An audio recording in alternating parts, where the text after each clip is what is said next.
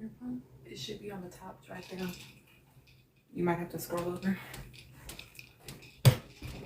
Fuck. Damn, I know that heard you.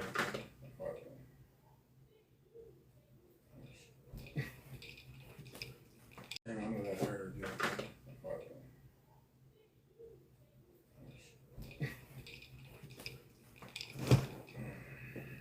Hi, Tracy. Oh, you already eating that now? Mm-hmm.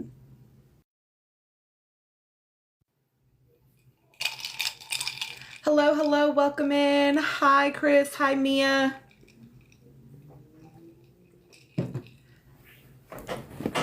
Hi, Giselle. Hello, hello, y'all. Welcome in, welcome in. Hi, Pearl. There's been a ton happening. Hi, highlights. There's been a lot of interviews. Hi, Ezra. A lot of moments for us to talk about. Hi, Sunshine.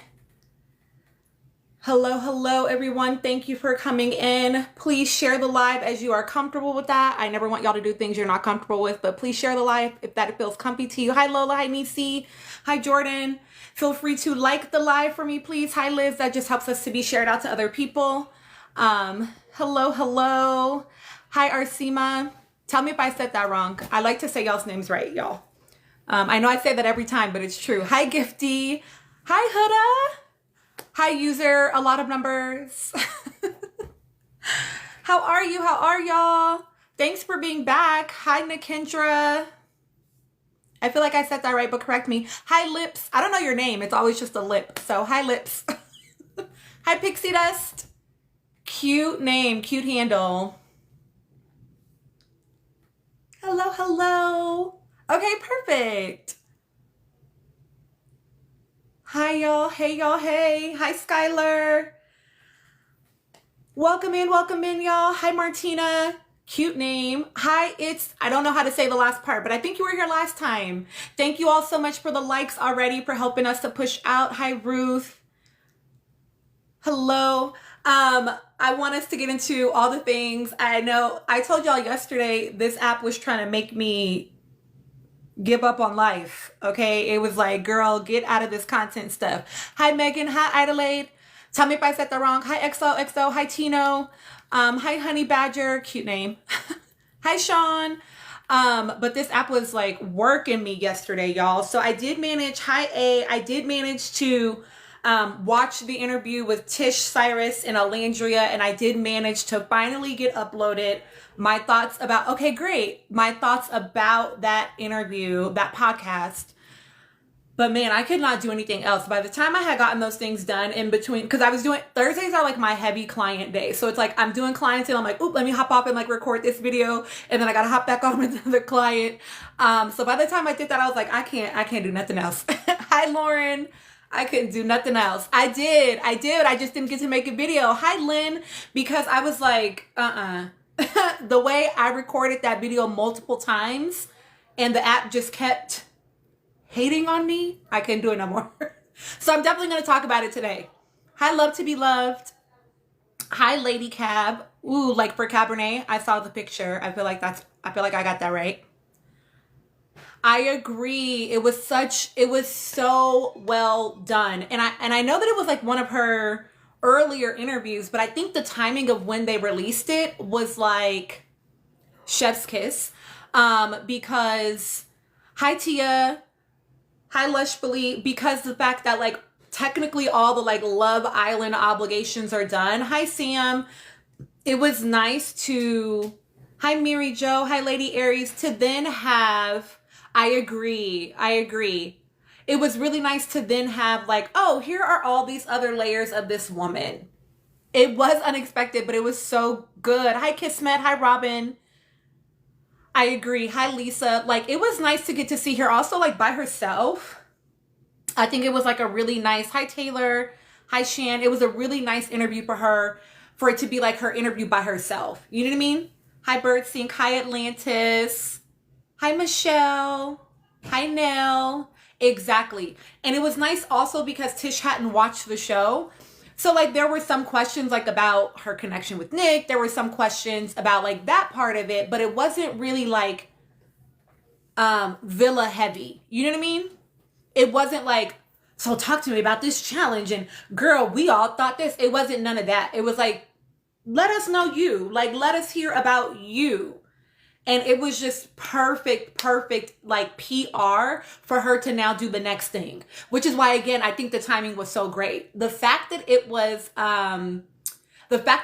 so focused on her and just the layers of her. And then the fact that it was like, okay, reunion's done taping, now drop this interview. It was like the perfect next step, which her management is doing a good job, right? It was the perfect next step of like, okay, now that that is behind you, here's Alandria as she's moving into the next phase of who she is as, you know, a star. Hi, the Mahogany X. Hi, Kay. I loved that she was able to actually get into that and that she was in a space with a woman that was able to hold that and acknowledge that that's true. Who was like, yeah, girl, I know what it's like being from the South. You know what I mean? Even as a white woman, Tish was able to say like, yeah, no, I know exactly what you mean. Hi, Lola. Hi, Champagne Mommy. Hi, you're here a lot with me. Hi, Ashley. And so I really appreciated that she had, hi, Ollie. Cute name. Hi, Ash. All your names are cute, y'all. Hi, Tati. Hi, Erica. Yes, Lola, put whatever you want in the comments. I'm happy to address it. Hi, Erica. Ooh, me too. How she explained that she had to see Nick grow to be with him. And the fact that she was able to talk about how, you know, if they had gotten together earlier, then like maybe things would not have panned out. I mean, we have to remember, right? This man said he brought 7 shirts to the villa. He didn't expect to be there. He was a little bit on, you know what I mean? Like he was a little bit on like kind of a game almost like, oh, I'm about to just kick it for a week and they gonna get rid of me. They ain't trying to fuck with me like that. Hi, Monty. Thank you for the follow. Hi, Beep Beep Boop. Hi, Flavor. Hi, Nads. Hi, Liv. Yes, he was doing something fun and unexpected. He was going with the flow and then realized like, oh, like I'm really like in it. Hi, Lillian. Hi, Sai now. Hi, Miss Benita. I haven't. You know why, Adelaide? Because they pissed me off. So I stopped following their socials. I stopped following their socials because they pissed me off. Okay, Lola. Okay, say more. I'm happy to address it. I don't know. Personally, I want Alandria to shine like the star she is, but I feel iffy about Shelly.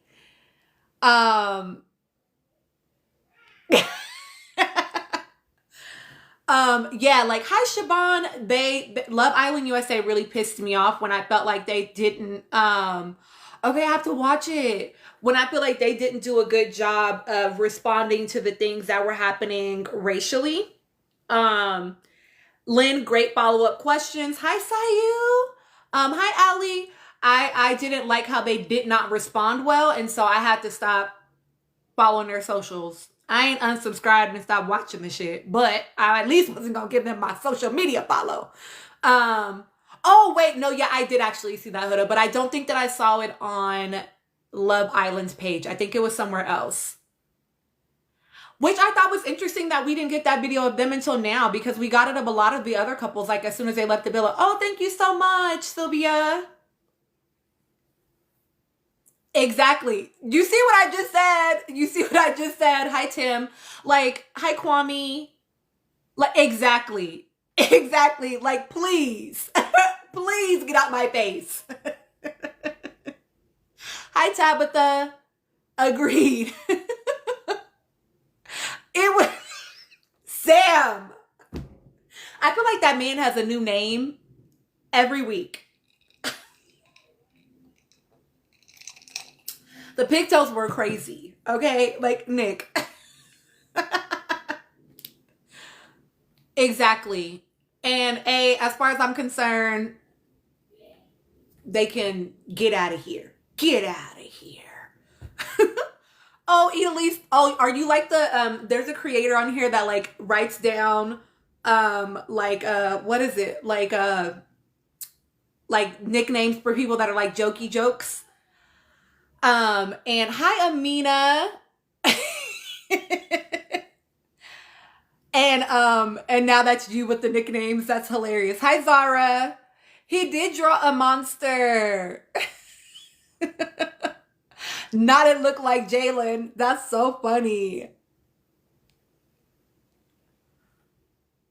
One girl gave everyone car names. I don't know, Amina. But I literally just went live like 15 minutes ago. But still, yeah. That's weird. Hi Katsy. Y'all, so I did watch What Happens Live. It's so weird. I did watch What Happens Live. Hi Nick, hi Britt. And I know that people on my live, the last time we were on live on Wednesday, people were like, okay, like we want to know your thoughts. Hey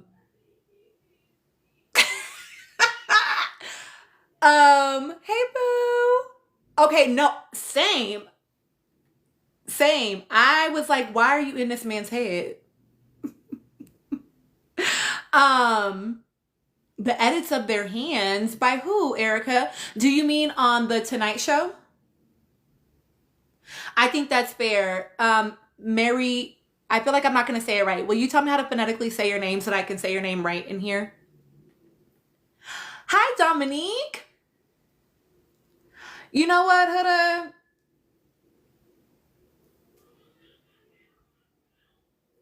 What was funny to me was when he said the 40 seconds and then Nick said that it was like 25. Didn't he say 25? That's what it said on the captions. So he was like even downgrading it more, like, please don't give that any more attention than it needs to have. Woo! I'm excited to get into it. He was like, it was only 25. Don't do that. Hi, Ann. Hi, Lanita. Yeah, so I did not like when they were doing the questions and it was like truth or Nick twerks. And they were just going to avoid all the questions that would have been like actually saying something. I don't know, y'all. I mean, I guess y'all probably know because you engage in my content. I just feel like just say that shit with your chest type of person is how I am. You know what I mean? So I just feel like Adelise. Oh, thank you. He was a good sport.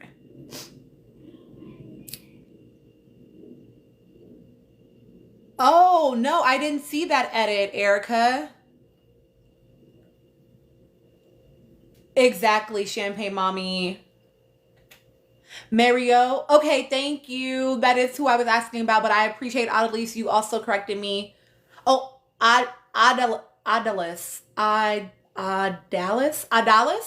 Is that right? Adalis? Tell me if I'm still saying it wrong. Adalis. Okay, Adalis. Thank you. I like to say y'all's names right.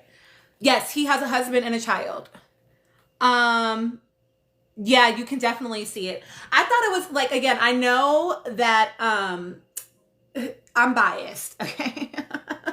But I thought it was interesting that, obviously Amaya and Brian are sitting in the front because they were the winners, right? But then like Olandria and Nick were in the back, but then they had something between them where they couldn't really so there were moments where she would like reach over and like try to touch him and he but they couldn't really like connect in that moment. I thought I wish they didn't have that table between them.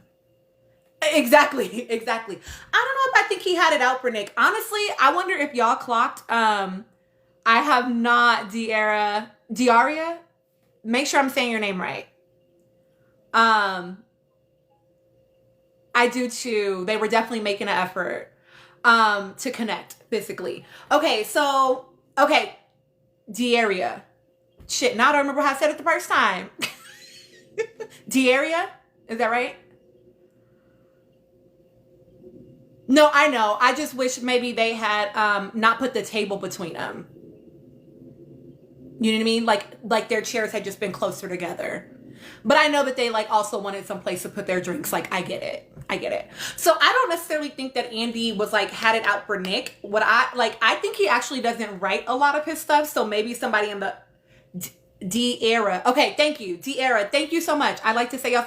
Hey, K-Boogie. I like to say y'all's names right. Wrap it up. And what's oh, look at me getting annoyed already. What's even more annoying about the fact that they asked them that question is that the motherfuckers sitting in front of them coupled up on the same night. Why are you not asking them that?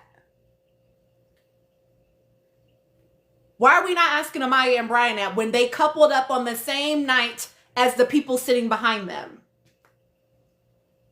And them motherfuckers knew each other for less time than the people sitting behind them. Like Alandria said in her interview, is this on? Is this on? You know what I mean? Like, why are we asking that? Literally, Iris and Pepe, Amaya and Brian, and Nick and Alandria literally all coupled up on the same exact night. Why are we only asking Nick and Alandria this? Because they had connections before? Well, Amaya had 3 failed connections before that. So why are we not... Come on. Make it make sense. Make it make sense. Exactly, Erica. They have been there together the whole time. And if nothing else, they had the foundation of friendship. Heavy on the failed, Shara. Exactly, Ty. So it's like they had a really strong foundation, even if they were only coupling up to support each other through the grief process as they're staying in the villa. But anyway, we're not going to get into that. We don't have to prove them in here. Okay? Exactly, K Boogie. No, and I literally just went live like less than 20 minutes ago. I went live at 5 o'clock my time, 5 o'clock Mountain Time. Shara, thank you for correcting me. Hi, Tone. Do I usually call you Shara? I feel like I usually call you Shara. But y'all, my brain, it don't always keep everything in it. But thank you for correcting me. Hi, user. Hi, Sandy. Hi, Bae. Hi, Mary Jane. So yeah, I don't like that and I know that the person asking the question said for the naysayers, like for what she said was for the skeptics, but it's like, but why? Why do we keep, hey Kimberly, why do we keep giving the skeptics so much attention? Thank you, Anne. Thank you.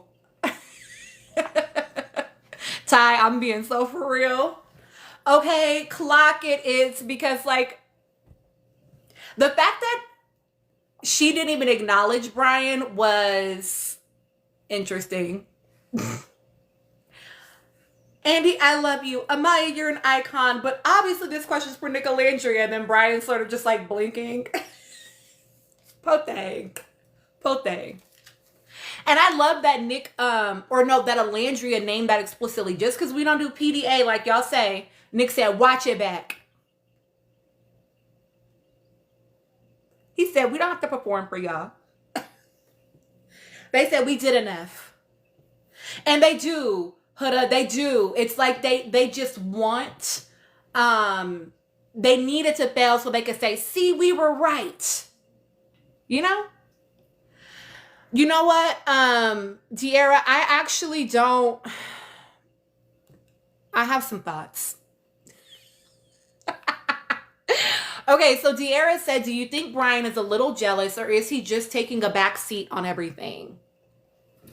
I don't know if I read jealousy of Amaya yet. I'm not saying it's not there. I'm just saying I don't have enough evidence yet to say that I think that that's what's happening. But I do think that he's jealous of Nick. It's like that. And I've had this happen in my life before. I don't know if other people have had it happen in their lives before, where you have people around you that you realize like, oh, you don't fucking like me. You just like being around me. You like what you gain by being in proximity to me. You know what I mean? And that's what it gives for me with Brian and Nick. When it comes to Amaya, I will say that what I was seeing, I want to preface this, right? So, I will say that I do think that everybody in that room, except for Alandria, when it comes to the Islanders, was lit on something. I feel like nobody was of sober mind. And I know they were all drinking, but they was tripping before they started drinking. Hi, Jay. Hi, Pretty. So I do think that makes it harder to read body language. So like, this is why we tell clients like not to come to session under the influence. Because yes, I do think on the on Watch What Happens Live, Huda. Like the eyes. Thank you, Jay, I am. I feel like you say that to me every time you come in here. So Ty, something, I'm gonna speak to that. I agree, but I think Mary Jo that he knew that. But I will say that everybody seemed a little like glazed over in the eyes, and so I'm like, are y'all? What's happening?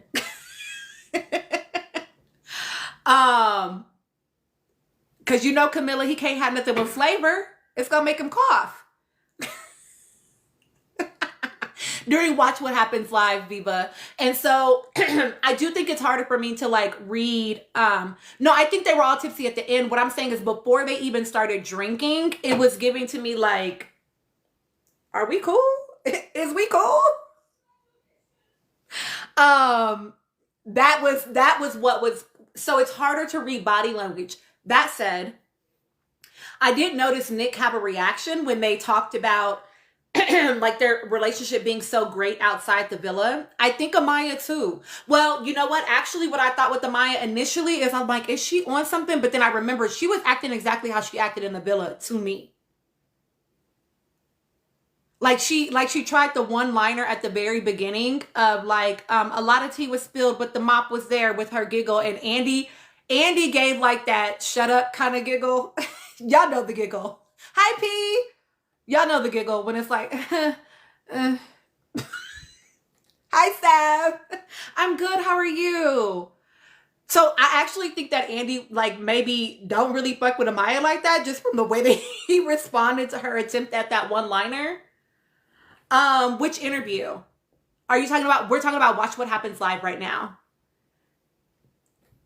I'm glad that you're good and I'm glad to be on. No, it was, oh, no, yeah, it was the day after the reunion was, I just went live like 20 minutes ago.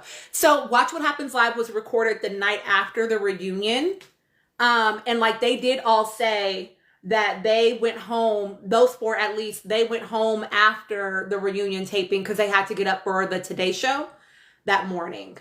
So I will say this about Amaya and Brian. What I noticed is like when they were on the Today Show, she was kind of like holding his arm and his hand was like draped over her. But if you notice, because y'all know I be watching stuff, right? Like his hand never actually touches her body. It's just draped over her and she's like holding his arm. And then, okay, I do think that she's trying to get sound bites. I did see the Fallon, not very long, because I think Watch What Happens Live is like less than 30 minutes long and then they do the after show. So maybe a total of like 45 minutes to an hour for the whole experience. I think KJ I think he still is over her one-liners. That was the energy that his giggle gave to me. Was like, okay, girl, like enough. I thought it was really interesting that literally almost every time they were asked a question, she turned to look at Brian before she would respond and kept eye contact with him almost the whole time. And like there were certain moments where like she would be nodding as if hi Ms. Dash, she wanted him to like she wanted him to like confirm what she was saying. Did y'all also notice that when Andy asked about when he asked about whether or not they saw chemistry between the two, she turned to look at Brian and she said, yeah, I mean, they always had a good connection. Baby, your micro expression is saying no. And I don't know what that's about. Like, I don't know what that's about. But I did notice that her micro expression was different than what she was. It wasn't affirmative with what, like it wasn't congruent with what was coming out of her mouth. Exactly, Camilla. Exactly. And usually that's not, we can't really help it. It's just happening before we realize it. I think so too, Huda. I did also, hi Ms. Deb. I do think that, like there was one part where I was, where I was noticing like, it seemed like maybe she was like trying to like comfort him. Like I noticed she kept like turning her body all the way. Y'all are gonna have to go watch it. But at one point she turns her whole body toward him. Like her feet are all the way toward him and he's just still facing forward. There was never like a turning toward or like a leaning into. I did think it's that like maybe she was trying to comfort. That's what it kind of read like at some point to me. But then it seemed to be even more of her like leaning into him and like, it felt like she was trying to It felt like she was trying to create an image. It felt produced on her part because it felt like how I watched her act produced in the villa in some ways. I think so too, Katie. But I did, no, I'm not saying that I think they're faking. I'm just saying that it was weird. It was just weird to me. But I do, like, he's very quiet. And I don't know if it's because he has nothing to say or if I did see Washington. I don't know if it's that he has, oh, we're talking about Watch What Happens Live to the person that asked. I don't know if it's because he has nothing to say or if he feels like he can't get a word in edgewise. Because he didn't like actually say something until Andy directly asked him, but then he seemed so relaxed in his response. So I'm like, so is it that he's nervous or that he just feels like he can't respond? You know what I mean? I think she is leaning into, and that might be true too. That might be true that he doesn't want to say the wrong thing. I think she leans into, and I've talked about this a little bit on a video before, but somebody kind of expanded on it in my comments. But they were like, maybe Amaya, sometimes plays up sort of this like caricature of herself in order to like endear herself to the public. And I do think that we saw that in the villa, whether intentional or not.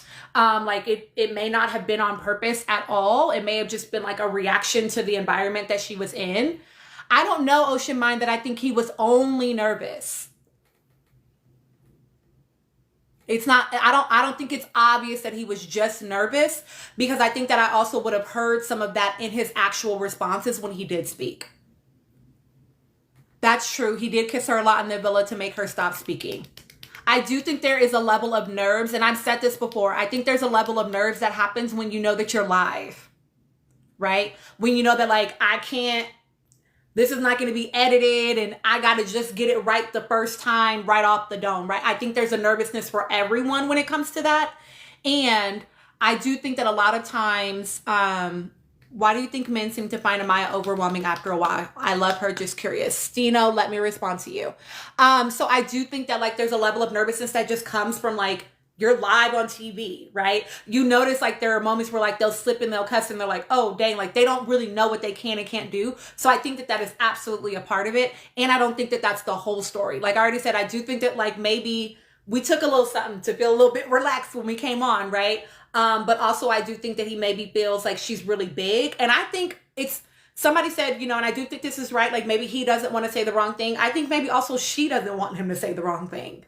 And so she kind of speaks up preemptively for them, So Steno asked me, why do you think men seem to find Amaya overwhelming after a while? I don't know her well enough to know like exactly why, but like based on how we've seen her, yeah, a lot. I don't know if he is. It's, I think that, when you have a partner that maybe feels like a really big energy and you're used to being a bigger energy, that can feel what's the word I want? Like frustrating in a sense, you know what I mean? Hi, Frankie. I think that can feel frustrating in a sense, you know what I mean? And like the people that she coupled up with as far as like, it can be like a little bit overwhelming. So like when it came to, and challenging, yes, all of these words are great adjectives to describe it, right? I think that like when we think about like her with Ace is a big energy. And so he was trying to regulate how their energies were going to interact, but there really was no space for that. And so if Brian is a bigger energy, if he is like a personality, which I've said before, I don't really feel like that man has a personality like that. I think he's accustomed to like just being attractive, and there's nothing wrong with that. You know what I mean? But, I mean, he posts a lot on social media to be the silent type.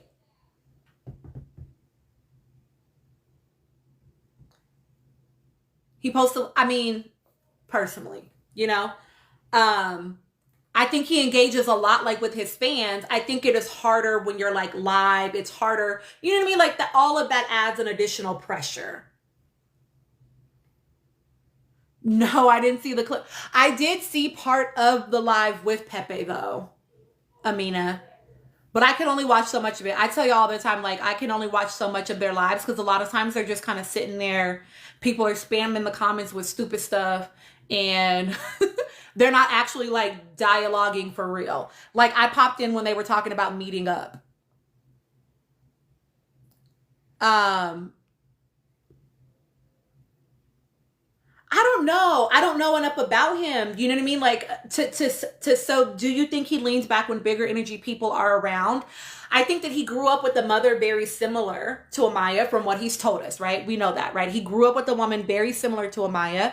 And so, no, he wasn't at Pepe's house, Adelaide. He was at a friend's house, but he and Pepe were on FaceTime. He had just gotten to New York. Like, he got delayed quite a bit for like 2 days almost, basically. So that's why he wasn't at the reunion taping. So I think he's accustomed to women with big energy, and I think he knows how to like navigate that. I don't know if he's necessarily like super thrilled about it, but I do think he knows how to like deal with it. But I do think the biggest moment between the two of them that was interesting to me, at least, was when the viewer came in on the video question and she asked if they had always had an attraction to each other or like were always somewhat into each other. And oh no, Camilla, I didn't know it was that. But when the person asked that, I watched Amaya turn to him and she couldn't get no words out. Miss Quick with the quips and the one-liners was like, yeah, I was like, damn, this man is fine. Like, girl, just say no. Just say no, and it bloomed over time. That's okay. Hi, Mika. I think that might have been what it was too, Danny. And Camila, if you notice, what he said was, the first thing I said is, I love my Dominicanas. And, I got it. Like, that's not the same thing as saying you was interested in her. She was your third choice. Like, just be honest, y'all. Nobody cares. Exactly. Don't try to sell a story. Just tell the truth. Just tell the truth. Like, actually, no. Like, I was really invested in the connection that I was with. And this just sort of happened over time. Like, that's fine. That's fine. You didn't have to lie and say the first time y'all seen each other, you were interested in each other. Exactly. His Dominicana was Andreina.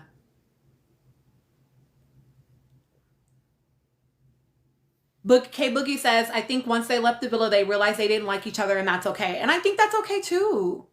Exactly, Alexis. Oh, that's a great point. And he liked the other girl who was a non-Dominican before Amaya. That's true. But you know what? You know what, Erica? This is the part. Acting like we didn't watch the show, just be lying, LOL. None of them watched the show. So they don't know what we know. They don't know what we know. I feel like if you're going to lie, you should at least do your research to make sure. Sorry, y'all. He said he likes spicy Dominican women. Hey, V. Right now, we're talking about Watch What Happens Live. You think so, Danny? I think Brian was attracted to anyone that was attractive.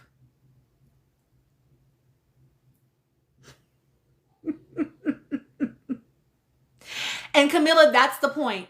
That's like, it's not giving honest, because if that's the case, why didn't you go talk to him rather? And I talked about this last time, rather than going to talk to, well, the fact that it was after they came back from the hideaway that this man's like, how do you like your coffee? Are you telling me this is the first time you make this woman's coffee? I don't like it. Yeah, it didn't need to, like, it's nothing wrong with however your freaking story started. Who cares? You know what I mean? Oh, I did not see that. Yeah, Dominique, it kind of pissed me off. I just feel like you should have to watch the show. You should have to watch the show.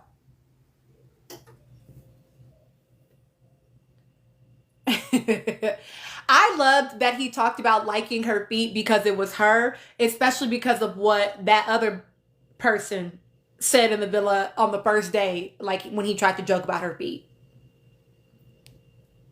Yeah, they're watching edits on TikTok as if we aren't all editing it to be what we wanted it to be. Like, watch the actual show. See, Washington, and that's what's crazy is that even after Andreina was like, oh, you know, I want us to continue to explore, he didn't run straight to Amaya. He was after Jaden next. And it wasn't until Jaden got sent home that Amaya pulled him to tell him how she was grateful for that him sticking up for her. And then they linked up. So it's like she still wasn't even, so it's like, why are you lying? And the reality is everybody knew at that point that there was drama between her and Zach. So he definitely could have.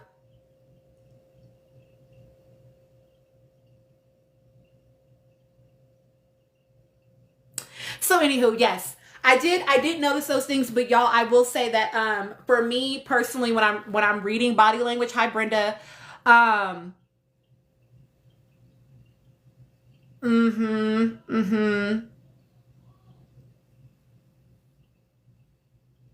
okay, she pulled him to thank him before Jaden was eliminated. He still wasn't like, yeah, I'm into you. You cute. But yeah, I mean, I just feel like it's hard to read body language when I feel like there's something else like kind of altering the way that you're showing up. So the fact that they, I think definitely were on something just maybe to like ease nerves or whatever before, and then they started drinking, it's really hard to read body language when that's happening and feel like that's accurate. Like that would feel unfair to me to use Watch What Happens Live as a moment to be like, oh, this is what's happening between them. Though, like I said, it was interesting that like I was noticing those micro expression moments with her, you know. I was noticing the attempts at like the catchy one-liners. I was noticing the stuttering, you know, like those are things that I definitely noticed, but it feels hard to say, oh, this is definitely like the picture when I feel like there's other stuff potentially going on.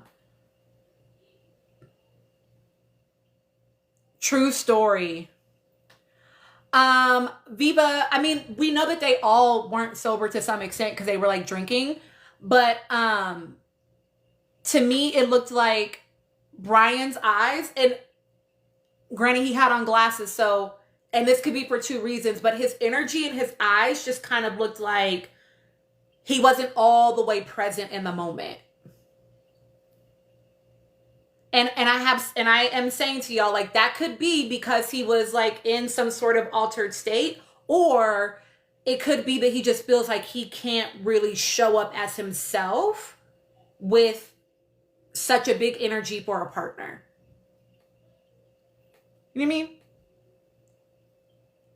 Is it bad for me to say that Amaya should have gone home earlier in the show? No.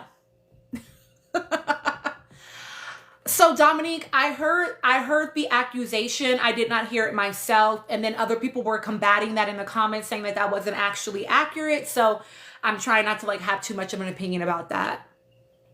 And Huda, I think he also, like, when he was directly asked questions, he did fine.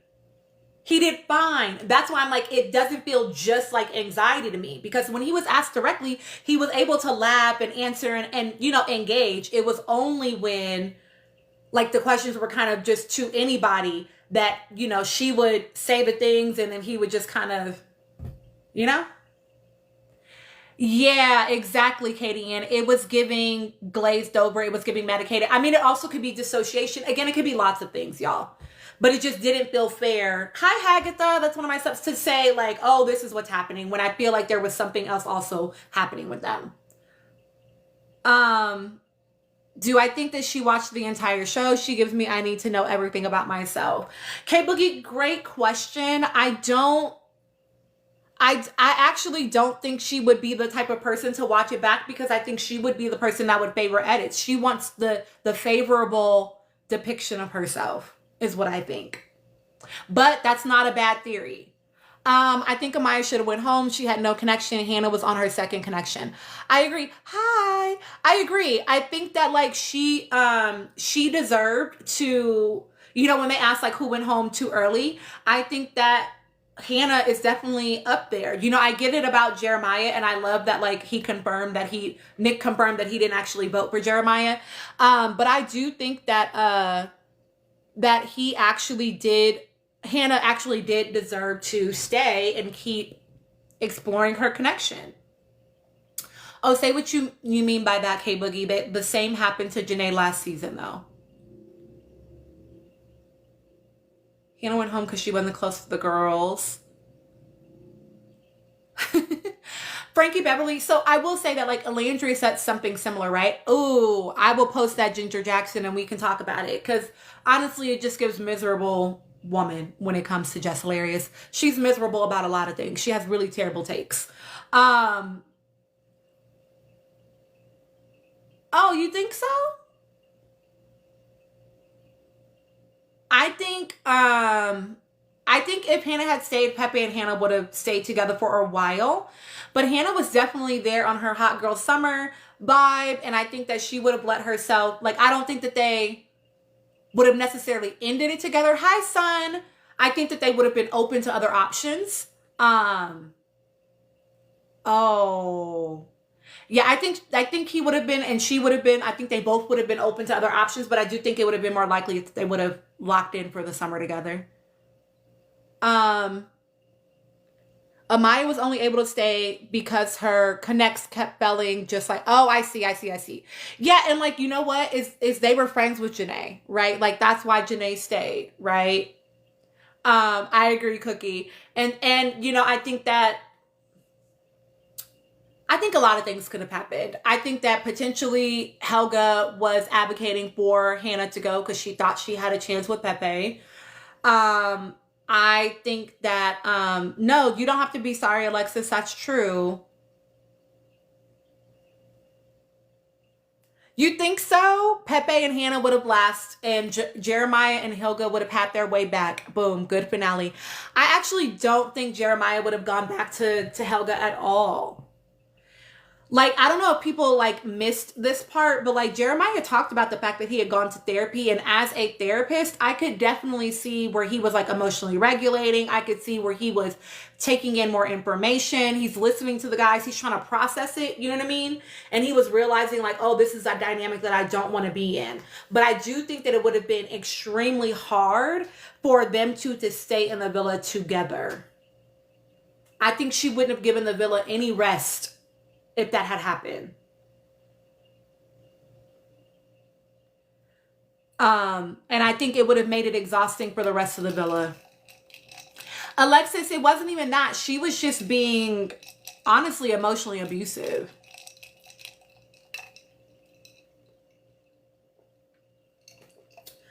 Huda, you know why? Because, hi, Jamie.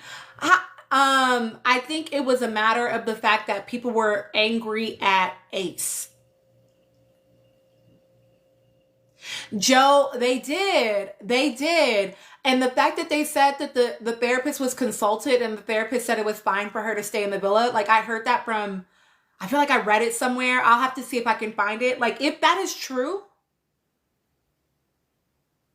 that pisses me off.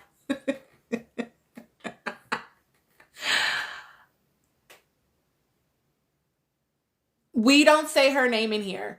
So if that makes you uncomfortable, that's okay. But we don't say it in here because we don't want to draw her stance in here.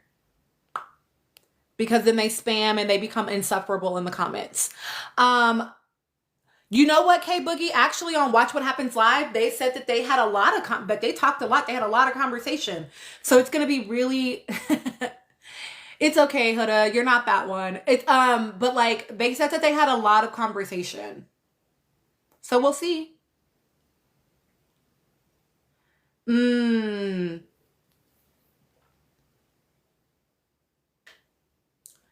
It's blue hearts. I don't know what that means. I know, K Boogie. But I actually think that like I've said it on my lives before, that as a clinician, if I was watching my client go through that, not only are we processing it when you get home, but we're also practicing for the next time you see that person and making sure that you feel like you can communicate through that moment. So my speculation is that if he was still in therapy, because I know you had done it before, if he was still in therapy, that they probably have had some like experiential learning where they were practicing what some of those conversations would sound like. Okay, Amina, there was a Sun's article. Yes. So yeah, I do. I know. See, that's why we don't say it, Camilla. It's like saying Beetlejuice 3 times. You know, Joe, exactly, but it definitely should have been much higher. Much higher. It's, you know what? How does she pass the initial assessment to get on the show? Either she lied, or they or production knew and set that woman up. That's the only two explanations.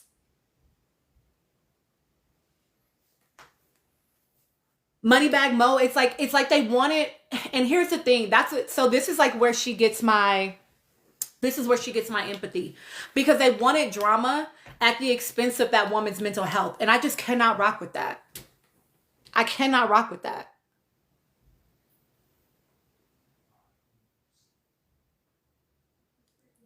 Like, that's just, it's so inconsiderate of her as a human. You know what I mean? Cookie, she was actually so exhausting. And I think that she became definitely something for,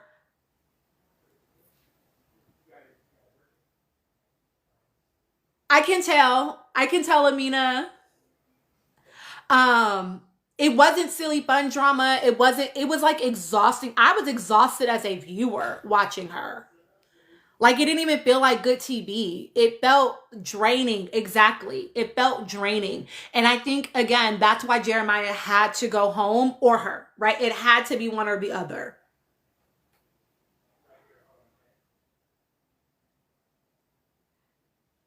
Yeah, I just feel like they knew that. They knew that bringing her in, and to me that's just, that ain't right. That ain't right. No, exactly, Amina. That's why Nick voted for her. You see on Watch What Happens Live, he said, "Do you think they had a toxic relationship?" Nick was like, "Both hands." And then Amaya was like, "Both hands and my feet." But then said, "Well, I'm a girl's girl, so I would vote." Don't piss me off. Don't piss me off.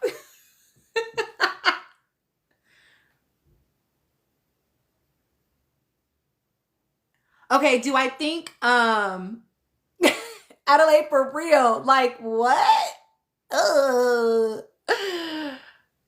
Um, she did. So P said, "Do you think that Jeremiah was majorly contributing, or that he was just enabling?" Do you mean like enabling her behavior or contributing to her behaving that way? Can you help me understand? Viva, you know what? Okay, magical black girl, we'll see you in a bit. It's not what girls girl mean. And they just, I do have a YouTube channel now, Shanika. Um, I'm officially recording the lives, and we'll be posting them on my YouTube for people that miss them. You know, Mary Jo, I actually feel like she should have left. I feel like they should have held her accountable for the way that she was making everybody in the villa feel. And she can cry about it at home. Oh well. Because she gonna cry, but cry about it at home. Oh, I actually don't think that he was being toxic back. I think that he was doing, so yep, that's a great question. Do I think that Jeremiah was being toxic back, or just enabling her toxic behavior? I don't, oh, you're lying, Miami. I don't think that, hey, Just Beeps. I don't think that he was being toxic back or enabling her toxic behavior. I think that he was doing exactly what he thought he needed to do in order to survive the moment, right? And so sometimes that looks like shutdown. Sometimes that looks like fawning, right? I think that whether people want to admit it or not, she was traumatizing in that villa. Imagine you are hooking up with somebody and it's been a couple of days, and then somebody, America, votes to put you with a different person, and now you're getting cussed out and called all kind of crazy names. That's traumatizing. That's like, oh my gosh. You know what I mean? And so I think that he was having a trauma response. Oh, I agree, K Boogie. I didn't love his communication style, and I do think, I've said it before, that I do think that he was having like a battered spouse syndrome sort of response. In her repost on Twitter. Oh, I don't have Twitter, y'all. I mean, I do, but I never get on it. See, Larrikin, he actually wasn't even love bombing. Like, he was just showing interest in her. That word only got spread around the villa because of that conversation between Ace and Hilga. That's not actually what was happening. I agree. I felt like he was a victim of the dynamic, but the way the men spoke about it outside. I mean, he definitely was doing some shady things, according to what men were saying. They're both the problem. Believe it or not, two toxic people can be in a relationship. So it's not a matter of whether Chris was a red flag and she wasn't. They both were. They were a goddamn circus. But it wasn't love bombing, y'all. He was just showing interest, right? But there have been reports from the men. Okay, thank you, Miami. There have been reports from the men. Hi, Gigi. You know what, K Boogie? Exactly.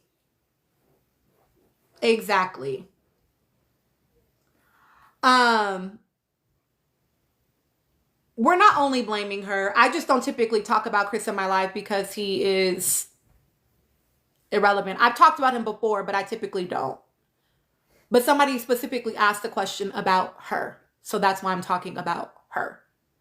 Yeah, I don't understand how Ace came to that conclusion at all. That, like, nothing about that felt right, especially when he was just telling him beforehand, you're letting her mark you. Like, you know what I mean? But I've said before that what I think was happening is that he felt sympathy for her because his mother was a single mother as well. And so once she dropped that and was crying, he was going to firmly move his support. He got played, basically.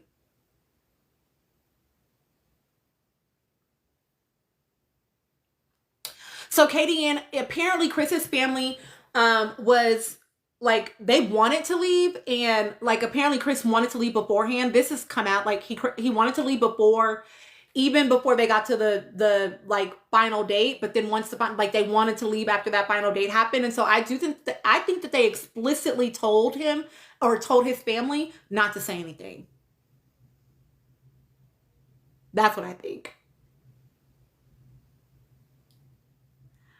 Oh, you think so, Miami? Yeah, I mean, when she said what she said in that live, is that what you mean? Well, Alandra let her know what the temp was, that's for sure. Everybody in that villa will say that Jeremiah was toxic, possessive, and love bombing. So is everybody lying? I think nobody in that villa is an actual therapist to know what love bombing is. I think that, again, I don't think that they know what toxic necessarily is in that dynamic. Possessive, maybe. Because of what he said about Andreina. That's true. Exactly. So to your point, right? Exactly. Nick didn't vote Jeremiah out. He voted out Austin. So she was definitely lying and creating a narrative. And yeah, exactly. I agree, P, about like maybe the possessiveness thing. Like he was locked into his connection definitely from day one. I think though, honestly, if the boys had given it enough time, he would have been off that anyway, because she started acting a little cray very early. So I think he already would have been off that on his own, and they didn't let things play out the way they just should have. And that's true. Get like Ree, get like Ray. So yeah, I think it would have played out on its own, and they really didn't even need to get involved. Yeah, and that's the oh my gosh. That's so annoying to me, Shrek Khan, because why? Why? Why are we voting for Austin? He literally gives nothing. We did Miami. We talked about it on my last live. Austin gave nothing the entire season.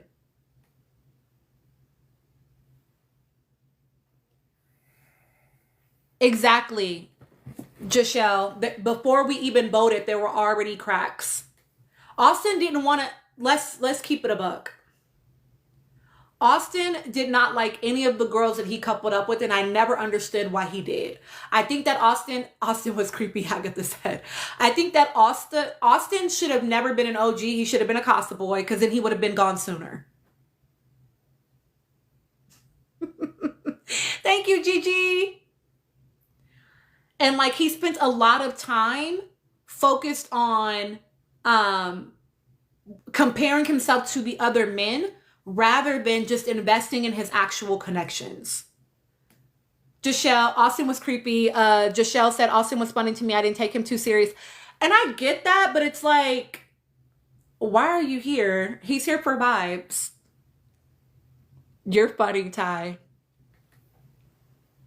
Chris Bryan or Zach should have been an OG. Ooh, that's a hot take. That's a hot take. I feel like if Zach had been an OG, he would have gone home a lot sooner. Because I think that that cultural disconnect, I think, was too big with him and most of the people in the villa. I think that Chris, definitely, we would have seen even more how he was. And then you said, who else? Brian. I think Brian would have ended up going home because I think Brian's boring, y'all. I think he's boring. Zach with the K, Ginger, is who they said. Brian said that Andreina was boring. But like, I watch him in his interactions with Amaya and he doesn't have any substance. He seems boring to me. I think he's the boring person.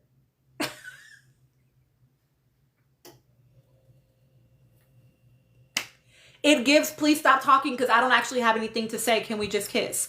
And I said that, Mary Jo, like, I really do feel like he is just accustomed to like being attractive. Like that is what works for him. That's his shtick. Which, nothing wrong with that.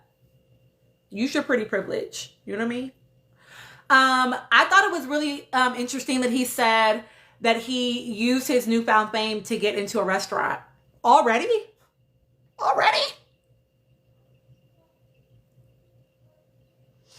That's true, Shrekhan.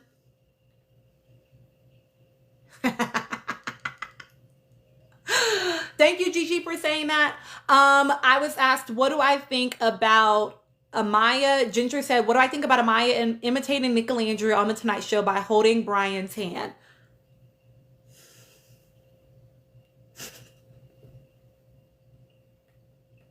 Why y'all trying to get me to be messy in here? I thought it was very interesting. I'm just kidding, Ginger. Be messy, we support. I will say this. I do think that Amaya is very aware that she's being filmed. And this is what I said about her on Watch What Happens Live, right? Is that part of how I saw her engaging was like, oh, it feels like a little bit of what I saw her doing in the villa, which I perceived as performance. I've talked about this a little bit before. It felt like a performance. It felt like an identity, a caricature that she took on in order to, my perception was to survive the villa in some ways, right? And to endear herself to people, right? So what I thought that was like, she's having all these men tell her she's too much. And so she's like, oh, let me just, let me become more childlike, because then that's disarming for people and people are not going to perceive you as too much or overbearing, right? And then I felt like I saw her reverting to a lot of that on Watch What Happens Live and on the Jimmy Fallon show. And so I was like, okay, because she's not necessarily like that when they're like in the lives just hanging out with their friends. So I'm like, so maybe, thank you, Ginger. Maybe this is just about like being in front of the cameras, which made me feel more like, yes, maybe it is a caricature that she's taking on, etc. So Gigi said, do you think it's mirroring? There are clips showing her doing it in the villa too. I think that it's possible. So I would never, y'all know that I do not do diagnosis stuff on here, but there has been, someone did mention to me a potential diagnosis for her. I don't know if that's actually true though. If that diagnosis were true, I think it definitely could be mirroring. To Ginger Jackson's point, do you think she's trying to follow social cues? It very possible, especially if this diagnosis is accurate. Ms. D said, who told Brian that him and Jeremiah were twins? I don't see it. Nobody. Ain't nobody tell that man that. Hi, Camille. She does turn it on and off. Yeah, Ebony, to your point, Amaya literally won because America felt sorry for her. I've said before that I do feel like it was about us rooting for the underdog. Well, by us, I mean America that did. I didn't vote for that woman, but those that did. Jasmine, I do notice that. Interesting. Exactly, Viva. I'm trying to read all of y'all's comments. I agree. She has a TV persona. Notice how she's talking normal now. I do see that. Y'all, if I'm missing your comments and you want me to respond to them, please drop them again. Exactly, K Boogie. Exactly.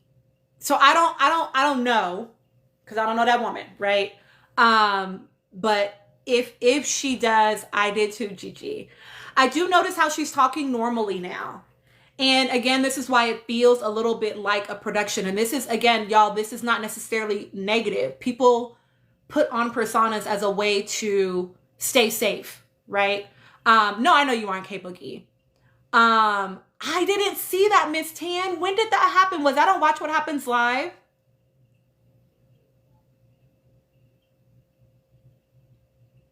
Exactly, Lindsay. Okay. I didn't see that. I'm gonna have to go. I can't believe. I think so too, Huda. It's a little bit of infantilization, which again can be a safety technique.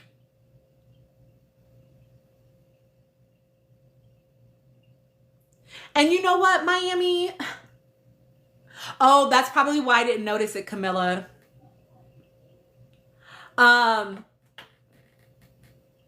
You know what, Miami, as far as like them not wanting, them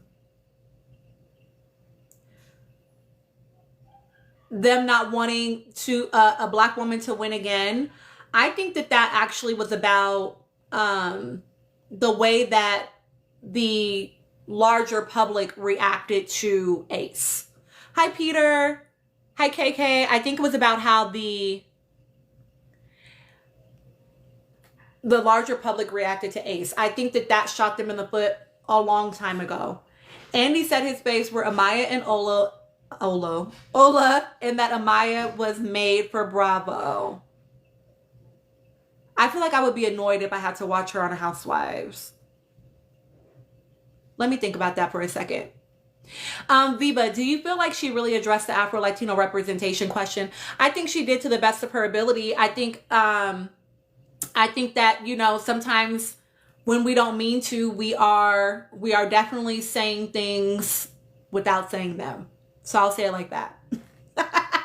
Right? Because the person that asked the question, he was like being very proud of the fact that like these Afro-Latinos won, like, yes. And she's like, yes, for Latino people. And it was like, okay. Could I see her on Vanderpump Rules? You know what? I don't watch Vanderpump Rules, and the reason why is because I was around when it first started, the show first started, and it was just so anti-black, I couldn't keep fucking with it.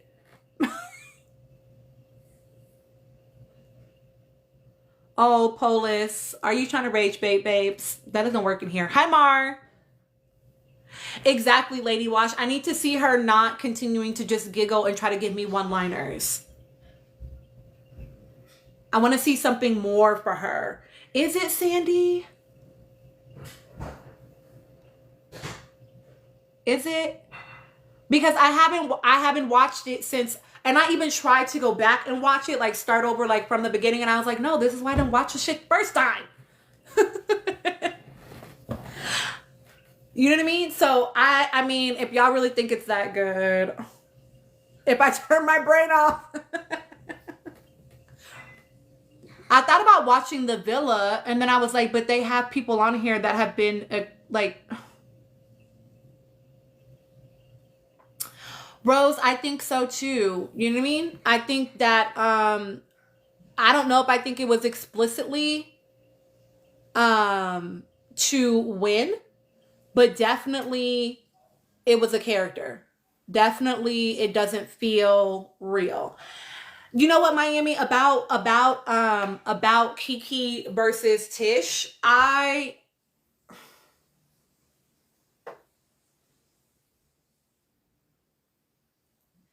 was she Hagatha? What show do you know? Oh, Erica, you want to hear my reunion predictions? Yeah, I don't think she is either. Reunion predictions. I think so. I will say about the Kiki and Tish thing real quick. Kiki was like very early after they got out of the villa, and Kiki watched the show. So she came in wanting her own questions asked, I think answered more than anything, rather than being like, let us get to know these women, right? I did appreciate how she was the first person to really open up the floor around them having to be a certain way. Oh yeah, Miss Boss Up, I see your question about them having to be a certain way as Black women in the villa. But Kiki did a little bit too much talking in that interview for me. Okay, yeah, Jelly, to your point. So Miss Boss Up said, my thoughts on O interviews with Tish and the insecurity of dating outside of her race. Okay, let me get rid of it real quick. Okay. My thoughts about that. I think that, you know, I think it's what anybody with more than one brain cell has been saying the whole time about like what was happening. You know what I mean? And so I think it was really nice that Alandria had an opportunity to actually verbally express it so that we can all hear it from her mouth, even though we know the people that don't want to believe it are still not going to believe it. They're not going to listen. They don't know how to do nuance or critically think. But for those of us that do, hi Mookie, hi B, I do think it was nice for her to be able to have the past to say, I'm accustomed to men that look like him attempting to only fetishize or objectify or willing to be, you know, they want to sleep with you, but they don't want anything else from you. And I thought it was really nice that Alandria was able to express that and then to be able to explicitly say, and so he did something different that made me be ready to try, right? As a girl that dated outside of my race a lot in high school, definitely a lot of that for them was about trying to be on. You feel me? Oh, I don't know why anybody is still following Just Hilarious Miami. She's so transphobic, so homophobic. She has the worst takes. Like, please. And so it's like the fact that she was able to name, yeah, exactly, P. Being pro-Black love is not the issue. It's the struggle love for me. The fact that it's like you want to just be with anybody Black, no matter what it's like. Like, no, we should go where we're celebrated and where we're loved, you know? If you can find that with a Black person because that's what you like, great. If you can't, then baby, go where you are loved. You hear me?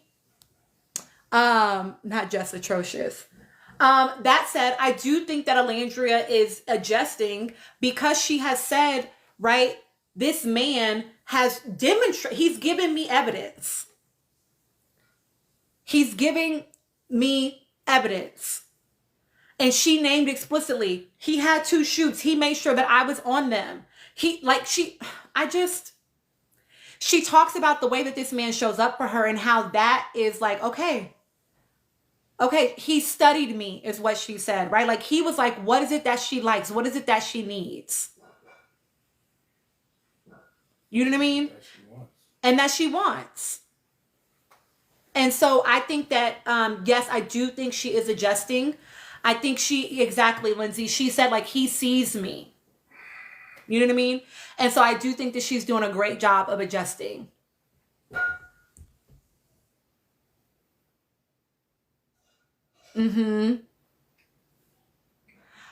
I agree. Yes, she can be soft with him, right?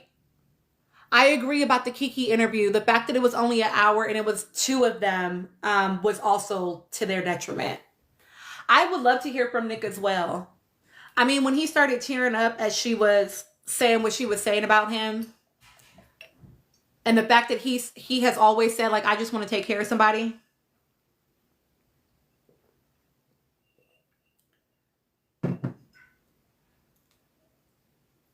Exactly. You found men that see you. And the reality is that we don't deserve to have to struggle in our relationships and in our love in order to finally achieve something. And not for the sake of race. And not for the sake of race alone, right? Like, obviously, y'all know I'm a nerd. Of course, yes, Black women often, they do date within their race or marry within their race most often. They're the least likely to marry outside of their race. And research does demonstrate that that is because it's like it's one less thing to have to explain within your relationship dynamic. I'm already about to deal with all that shit outside the house. I don't want to come home. And when I talk to you about what my boss did, you're like, well, maybe you're just misunderstanding. I need you to fucking get it. Right? I don't want to have to do that labor. It doesn't say it like this in the research, but this is what it's talking about, right? It's more academic than this, right? But it's about the fact that they don't want to have to do that labor within their relationship dynamic as well. So often they will marry within the same racial group, but also, you know, like I said in my video about Ola, like, let yourself be open to new opportunities, even if it's different, but just make them prove themselves to you. Make them show and prove. You know what I mean? I think so too. Amina says, I think that Nick might be used to being objectified as the pretty boy with the fun opportunities.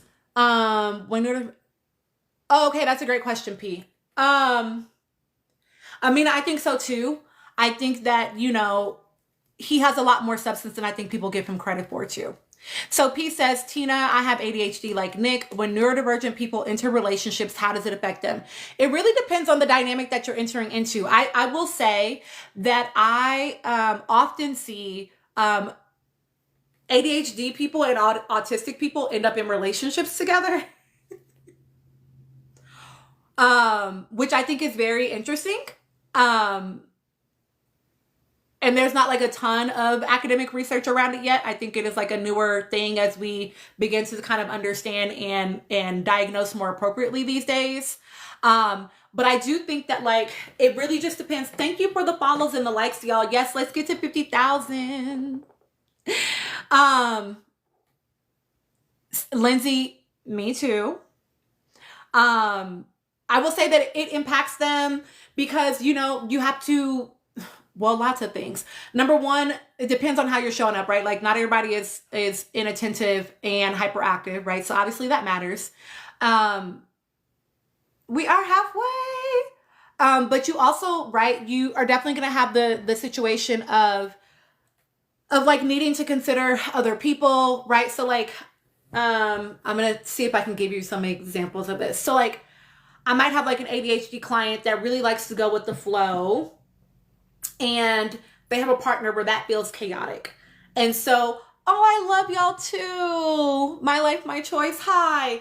Hi, Miss Kellis. Miss Kells. And so it's like you have to, yeah. So you really have to adjust. And so I do think it's like really useful for y'all to have some sort of coach or some sort of like mentor or some sort of like therapist, just somebody to help you all make that adjustment. Because you exactly. So Katie Ann says I'm ADHD and oh shoot, hold on. And dating was difficult because of how my mind works until I found someone who also has ADHD. It also can look like you perceive, time together differently than your partner does, right? So like me and my daughter, my oldest daughter, we have similar diagnoses, and we'll be like, well, we're in the room together. Like, that's enough. Why do I need to like also be engaged in a lengthy conversation with you for this to be like time spent together? But you have to adjust to like what your partner needs, right? It looks like, maybe, and I'm not trying to say that your partners have this, y'all, so don't misunderstand, right? You might be sitting in a room and y'all are watching a movie and you're scrolling your phone and they're like, you're not present. And it's like, no, my brain just needs to do more than one thing at a time. I know exactly what happened. I'm here. I'm in the moment, right? So like you have to have these sorts of conversations with people. But I do think it is really helpful to like sit down with someone that can help you all to understand how it might look. Because it definitely does impact the way that you show up in the relationship dynamic. Miss Mac, that's you. Yeah, like it's really hard for me to watch movies, but I can watch a TV show for hours. I wonder how Olan will deal with it. Do you mean like deal with Nick as someone who is type A? Nick goes hard when he's alone till he crashes. Okay, say more. You're the opposite. You're the other way around. Okay, you can watch movies but not TV shows. Okay. And yeah, not being consistent with communication over the phone. Yeah, right. And so like it's me, it's like I want to text because I'm also doing 4 other things. I can't stop and just give you my undivided attention. That's really hard for me. Right. And so knowing these things and having these conversations with people, like it takes, y'all would be like, why is this woman a therapist? It takes a lot of effort for me to like sit and, for 50 minutes and I'm just tuned into you, right? Just present with you, which is why I be not doing certain things on certain days because I have too many clients and I need to rest my brain. I feel you, call me Kate. I feel you. Okay, yes. So Amina, your question, or well, it wasn't a question, it's just a wondering. Yeah, I agree with that, Miss Bossip. That's funny. Hi, Danielle. Katie and say more. Congrats. Are you getting like an LPC, an LCSW, an MFT? Like, what's your track? So Amina, yeah, I do think that actually that might be a good. Oh yeah, I totally could. Huda, will you ask it again in case I don't get to it? Just like if I forget, because I just showed y'all ADHD. So just drop it again if I don't answer it in a second. I do think that like they actually could be a really good fit because of that though. Because she will be able to do the planning, but he can keep her spontaneous. I think what they'll have to pay attention to is not feeling like it becomes too much of a burden on her. That's what they would have to pay attention to. And so just making sure that it feels like it's staying in balance, if that makes sense, right? And not being like, well, I always do all the planning, because that can be taxing and exhausting, right? And so just making sure they pay attention to that. But I think that he, will be okay. Lindsay. Wait, where are you? I know, Joe. And we know he took her to Greece, right? It's not that ADHD people can't do it. Oh, Erica, thank you. It's not that ADHD people like can't plan, like we just can't function. Oh yeah, Lindsay, I'm all the way on the other side of the country. It just sometimes can feel harder. That's all. But we can do the things. It just takes more effort. That's all. P, don't get me started. Oh, thank you, dark skin lover. Hello. Oh, do you, Lindsay? I live in Denver, Colorado right now. The plan is to be back in California soon. Thank you, dark skin lover. Okay, reunion predictions. Can you ask me specifically what you're curious about? I think just like off the dome, I think that we're actually gonna see I think that we're gonna see like Alandria and Shelly like sort of have it out as much as they would be the type to like have it out with Hilga. I don't know because Amina told me the same thing, dark skin lover girl. I have no idea why it's doing that. Okay, period. We know that Jeremiah and Ace and Nick like all talk. You know, Erica, I don't know if I think Ace is gonna stand on business, and not because I don't think Ace wants to, but Shelly seems to really kind of like make him not. Did y'all notice in their very first Access Hollywood interview that he was definitely about to say something, and she like kind of like touched his hand underneath the table, and then she responded instead? I think she tries to make him reel it in. And so I wonder if that might show up at the reunion as well. Will Nick see how Taylor played in Ola's face? I don't think so, because he said on Watch What Happens Live that he's still cool with that human. And you know what, Huda? I hear you about like that makes like he's being more grown, and I don't think it's anything wrong with directly communicating your feelings. So I do hope, I'm trying to hold it, Gigi. I do hope that they at least can communicate the issue. You know what I mean? Actually, Shelly said that she has watched some episodes. So I think that maybe her people, when she got out, were like, this is what you need to watch back. Because she's watched the most episodes out of everybody. Alandria told us she only got through part of the first episode.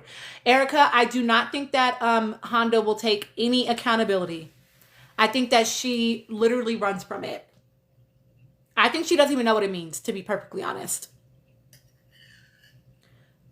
I think that she just thinks it's saying, I know that I did some things wrong and I'm trying to be better. Girl, shut the fuck up. Like, do I think Taylor will apologize? I don't. I don't think he thinks he's done anything wrong from everything we've seen and heard from him. Siobhan, do I see Nick having issues when there is a racial attack on Alandria? I've talked a little bit about this before. I do think that he takes issue with it. I think that Alandria, because of how we understand her to be, may ask him to reel things in sometimes too, though. What about the Casa boys and girls? Y'all, if I'm missing your question, please drop them again if you have like specific things you want me to talk about. You know what?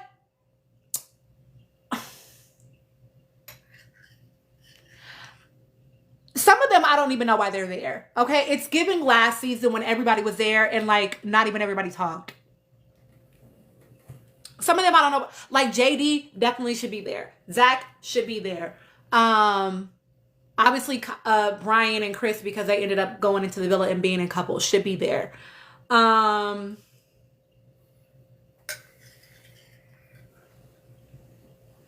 Obviously, Clark, because she stayed too. I really don't feel like a lot of them, like, why are you here? Except for Coco. You said Coco? Except for Coco. She don't either. Costume girl, like I can understand being there. My daughter says she could understand Coco being there as a Casa girl, but really only because of shit that she said after the villa. And I just feel like, girl, you don't need no more attention. Do I think that Nick and O are holding back on their relationship until the reunion? I do, Lady Wash, think that they are holding some things and just have to wait until certain things are played all the way out.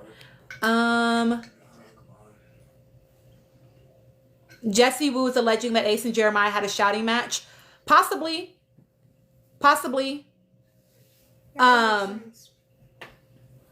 No, yeah, they did. Dark Skin Lover Girl. They did. We watched it the last time.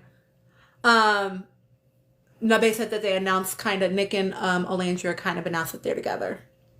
No, I mean, who said that Ace and Jeremiah had a shine? Oh, Jesse Wu. Yeah, so exactly. So like Did you see the screenshot of Ace like supporting Nick, Jeremiah? Like he was commenting on his posts and stuff. Well, they're friends now. Like well, on social media at least. You know what I mean? So like even if they did, they've made up at this point. So whatever it was, it obviously worked out. Nick unfollowed Coco, I believe. Yeah, Vanna don't need to be there. Like, it's a lot of them. Hi, K Boogie. It's a lot of them that don't need to be there, y'all. Vanna's just gonna be there for the no bullying disclaimer. Shut up. She is. My daughter said that Vanna is just gonna be there for the no bullying disclaimer. But yeah. So, you think so? I don't think Coco is gonna try to pop I don't think she's gonna try to pop her shit. K Boogie. Shoot, I be forgetting about Jaden. I don't think Coco gonna pop her shit. Because I think if she really was gonna pop her shit, period, Miami. I think if she really was. Hi, Nikki. Then, hey, AV. Then, like, she would have done that. Then, Huda, you're funny.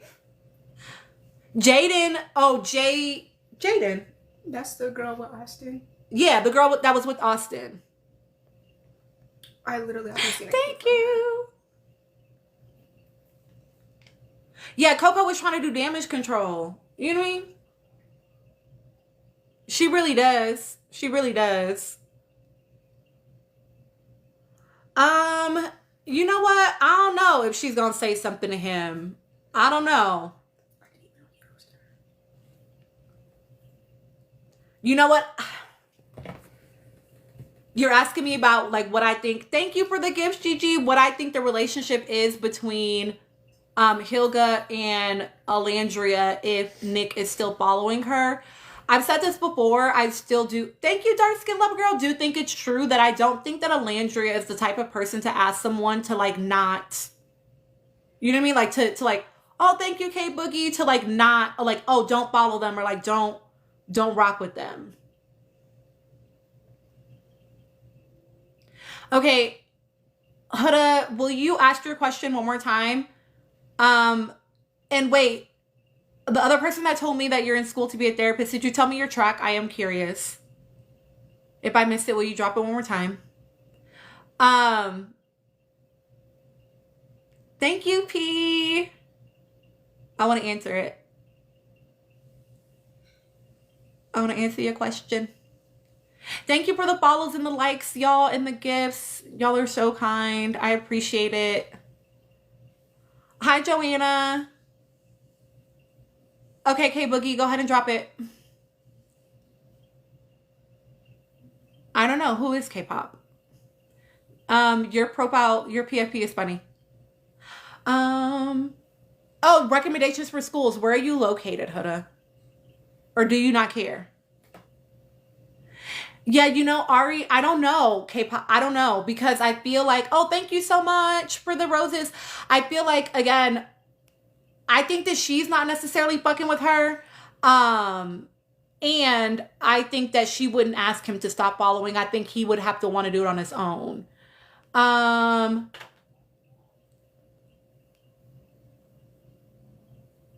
techniques to do well in school. Okay. How do I think someone should navigate dating when they don't leave their house?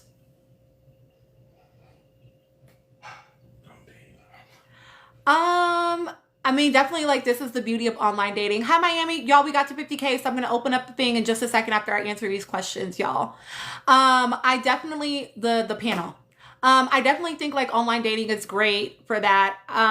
This feels tricky. I feel like if you're someone that doesn't want to leave your home, I think I would want you to date someone that's a little bit more vetted. Do you know what I mean by that? Like I wouldn't want you, like, yes, online dating, great. But if you don't leave your home at all, like if you don't leave your home at all and you're wanting to, I wouldn't want someone to just like come to your home. You know what I mean? So like, I feel like if you were going to date someone and you don't leave your home, then I would kind of like you to date someone that's a little bit more vetted, meaning like a friend of someone that you know, like someone that someone else is already like in close community and relationship with. Thank you, Miami. You also could do like virtual dates, like, well, Skype. Oh, I was about to date myself. I said Skype. Like Zoom dates. Zoom dates, things like that, I think could be like a really cute way to like build connection and keep some distance between y'all until you're feeling safer to do things with them. Does that answer your question, K Boogie? As far as like techniques to do well in school, actually no. So like, here's the thing. Let me do this quick therapy thing and then I'll answer this question in game on. Techniques to do well in school. Make sure that whatever your licensure path is that you're wanting to go down, whether it's an MFT, a social worker, or an LPC, a licensed professional counselor, make sure that you know what your state requires, okay? Because your school is not going to walk you through this process typically, okay? So make sure that you know what your state requires for your academics, for your hours, and for your full licensure, because you'll still have to do, typically it's 2 years after you graduate. You have to also be supervised for 2 more years before you can get your full upgrade on your licensure. So make sure that you know that. Make sure that you're doing your research early before you even pick a school. Make sure that that you are in good communication with advisors. Make sure that you are looking at sites early, because you will have to go and work at sites before you can ever graduate. Typically, so like for the MFT program, we had to do 300 direct hours of therapy before we could graduate. So make sure that you're thinking about the sites that you want to be on, because typically it's very competitive to get into a site and you typically are not paid. So make sure that you have either money stacked or you are like willing to go part-time, like whatever's going to work for you, but just know that you're not going to get paid for that. What else do I think you should know? What else do I think you should know? What else do I think you should know? Why are you asking us? I'm asking myself. My daughter's like, why are you asking us? I think you also should like have some sort of like, so having some sort of technique around when you're going to do your work, like getting as scheduled as you can get, calendaring like a week at a time. So like congrats, KDN, congrats. You're gonna do so well. You're gonna do so well. I used to like schedule out like a week at a time. And as an ADHD person, I could only do a week at a time. Otherwise I would get anxious. So just finding out, period, Miami. So just, finding out like what your rhythm is. Okay, go period, K Boogie. So yeah, just figure out what your rhythm is and doing that as well. If you have other questions, like, or you're like looking at schools, I would love to be in that and know. Why don't you answer questions, right? Mm-hmm. Why don't you like put a form in your bio for them to like send in questions and you can like do videos answering? Okay, so my daughter just said that she thinks I should make a Google form that I will link in my bio that you all can ask questions and then I can either make videos to respond or answer them on the lives. That sounds like actually a good idea. She wants to be my manager, y'all, so she's earning it. I am your manager. She said she is my manager. So I think that's actually a really good idea. Sierra and oh wait, so they're older, they're new, y'all. Which one? I do got a blue ivy on my hands.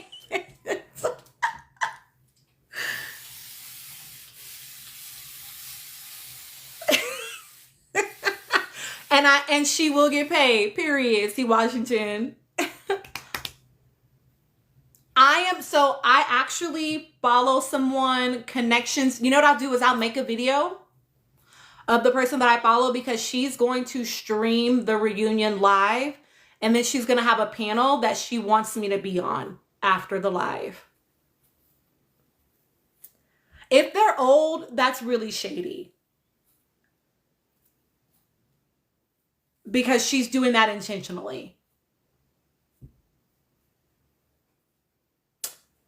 I mean, at this point, I just feel like 404 cannot be trusted anyway. Bro, mommy. Yes, I saw baby. somebody, they were like asking if Sierra came to the reunion. They took her off the show because they didn't want her to have any more screen time. What do you think? Like, bro. Okay, so Anika, are they 2 days old as in like they just happened 2 days ago, or she just posted them 2 days ago? You know what I mean? Like, has she had them for a while and she's just now posting them? You know what I mean? And if so, that would make sense because, okay, she posted them today. Happened 2 days ago. Okay, I'm gonna have to look. Right, everybody's like, how was her hair? Let me see. I'm gonna find them. Hold on, y'all. Y'all said, where are they? They're on Twitter, or where are they? Outside the Lines is a good resource. Amina, will you inbox me about it?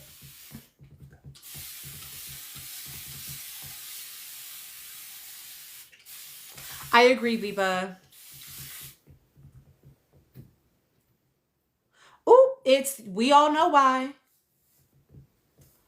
Oh, it's her hair from a music video she did recently. But did she just, y'all, I'm gonna have to investigate. Because I'm like, did she just do the music video, or are the visuals just now being released to us, but the music video was done a while ago? You know what I mean? Do you mean, like in general, who's my fave in general from the whole show? Is that what you mean?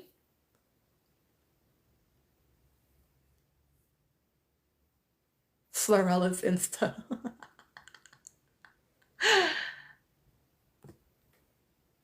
I think if I struggle, I mean, I will tell you that I voted for Nicolandria. And I do really enjoy watching their love story play out. So I guess that's who I would say is my favorite. But I don't really have babes, y'all. Like, I don't even typically follow people on socials. Like, I do follow Nick and Alandria. And I do follow Shelly, though. I follow Ace. I follow Pepe. Who else do I follow? I think that might be. I follow Andreina. And you know, if she just anyway, okay, y'all go ahead and request. The panel is now going to be open. Y'all, I would love to get this live to 200K. I feel like we can do it. I feel like we can do it. Hi, Agatha. No, yeah, for real. Katie, and I don't follow those men. I saw that dark skinned lover girl that his K Boogie. So there's like a little like guest button that you can like click or whatever to like join.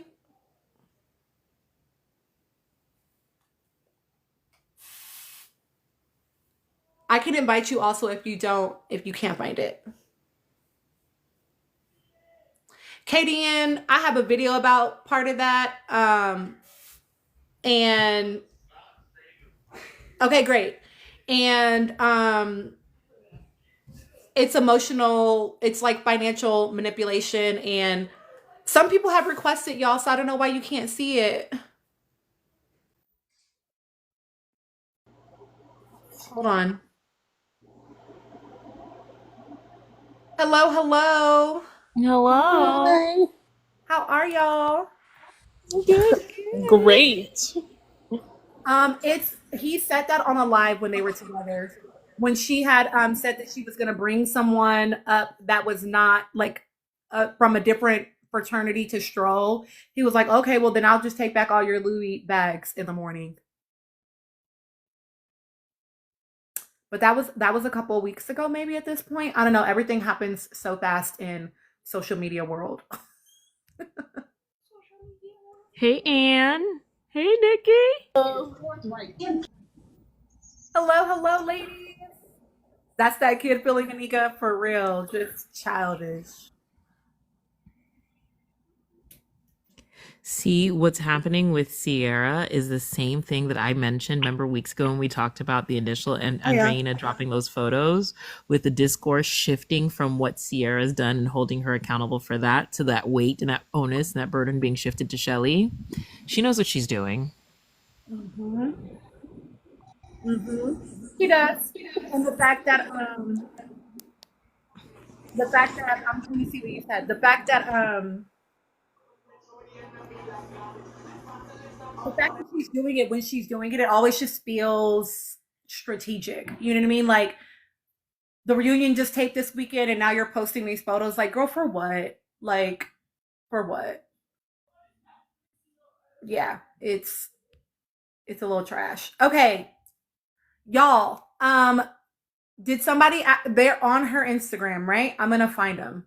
Yeah, they're on Slorella's Instagram. She posted it like half an hour ago.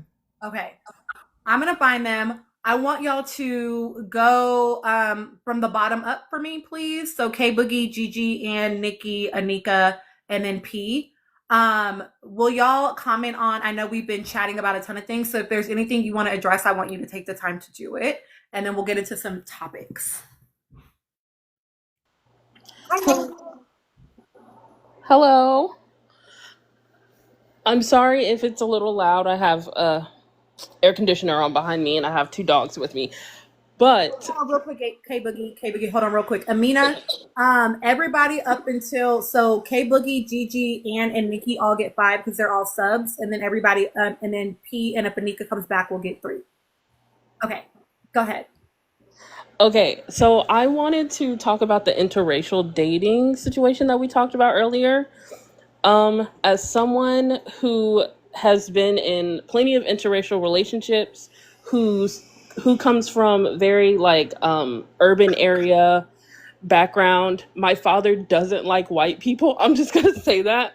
Um, I fully understand where Olandria comes from. My dad is very against uh, interracial dating. On top of he's very against homosexual relations, and I am a queer person, so I've had to deal with all of that. I've had to introduce my dad to people that I've dated, and I feel so clearly what Olandria feels when she talks about it, and I want people to understand how disgustingly hateful it feels when everyone is against this except for you and your partner.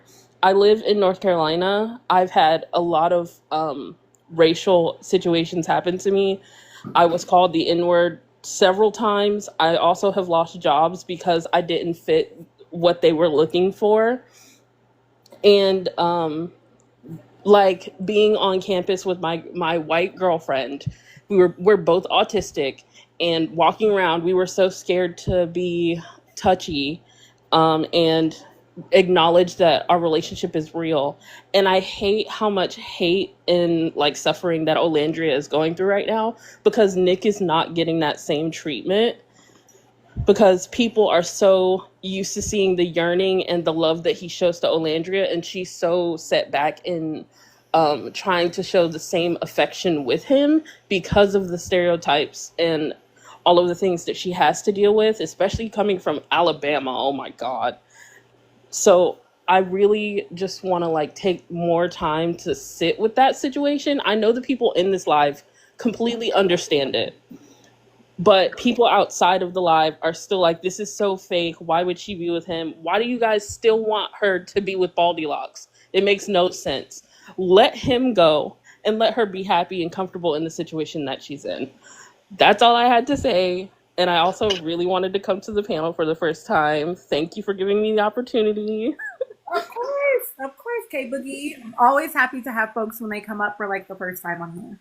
Yes, And I ma'am. think you're making such a valid point. Like people were talking in the comments about, like as you were talking about it, like about her sisters, and I do think that like there is something to be said about like the like queer dynamic and also interracial dynamic that I know sisters had to navigate.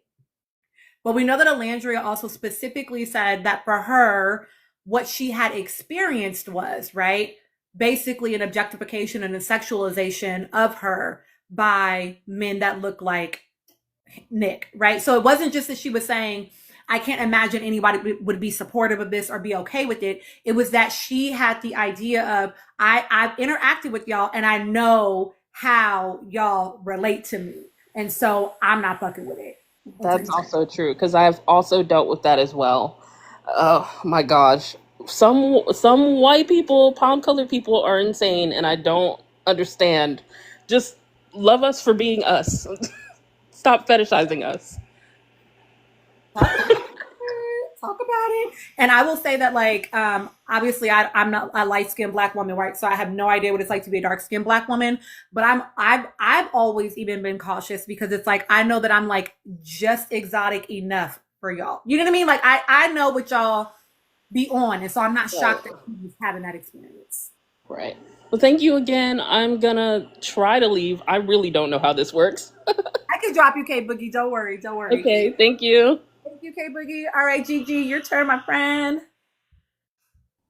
Hi. So let me start this off by saying I have a new favorite nickname for Three Dreads, and that is the Dreadless Horseman. And when I tell you it sent me, I was completely fried when I heard this in a live earlier, and I was just like, absolutely yes.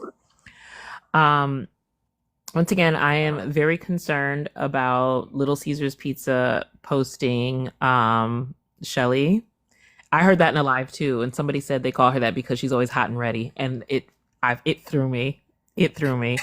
But I'm concerned about her posting because I think we've mentioned it. We talked about it before about how that burden, that social burden, that social responsibility shifts from Sierra to Shelly, and then the conversation shifts to why is Shelly with her? What does Shelly condone this? As opposed to look at what Sierra is doing. Look at, how she's using this for clout, and, and how she should be taking the time off to go and do the work for the community like she said she was going to do. And I am pretty sure she's going to come out with her next 10-part Trapped in the Closet series after watching our faves on Watch What Happens Lives. Like, I feel like somebody needs to go do a wellness check on her, because watching our faves on Watch What Happens Lives, especially the after show, I don't know if you saw the after show, but especially when they ask the questions about the journeys and then he starts shaking his head vigorously, it is like, I was like, you know what, Nick, you too much.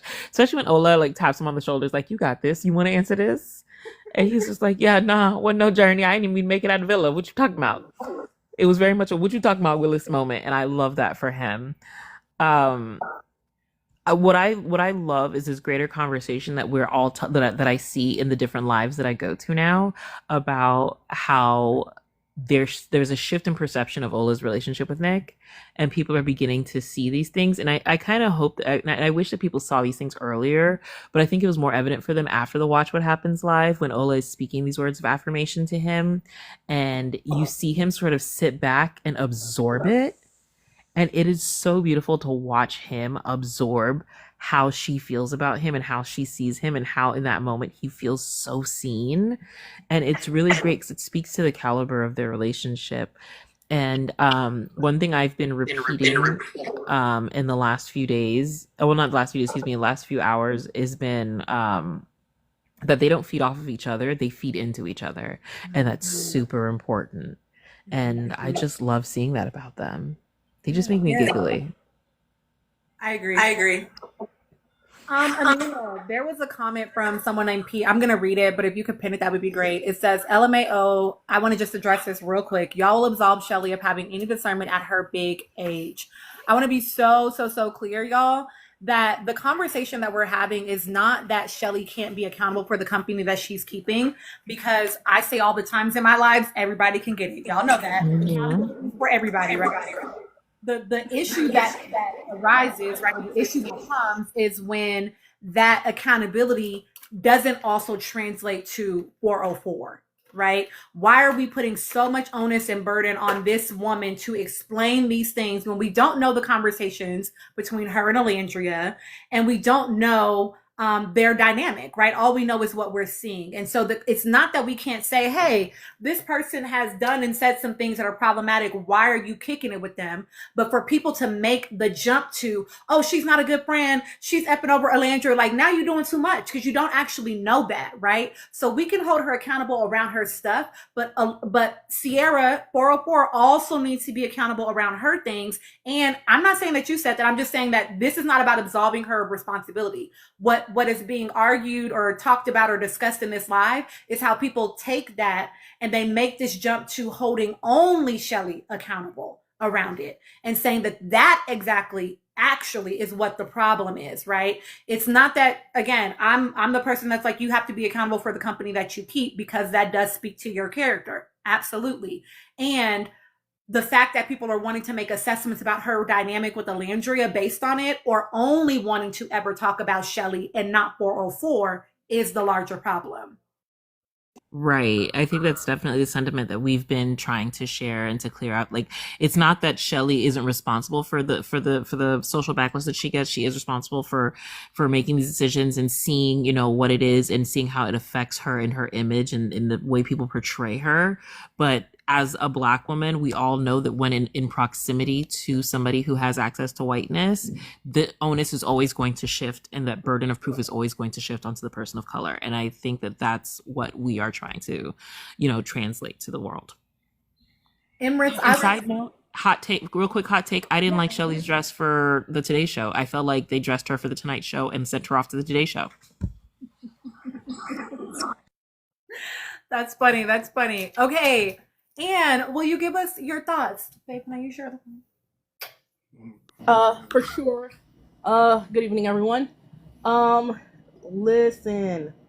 I do agree with the statements that I think something is off between Brian and Amaya. The energy just doesn't seem the same. Here's the other thing that I'm noticing. Why is Amaya talking like a smart grown woman now? I feel very duped by her and fantasizing Because she was a herself. smart grown woman before. Thank you, Anika. So what's going on is that she played us and I fell for it. Because at first I was hearing rumors of a possible speech impediment. I've even heard rumors of autism. That's not something to be played with because I am an autism mom. But if she is, which now it seems like it was just an act to be the ditzy girl to get away with whatever she's trying to get away with, that's not cool. It's not cool at all. I like Nick Olandria, but I'm still gonna side-eye Nick. I don't know why. Something in me doesn't trust him. I like, I'm not sure who said this. I believe it was Gigi, that they feed into each other. That's beautiful because relationships with a man tend to be very parasitic. And what I mean by that is like they like to feed off of women. And so in this one, it seems that it's reciprocal. I heard a quote that says that we all get used, but it just matters who you're getting used by. And so I love that. Or who's like you're able to get use from. Like it should be reciprocal. Something along those lines. Anyway, I guess we'll get more tea at the reunion about what's going on between the couples. I don't know. Have y'all heard rumors about Iris and Pepe? Because I don't know what's going on with those two because it doesn't seem real. I mean, they were together based on a physical connection. I'm surprised that they're still together now and if they are going to last. Because I thought Pepe honestly would have went back to Hannah the way he was lovesick. I don't know. I don't know what's going to happen. Everything's kind of up in the air. I did see the Watch What Happens Live, and Tina, you're right. Whoever said that in the comments, Amaya does seem to be, how do I say this, mirroring Nicolandro grabbing his hand, but Brian's energy was giving very much nonchalant. Y'all let me know if you agree. He looked like the cool guy just sitting there. And what was up with that outfit? Shorts and a sweater? Excuse me. Really, Brian? Did you even try? Part of me is like they should be back in the villa because he just looked better shirtless. I don't know. And then I did really like it. Really piqued my I was very intrigued by the way he said, "Yeah, Maya knows I like her. I like my Dominicana spicy." I'm like, okay, clock it, because when he said that, I was like, you're the same man that said Andreina was boring. Y'all was together, since, y'all walked in the island. Aren't they both Casa? Yeah, I think they're Casa boy, Casa girl, whatever the fuck you want to say. And then, what I'm really curious about is if Amaya wasn't there and he would have went after Jaden, if Jaden wasn't removed from the show, how different things would be. I don't know what's going on. I think they're gonna announce their breakup soon. Somebody said in the comments, Brian is dressing himself. That's what I'm saying. Because what's going on with his fashion? Um, I don't know, y'all. Like everything's falling apart. I don't understand Hoga and Louis because Louis, I guess they deserve each other. They both mirror each other's toxicity, and they're both single parents. Turns out, I guess Louis wants to be private with his child. I can't attest to his fitness as a father because we don't know anything like that. Oh, he does have a stylist. Thanks for letting me know. Uh, yeah, Brian stylist, please try again. That wasn't it. Um, yeah, that's all. Thank you. And before your time runs out, would you mind taking a brief second to tell us why you're side-eyeing Nick? Sure, Gigi. I feel like in the villa he was just a low effort YT man, and that he's also benefiting from privilege. He is smart, obviously, because he's a nurse, but people question his intelligence. That I don't like. He did some things that were very two faced. Like he was very friendly in Hood's face, and then on the stand on business challenge, I tried to get you kicked out of here 3 times. I don't know what his motives were. Like, why was he being two faced with Huda? I don't know. And like, y'all don't think that I'm not happy that Olandra is being treated right as a black woman because some people say, oh, you don't like Nick, you don't want her to be happy. That's not the case. I'm side eyeing him based on his actions in the villa. From what I've seen outside the villa, he's not really a problem, but some of his actions in the villa, I don't know. That's why I've been side eyeing him. I do want sis to be happy. No, I'm not a Helga fan. I was gonna Not at respond all. to that, man. Not at all. Not at all. She reminds me of my past self, so that's rather embarrassing. I'm not a fan. Um, yep, that's it. That's all. Thank you. Thank you, Anne. So I do want to respond to someone real quick. Sorry, y'all. Y'all saw I was like in the phone. I was trying to find the things that y'all were telling me about. So I cannot say whether or not that picture was from a long time ago. So I can't confirm or deny based on what I saw. Either way, they were together. I will say this though, Kay posted in the comments that Ace and Shelly were at a CB concert. Beatrice, a pic of 404 and Shelly. Kay posted in the comments that Ace and Shelly were at a CB concert. And I did actually just go watch the video of that. So again, y'all, as far as I'm concerned, everybody has to be accountable for the choices they're making. And you can think whatever you think, you can be wherever you want to lie on that. But as far as I'm concerned, I'm not supporting CB. I'm sorry. It's never gonna happen for me. To me, he's not it. He's not it for lots of reasons. Okay, Nikki, do you want to share your thoughts? Yes, I'll go ahead and echo. I will never. Oh, you're breaking up for us, Nikki.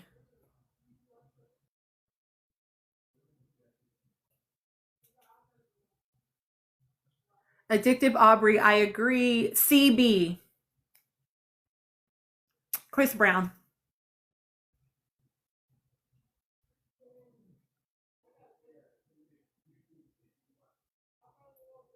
Okay, Nikki. I hear y'all. So I will say this about like Shelly. Tell me if I'm saying it wrong. Cancel culture is so annoying in this generation. Like we're literally going to have no one to enjoy. I actually don't think it's that hard for us to choose to decide to not support people that have really awful abusive behaviors. I think it's okay to say that you don't want to spend your money with people that have values and morals and things that don't align with you, right? And if it does align, that's totally fine. Do your thing. But I also want us to like not name things as cancel culture when they're not. Like this man has continued to sell out arenas to be invited to things like he has not been canceled, right? And the reality is, like, if we want to keep it a whole buck, y'all, most people don't get canceled, especially if they are men. Women get canceled, but men typically do not, right? And so I think it's okay for some people to say, I'm not fucking with that person because they represent things that don't feel good to me, that don't align with what I don't, so you know, Shelly, like I do think it's okay for, and if I'm saying your name wrong, please correct me. I do think it's okay for people to say that that means something about your character, right? Like for me personally, if you was still going to a Kels, I'm gonna address it. It's if you're going to a Kels concert after you've seen the videos of that man with them little girl, that says something about you. It says something about your character. If you're still spinning him in the club, it says something about you. It says something about what you are okay with. And that's fine if that's what you want to rock with, but I don't got to rock with that. You know what I mean? So, and I think it's okay for people to feel like that. As far as Nick being two-faced, I disagree with Ann. Ann knows this, right? Like when they were sitting on that dock, he said to her, you know that I voted for you to go home. Like he told her to her face, like he's never been like dishonest about how he felt about her. That part too, Viva. And he also was like, but I don't want you to feel left out. Like I think more than one thing can be true at a time. I'm a person that's like, I may not fuck with you. That doesn't mean I want to see you mistreated. That doesn't mean I want you to have bad things happen to you in your life just because I don't fuck with you. You know what I mean? And so I think that he was honest about that. And so to me, that doesn't feel two-faced. If he had been saying only to her face, I support you, but then saying something else behind her back, that would give two-faced. I think that people sometimes struggle with the dichotomy. Like they want, it has to be one or the other. And I think he very much was like, it's both of these. I think you should have gone home, and I don't want you to feel left out or excluded in the villa. I also want to comment something else about Nick. I think out of all of the Islanders on the show, he probably had the most authentic experience when it comes to Love Island. Like, people don't realize that on Love Island, you're supposed to explore multiple connections, right? So you see the highs and the lows of people when they're exploring connections with different people. And when people were discussing and talking about Nick, they're like, yeah, he's so two-faced. Like, you know, he's playing all of these girls, when in reality, on Love Island, you're supposed to be exploring all these connections. The reason why Nick looked like he was playing all of these women is because none of the other guys were exploring with the other girls on the island. Like, people don't realize season 7 of Love Island USA, the Islanders only explored with people in Casa Amor and then the Bombshells. They did not explore with other Islanders, and that is extremely unprecedented when it comes to Love Island, because in other Love Island series, whether it be the US version or the UK version or the other versions of the US of Love Island, Islanders explore with each other. Even if they're already in an established couple, they still want to talk to other people. They still realize, hey, if you're still on the island, I can still talk to you. So like, this people having this narrative of Nick being a player, like you can say that what he said was, especially with like the situation between Sierra and Belladasha, wasn't honest, but trying to make it seem like he was wrong for trying to explore two people or being conflicted about two people it doesn't really make sense to me, because that's the whole point of Love Island. So I think that, and then also coupled in with the fact that a lot of people are being possessive, it made people have this like more negative view of Ace, because of like this whole narrative of people like wanting to be together, not wanting to explore with other people. And then also because you had other Islanders like Ace talking about, oh yeah, you're scamming. Oh yeah, like with like Huda and Jeremiah especially, like people were like extremely possessive in the first half. And I think it's just like really dishonest to not really try to be like serious about what Love Island is. At the end of the day, it's an experiment. At the end of the day, people are supposed to explore multiple connections. And I think trying to make someone like try to be the bearer of like morality about how many people you're allowed to explore on Love Island doesn't make sense. And I'm so sorry I'm going off on a rant, but this kind of leads into like my third point. A lot of people wanted to paint Olandri as a bad person for exploring Nick after Sierra left. But I think people like, once you leave Love Island, whoever is still on the island, you are allowed to explore. You don't owe anybody anything just because they left and you were friends with them. And quite frankly, you were only dating them for like 2 weeks. Like, how many people do you know, like after dating for 2 weeks, you're like, yeah, this person can't date them. Someone that you barely even know. Like, Olandria did not know Sierra prior. They were not best friends. They were not like established friends for them to be like, hey, you know, like you're such a bad person for getting with Nick. And Nick already established with Sierra that being closed off in the island meant that they were not going to explore other people while they were together in the island. That truce already had broken when Sierra was forced to leave the island. So trying to make it seem like Sierra and Nick were boyfriend and girlfriend after knowing each other for a week and a half, to me, is kind of crazy. So I just think that like the whole narratives behind this season really was ruined by the fact that people were treating it like real life dating. Like this is you date one person and that's it, versus Love Island where you are allowed and encouraged to explore multiple connections and not understanding the rules of Love Island. Period. Thank you for your thoughts. Yes, I agree. It was a lot of new viewers this season, and I do think it fueled a lot of the shit that we all heard and listened to on the internet for weeks on end. Great take. Nikki, can you go next first? Are you ready?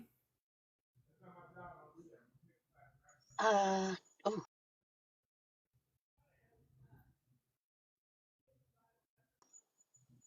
can you hear me? Yes. Oh, fantastic. Oh my gosh, I don't know what's going on with my phone. Hello, lovely panel. And Tina, Miss Tina. Yeah, so there's a lot to discuss here. Lots of things have been talked about. I don't even know where to start, to be honest with you. But one thing I will start by saying is I watched all the things. I've watched all of the things. And one thing that I was, oh, gosh, I wish I were on live. I wish y'all were on live last night when this Jimmy Fallon thing happened, because we brought up mirroring. I'm not sure. I joined late, so I'm not quite sure if you all talked already about Amaya marrying O and Nick last night. A little bit, but address it. Go ahead. Yeah, I clocked it in real time. Like I literally was screaming when I saw it happen. And I wasn't even looking for it. It was just kind of like, oh my gosh. And then to see the videos come out and just be like, and confirm exactly what I saw, because I went back and I was just like, I went back and I like zoomed in and I was just like, did she really do that? And I don't know, that just made me feel so, it, it, it just made me feel gross. It really did. Because one thing I don't, care for is, and I know this is reality TV and we see it and, we watch it for entertainment, but I do get frustrated with people who call themselves authentic and are not really being authentic.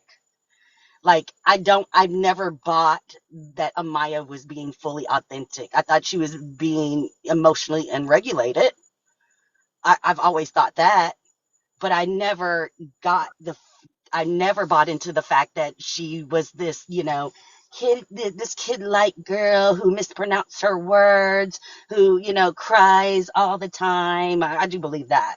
I definitely believe that her emotions were authentic, given itself. But I just never bought into the playing up of that.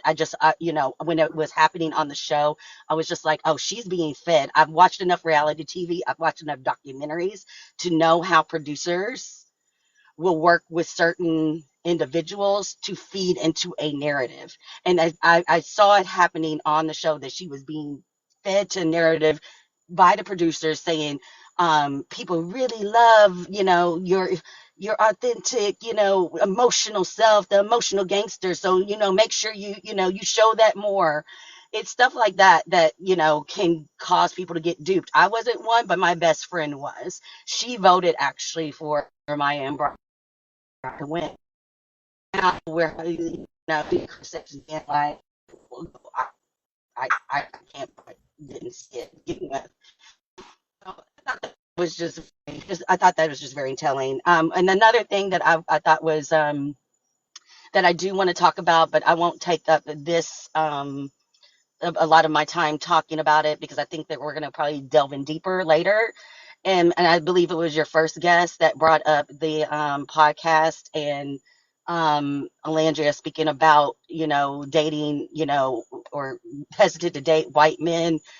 because of the fetishization. I said this in, when we were just discussing their relationship at first. I said it in this space that, I completely had related because I too have grown up in the South, and I too understand what it means to be fetishized by white men, and not having them, dating them, or them wanting to at least sleep with me but don't want to be in relationship with me because of, and she calls it traditional, I'm just going to call it what it is because it's racist. There's segregation. It's a racist structure that's still very prevalent especially in the Deep South. So I completely understood that, and I'm glad she really addressed it, because I've just seen so many people talking about how they don't, so many people, especially during the show, like, we see that Nick really likes her, but I don't think Alandria does. I never saw that. I always understood that Alandria was very when saw Nick and how he was moving, he gave me that was what he was given. So I was just like, oh, he's not a serious person. So I it's not somebody I'm rooting for, somebody to, be with Maria on that level. So back to it, I would like to be up in for because I have more thoughts. She Okay, probably. yeah. Oh, I was gonna tune in. She probably has to be guarded now because people are now trying to claim that Nick is like scamming the way that Kenny was scamming when it came to Janae. So having that information come out right as you're coming out of the villa, and then being in a public relationship with a white man, and then also like having people always like constantly in your comments talking about how your relationship is fake, or how you don't really like this man as much as you do. It's kind of putting a lot of pressure on her to like perform. Like they want Alandria to perform like her affection for Nick. And so and she's a shy girl. Like we've seen the way that she acts from her pre-interviews, and even now she's pretty shy and she's pretty reserved. And it's like they see that as her like being fake. Like even when Huda did that interview with Alex Cooper was, after the interview, was like, yeah, there were like people on the island who were very prim, who were very proper, like who didn't do too much, like didn't really show their personality. And I'm just like, you guys love using that narrative when it comes to Black women, when they don't overreact or like are not overly too emotional. But when they are overly emotional, or they are expressing themselves, they're angry, they're impolite, they don't know how to act properly. So it's like a double-edged sword. And it's like, I don't think they're trying to force her into a stereotype that she does not fit, and she's not willing to like secede to, just because other people want her to. They want her to be this sassy Black girl that, always talks back to people and always yells and always screams. And it's like, they would not be supporting her in that same way if she was like comparative to people like Huda, or, so that's my take. I'm so sorry for interrupting, but I really loved your point, Nikki. Like you described it perfectly. Quick PSA, guys. There are 161 of us in here. There's no reason why we can't keep tapping. Make sure that you tap, you subscribe, you join the fan club, you join the subscription. We have 2 subscription levels. We have our yappers and tappers, and then we have our other subscription level, which is a little tier higher, which gives you access to the Discord. There's going to be a Discord. There's going to be a book club. You also get really fun stickers, which also you get as a yapper. So make sure that you tap and you subscribe and you join. Make sure that you share this live out. Keep your fingers moving. Okay, y'all, can we just appreciate her? I need a clap. I just want to clap real quick, give it to the Barbie. One thing y'all need to help me remember this. I just wanted to bring up one more thing that I wanted to discuss that we can get into later, but I would like to discuss the discourse that people are having with Alandria being so open on this interview with this white lady versus the Keke Palmer interview. Oh yeah, we can talk about that because that just sounds immediately ridiculous, but we can talk about it. I'm gonna switch it only because there's an even better one, y'all. Oh, thank you for the money, gun. But wait, hold on. Is it the blue romper?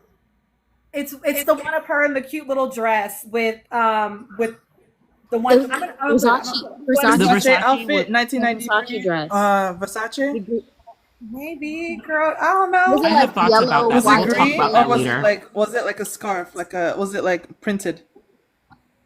It was the one where she was with Shelly. It's the Versace. I have Oh, thoughts the about that. We'll Versace. talk Versace, about that later. Versace, Versace. Oh, I Yeah. want to hear.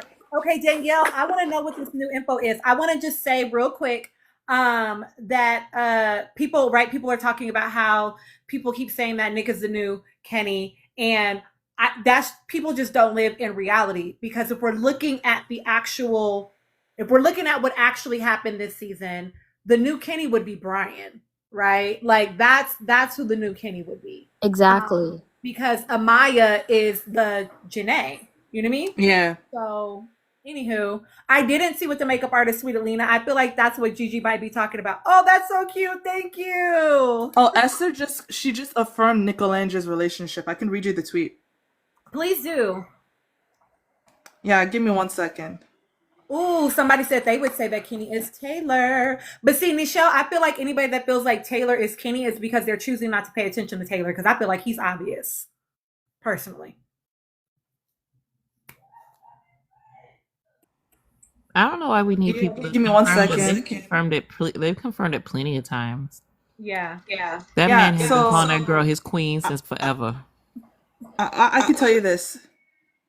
So Esther quote tweeted a tweet that was like, "I'm convinced this fit was doing something to him because child," and they're referring to the Watch What Happens Live outfit. And then so Esther quote tweets and says, "And people keep asking me if it's quote unquote real. It is real, caps, real, caps. He would literally sit with her during our 3 a.m. glam sessions, exclamation mark. Never seen a man this obsessed. Emoji, like the face, yeah." Oh, sweet. I love it. Okay. Anika and P, you still have to share your thoughts. Can we start with P and do bottom up? So, I mean, will you give P their 3 minutes, please? Wait, and Danielle, I missed it. Will you post it one more time? Dang it, y'all are talking about it. Will you post it one more time?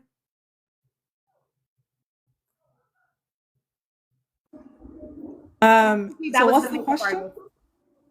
Just whatever you wanted to chat about from what we had already discussed, and then we'll do questions. Yeah. I will say I did like I remember when the Kenny comparison to Nick came out, and I haven't watched season 6, so I was like, oh, honestly, I got scared because it was just an emotional reaction because I was like, God, it just reminded me, oh, Nick could do like Nick has the possibility of doing something horrible to Olange, something that she would have, the thing that she'd be fearing. But obviously, that was an emotional reaction. I wasn't using logic, but I got out of that pretty quickly when I went onto lives and everyone like talked me, not necessarily talked me through it, but just kind of like listened to me. It was just a feeling, not necessarily like a feeling I had about Nick, but it was a reaction to a reality. I will say I totally empathize with Olandra's like hesitance to date interracially. I won't say that my lived experience is exactly like hers. I am a Nigerian who lives in Canada, specifically Vancouver, where there's not a lot of black people. And my childhood consisted of mostly being around first white people and then Asian people, both Southeast and Eastern Asians, and some Latinos. So there was never really black people around me for me to like latch onto romantically. But because I was the only black kid in general, I always felt like I was undesirable. Plus, I have ADHD, so it was hard gauging if like people were ever interested like in me romantically. I am also really tall. I'm 6 foot, and I do not have a conventional figure. I am more of like a rectangular apple with small chest. So I didn't really feel like I was ever like uh would ever be wanted, sexually or anything like that. So obviously, like I always considered like, well, if I do date, it's more than likely gonna be interracially because I don't have many options. But since going to college, I've been around a lot more black people, so I have more access to black men in general. So I understand her fear because I don't want to be dogged out, and all the times once I figured out like how to like dress and like do makeup and whatever, I'm kind of shocked by the reaction I get like by people who don't know me like, oh, people tell me I'm pretty. I'm like, what do you mean? Even men sometimes, and I'm like, it makes me uncomfortable regardless because I'm like, what do you want from me? Because again, I still hold that in myself that I'm like unattractive, not the ideal, especially compared to my friends who are I think are gorgeous, you know. So I always feel like I'm in danger of being fetishized because of my figure, or people think I'm easy, and I'm like, I don't even want to have sex. Period. I don't think so. I might be like asexual. So I hope I don't want that to be like an expectation off the bat, you know? Yeah. Yeah, I want to thank you for sharing that, P. I want to name some things. So people are saying, why are people saying that they would be that Brian or Taylor would be like Kenny? So I want to say a couple of things. Yes, Kenny was accused of being racist. He was also accused of being a clout chaser and being deceptive the entire time of their relationship. I don't think that Taylor, number one, is like Kenny. I think that Taylor's dislike for Clark to me is already obvious. So he's not deceiving anybody to me that has good sense when they're watching their dynamic. What I will say, Black people rock to his actual girlfriend, to Janae. But the clout chaser and the scammer part, I could see people feeling like that about Brian. And that would be the similarity between them two. Because it's clear that Brian thinks that by attaching himself to Amaya, he is going to arise to a certain level of fame, right? This is why he attached himself to her. No, sorry, Rocky, not Kendall. But this is why he attached himself to her after the challenge. So the reason why people are saying, no, it wouldn't be Nick, it would be Brian if it was going to be anybody, is because of that part of it. I don't think he does Harpo Hudis. I think he likes white women. And I think he's going to go for the lightest skinned Black woman he can, because I do think potentially there's pressure from his Black family for him to be with a Black woman. He also comes from like cowboy royalty. Like his family has like generations of Black cowboys. So for him to go for a white woman, it's kind of like a big side eye as well. So yeah, sorry to interrupt. No, you're okay. And I get you. You want us to say he's not Kenny because you want us to, but I think that we can also, be nuanced, right? We know that we don't mean he's going to be racist. What they're saying is if that you're going to draw similarities to anyone, it would not be Nick. They're only drawing the similarities to Nick because they want to believe that Nick is going to be racist. Which is why they tried to come out with accusations about him being a Trump supporter, right? It's saying that that's not an accurate. If you're going to compare somebody, it would not be them. It would be these other people. But again, I don't think that Taylor gives that at all. I think Taylor is not nearly as deceptive as he thinks he is. I feel like I see right through him. I feel like a lot of people see right through him. So to me, he's not giving the level of like deception that Kenny gave to people personally. Hi, Spleen. Yeah. Okay. Anika, will you please give us your thoughts on all the things that have been said so far? I'm going to use the bathroom, but please. There are lots. First off, I would agree that Taylor is a very easy read. Secondly, somebody made a point earlier about feeling hoodwinked by Amaya. I would challenge anybody who wants to know, just go through Amaya's socials, but go back to like 4 months before going into the villa and look at the series of videos that she did while she was walking through New York City, and you will hear a completely different person. So she put on a character. I believe she put on a character for the show. She exaggerated certain things and it won the hearts of people. That's the second thing. Third thing, whoever is styling Olandria, 10 out of 10. No notes. Everything is perfect. Like, I have not seen an outfit I can criticize. She looks absolutely spectacular. I actually saw Jasmine Tux, the supermodel, wanting to collab with her, or suggesting that she would collab with her for her body oils, because everybody's talking about Olandria's glowing skin. It's amazing what you're looking at. I just saw that. I'd buy it. Yeah. The thing I want to talk about is 404. Now, I have been doing a 404 watch since the uptick of Nick and Ulandria's presence, the press run that they've been doing. Now that those pictures with Shelly, 2 days ago, Sierra posted a get ready with me video putting that same outfit together. She said that she was going out with friends. As a matter of fact, the comments were so hilarious. One said she looked like she in Final Boss. It was really funny, the comments. So when it came out tonight that, she went, she put up pictures with Shelly, I went to look at it, and it was the exact outfit.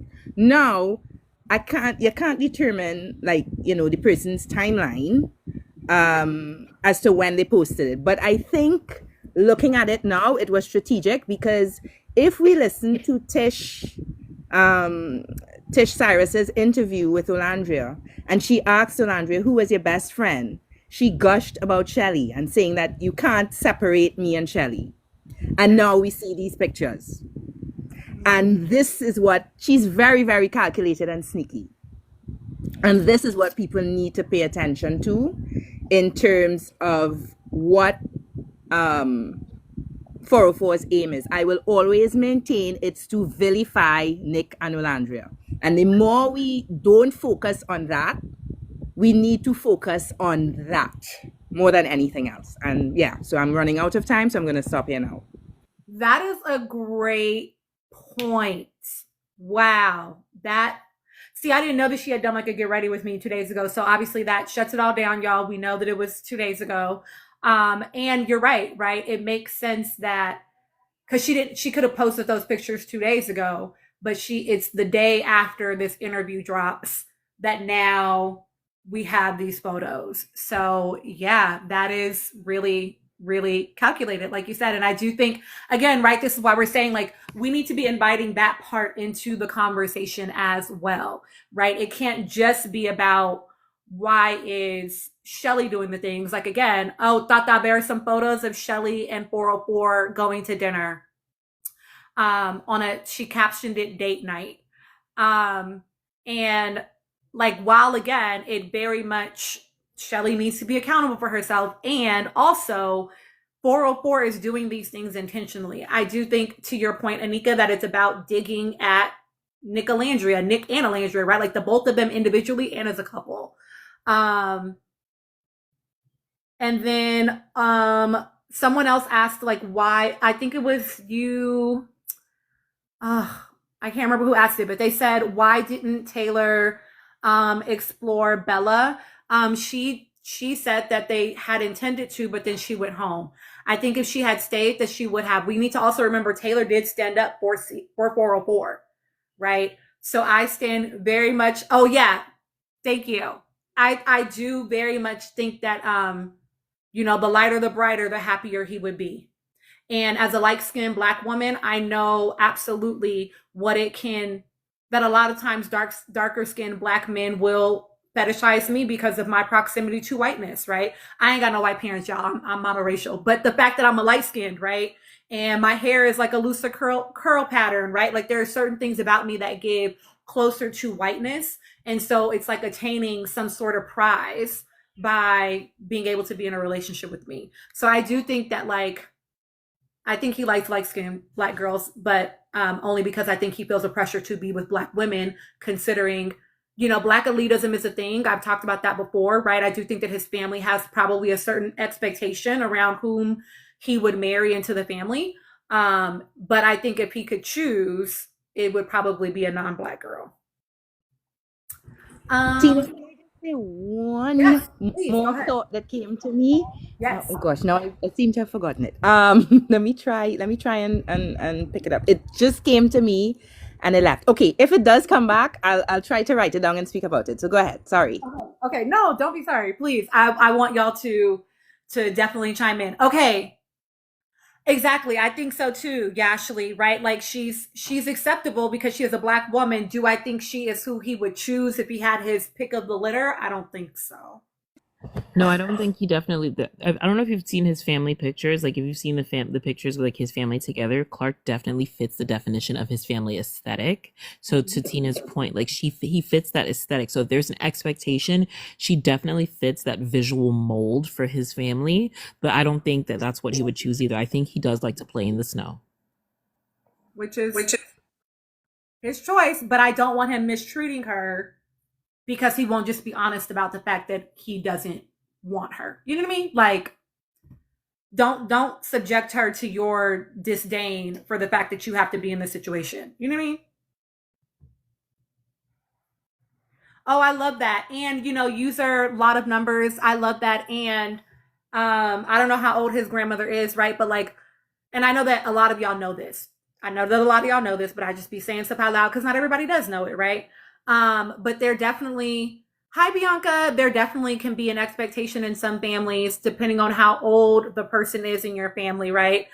You want to lighten the family, right? Like, so you are looking for the girl that will pass the paper bag test, right? You are looking for certain things. Like, that's just the reality of Black community in the United States in some families, right? And so, yeah, we'll see. We'll see. I know somebody was like, if she likes it, I love it. I'm actually the person that's like, you could like it and I could still critique it, but ultimately you're gonna do whatever you want to do. Okay. I think so too, Shin. That's beautiful. I love that. Oh, Gigi, who is that? Hold on, let me see if I can make you big. That's our girl. Look at That's her. our girl. She's an idol to me. Gorgeous. I mean, Oh, I don't think you can show that girl. Look at that. Look at I'm her. convinced. My Nick favorite picked look. these She looks like a shoes. fashionista, a Barbie fashionista. I'm convinced that Nick Like, picked these shoes. You can't tell me otherwise. I think Nick was turned on by this outfit. he was. This picture reminded me of what I wanted to say earlier. There's a video on Twitter that I saved where somebody did a slow motion of Nick and Olandria's hand movements and body language during the Watch What Happens live interview. And if you look at it, they could not keep their hands off each other. They were all over So each other. Thank you. So for anybody to say that this is not real, like that Jess Hilarious idiot who is on I was supposed to do a video about that. Jess Hilarious from Breakfast Club wrote this ridiculous statement about it not being real. Like, get with the Because program. most people, especially most women, are not used to being considered like Olandra is.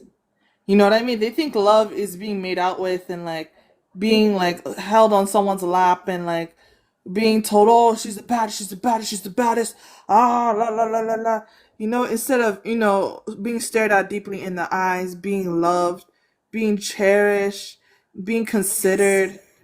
You know what I mean? But Jess is about that struggle love. Every love she's had has been struggle love, and she can go sit down Yeah. somewhere with that. Same with Kiki. That's why Kiki wasn't going for Nicolangia. At all. This At is just all. hilarious comment. This is so laughable that everybody is going along with this phony shit.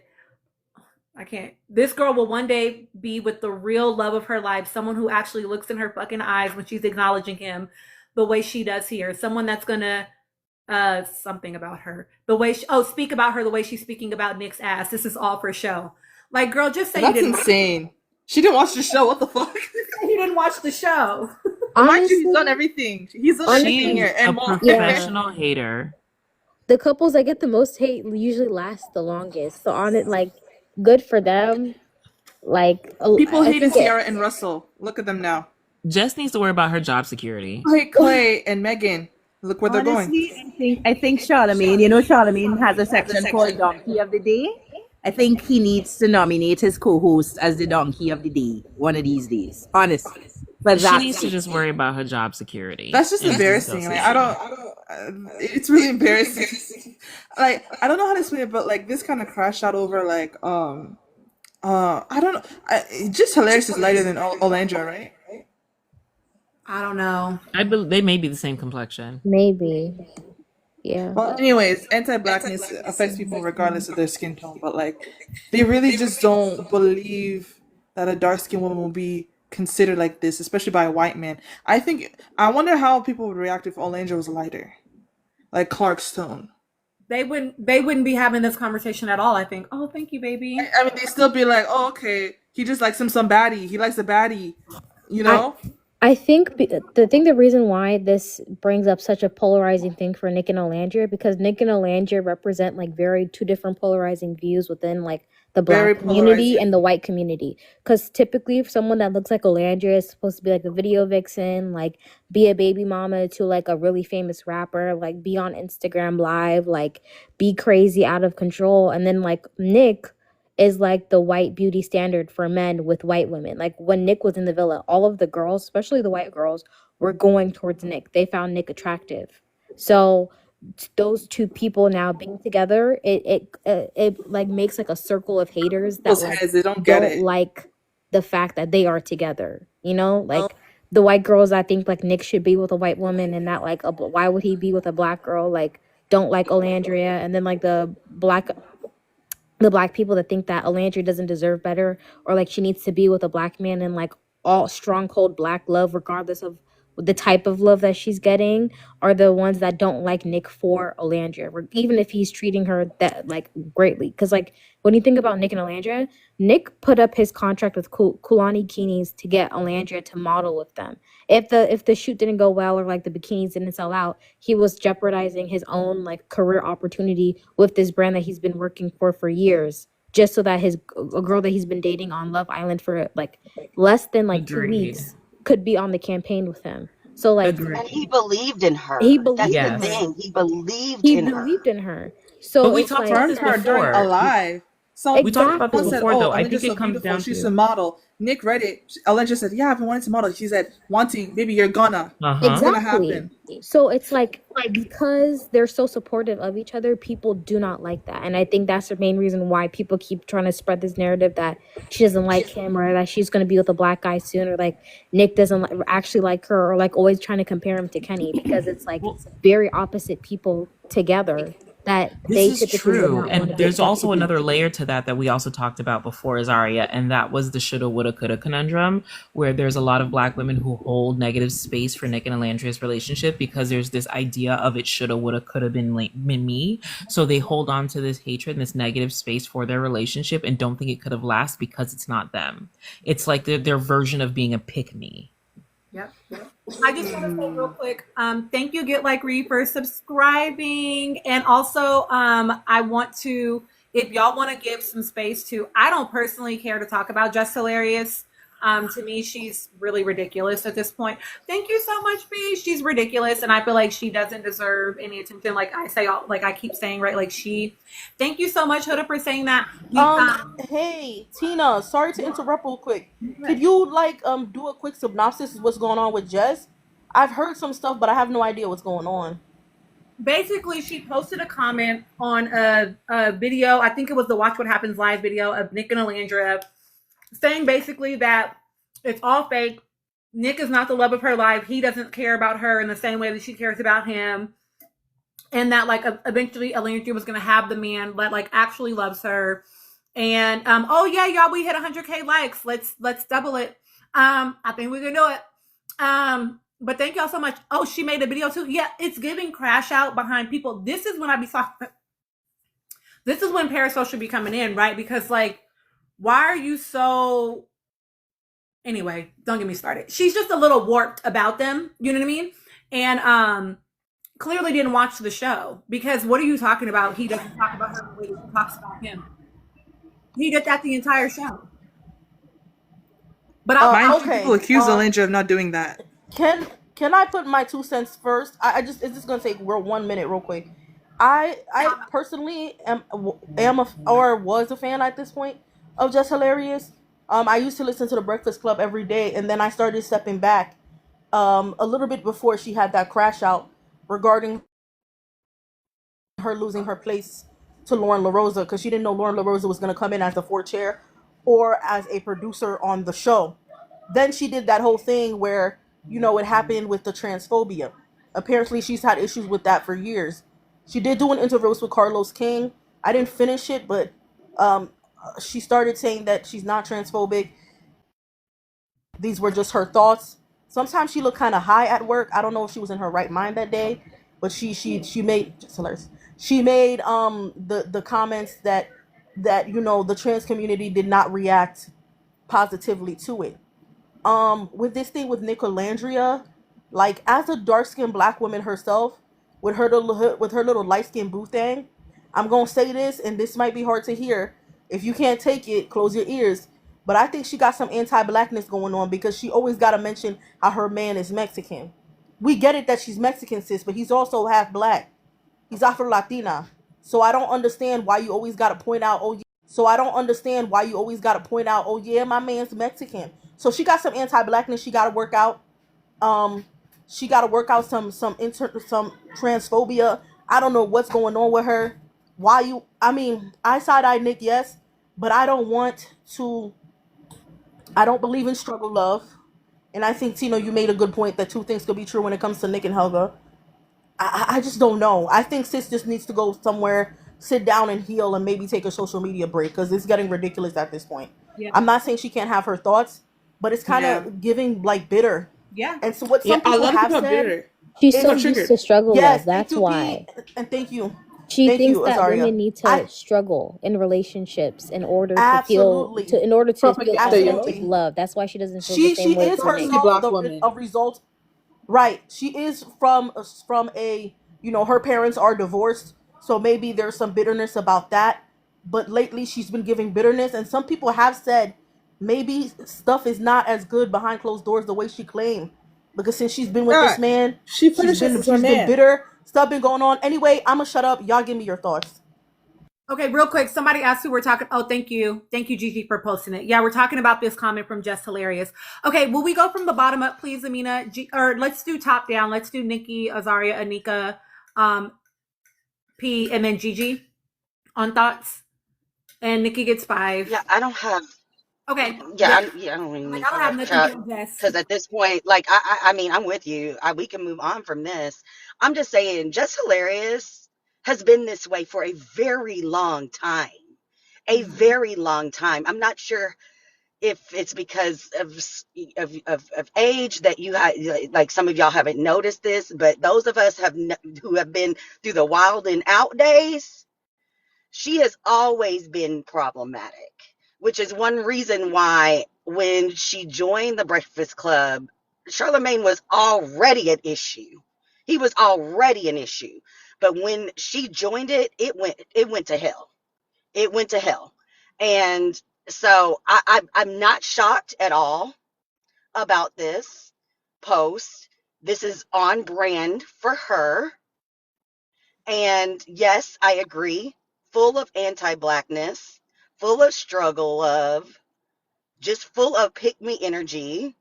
That again, why we're giving breath to a person that is trauma filled is her opinion on this does not make any difference, because I guarantee, like what we said before, I guarantee if this was a lighter skinned person, we would not be having this conversation. And a huge part of this conversation that's being left out is that she has a certain idea of how a dark black skinned black woman should operate and behave, and how this white man, it's clear that you're right, she didn't watch the show. It's very clear how this white man has been very intentional in giving it.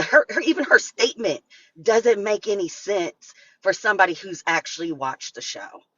And so just, girl, move on to the next. That's all.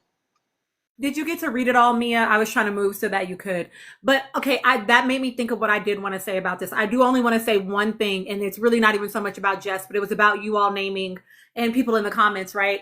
That like, and we talked a smidge about it before, but right, like how people will say black love over everything. And I'm married to a black man. Okay, my daddy's married to a black woman. My uncles and aunties is all married to black partners. So I'm here for black love too, okay? And if the love is struggle, I don't give a fuck what the race is. I don't want you picking that. You know what I'm saying? And so when people say, Exactly.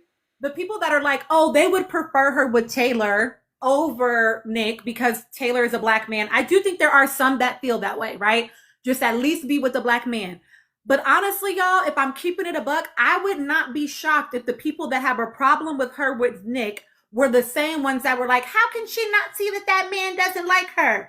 I think a lot of them, it's just about not liking Alandria. It's about them Yes. feeling like That she part. does not deserve love, period. Those same people also have an issue with her being poised. They keep thinking it's like, oh, she's putting on that. Both black people and non-black people. I mean, the reasons are different. Personally, I think it's weirder when black people say she's too poised. Do you think all black people are crash outs? Like, just because you are, or people in your community are, not everyone is a goddamn crash out, you know? And anyway, like why can't people be nuanced? I mean, and you are the circle that you keep. You are the circle that you keep. And like, I don't have crash Yes. outs in my life. I don't. I I never had a relate to crash Landria out. because she's so That's not poised. possible for me, low I key. yeah, I mean, I don't.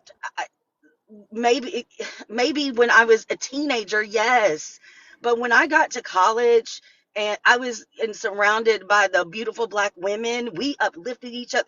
They taught me how to love myself. They truly taught me how to love myself. I've been in 20 plus friendships with these women. Like, we go on vacations together. We like, that's the story that I come from. And it's a very clear, a lot of people don't have that in their lives. And that's what makes me very, very sad for our community, is that we would rather see, and there are several artists, and I think Bell Hooks talks about this, is that we would rather see a black woman be alone than be with another person of a different race, because we don't want them to be with anybody else but black. You would rather see them be alone. There are so many beautiful black women that have gone, and I'm even included in that because I'm single right now, that have passed on other options because we are chasing this black love dream that does not I've even exist for done it. some of us that live in a very particular, or demand a very particular type of man to be in our lives. I'm not going and to deny that. And I will go back to my early 20s. Like, I think have really not giving proper chances to different men. Uh, My race is because I wanted black love, but It's black so love hard. that black men that I have dated did not reach the level of care and concern that my black women friends taught me to be worthy of. Yeah. Yeah. Okay, can I address April your comment real quick? I'm not buying it yet, just like everyone was all Janae and Kenny. Let's give it time. I'm going to say that I think a lot of people, I mean, I don't know, a lot of people, at least in this space, were not on Janae and Kenny. And I've always been very frank about this. I never read that as what I'm reading with this couple. Never. Okay, the excitement, the adoration, the verbal upliftment, the encouragement, the edification that Nick does with her. Never. That man never gave that. He never gave that, right?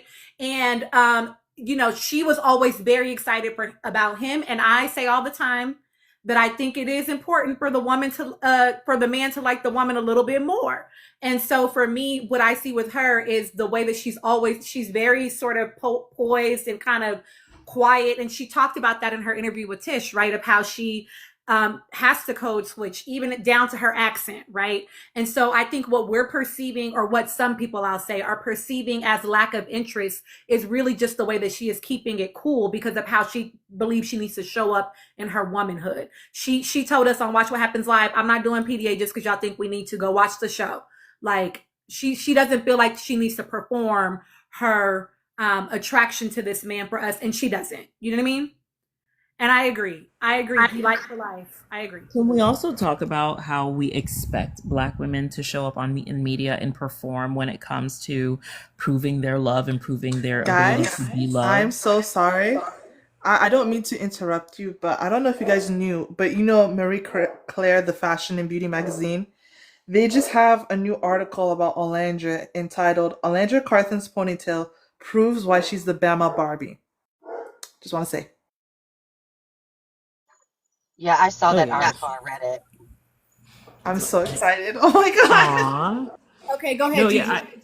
no, I was just saying that can we talk about how it's strange this expectation of how we expect black women and especially dark skinned black women to show up in media and perform their love and be so performative and openly performative for other people. And I also thought it was very strange how Iris and Pepe can go out there and have their relationship. Amaya and Brian can go out there and have their relationship. But Nick and Alandria, people are like, oh, is it like questioning whether or not it's official simply because they didn't announce it to the world or perform this sort of announcement to the world, despite everything and all the signs pointing to this is what it is. Like he had an entire campaign like that for work, a work campaign that he is, contractually obligated to say that he fell madly in love with this girl. And yet people are still not calling it real until he does this thing where he sort of announces it. I think that it's very strange for all of us to want to legitimize a relationship only if it comes out of their mouths, despite him literally putting on a show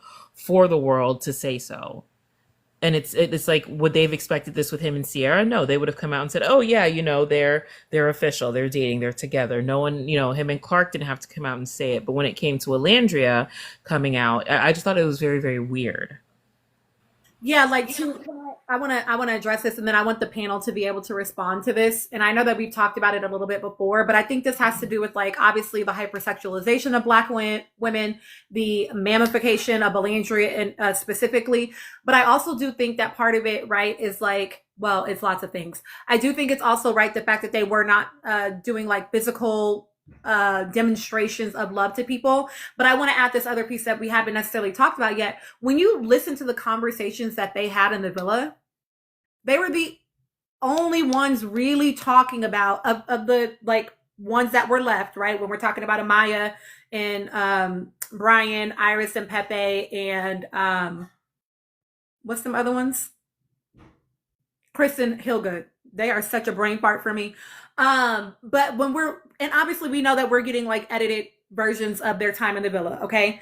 But they're the only ones that we're talking about life outside of the villa truly. And Nick even like names that, like we're talking about things like considering life outside of the villa, and that gives me like a piece of home, right? And so the fact that like they were talking about what is my future like, this is what I hope for myself, this is what I hope for my partner, and so it's like, why do people not see that as depth? And this again goes back to like people struggle to read romance and connection if it does not involve physicality. And that just, hi Chocotella, and that just makes me actually so sad for that generation, right? That they feel like it takes grandiosity in order to be demonstrative of something real, when we have so many people that we can look to, just social media stars, where you're looking at grandiosity and then a couple years later they're telling you, oh, it was actually terrible, or this was happening. So it's like that's not the end all be all. I do want to give us some space to talk about this. Let's go bottom up this time. Gigi, I know you shared. Do you have anything else you want to add? That was pretty much it. I think it's this bizarre expectation that we have, even as we back, even people within the fandom, right, who say their Nicolandria stands are like, oh, but did they make it official? It's like, it's been official. We've been fighting for this because we've known what it was, and we know that it's been official. That's why we've been standing behind it so hard. Why do we need them to verbalize? Why would they need them to add verbiage to it? Because we know what it is, and knowing how private Alandria is, and amongst this media maelstrom, why not help as part of the fandom protect that privacy? Why are we expecting her to give us more? Yeah.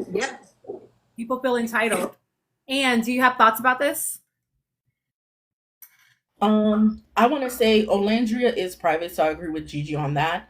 But it was so nice to see her agree to the interview with Tish, and it felt like it was just a conversation between women, or like friends, or Southern girls, like they had that in common. It was real cute to hear Tish's accent. I didn't even know she had a podcast. I think it's really sweet the way she speaks about, her friendship with her daughters. But somebody made it clear, just to shift back real quick to the Jessica Harris thing. She made it clear that there was the same interview with Carlos King. I remember she was basically glorifying Rashida and Kirk's relationship, which says a lot about her. I think she is used to struggle love, which is weird because her parents decided to divorce years ago because her father was unfaithful, pretty much.